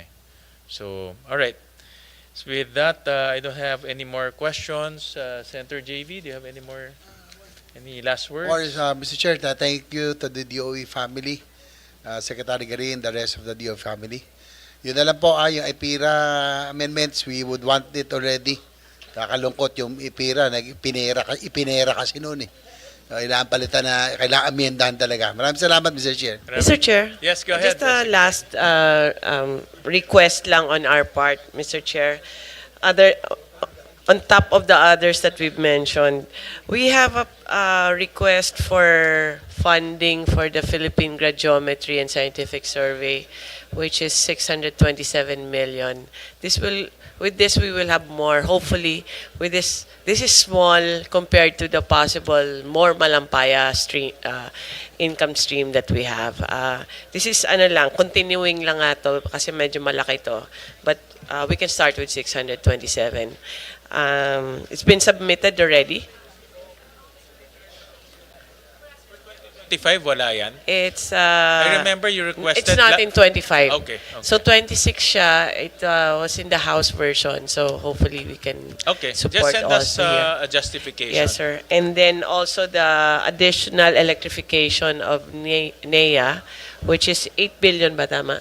8 billion for 26. Likewise, endorsed by the HOR, well, approved by the HOR, and now we're submitting it also to your committee, Mr. Chair.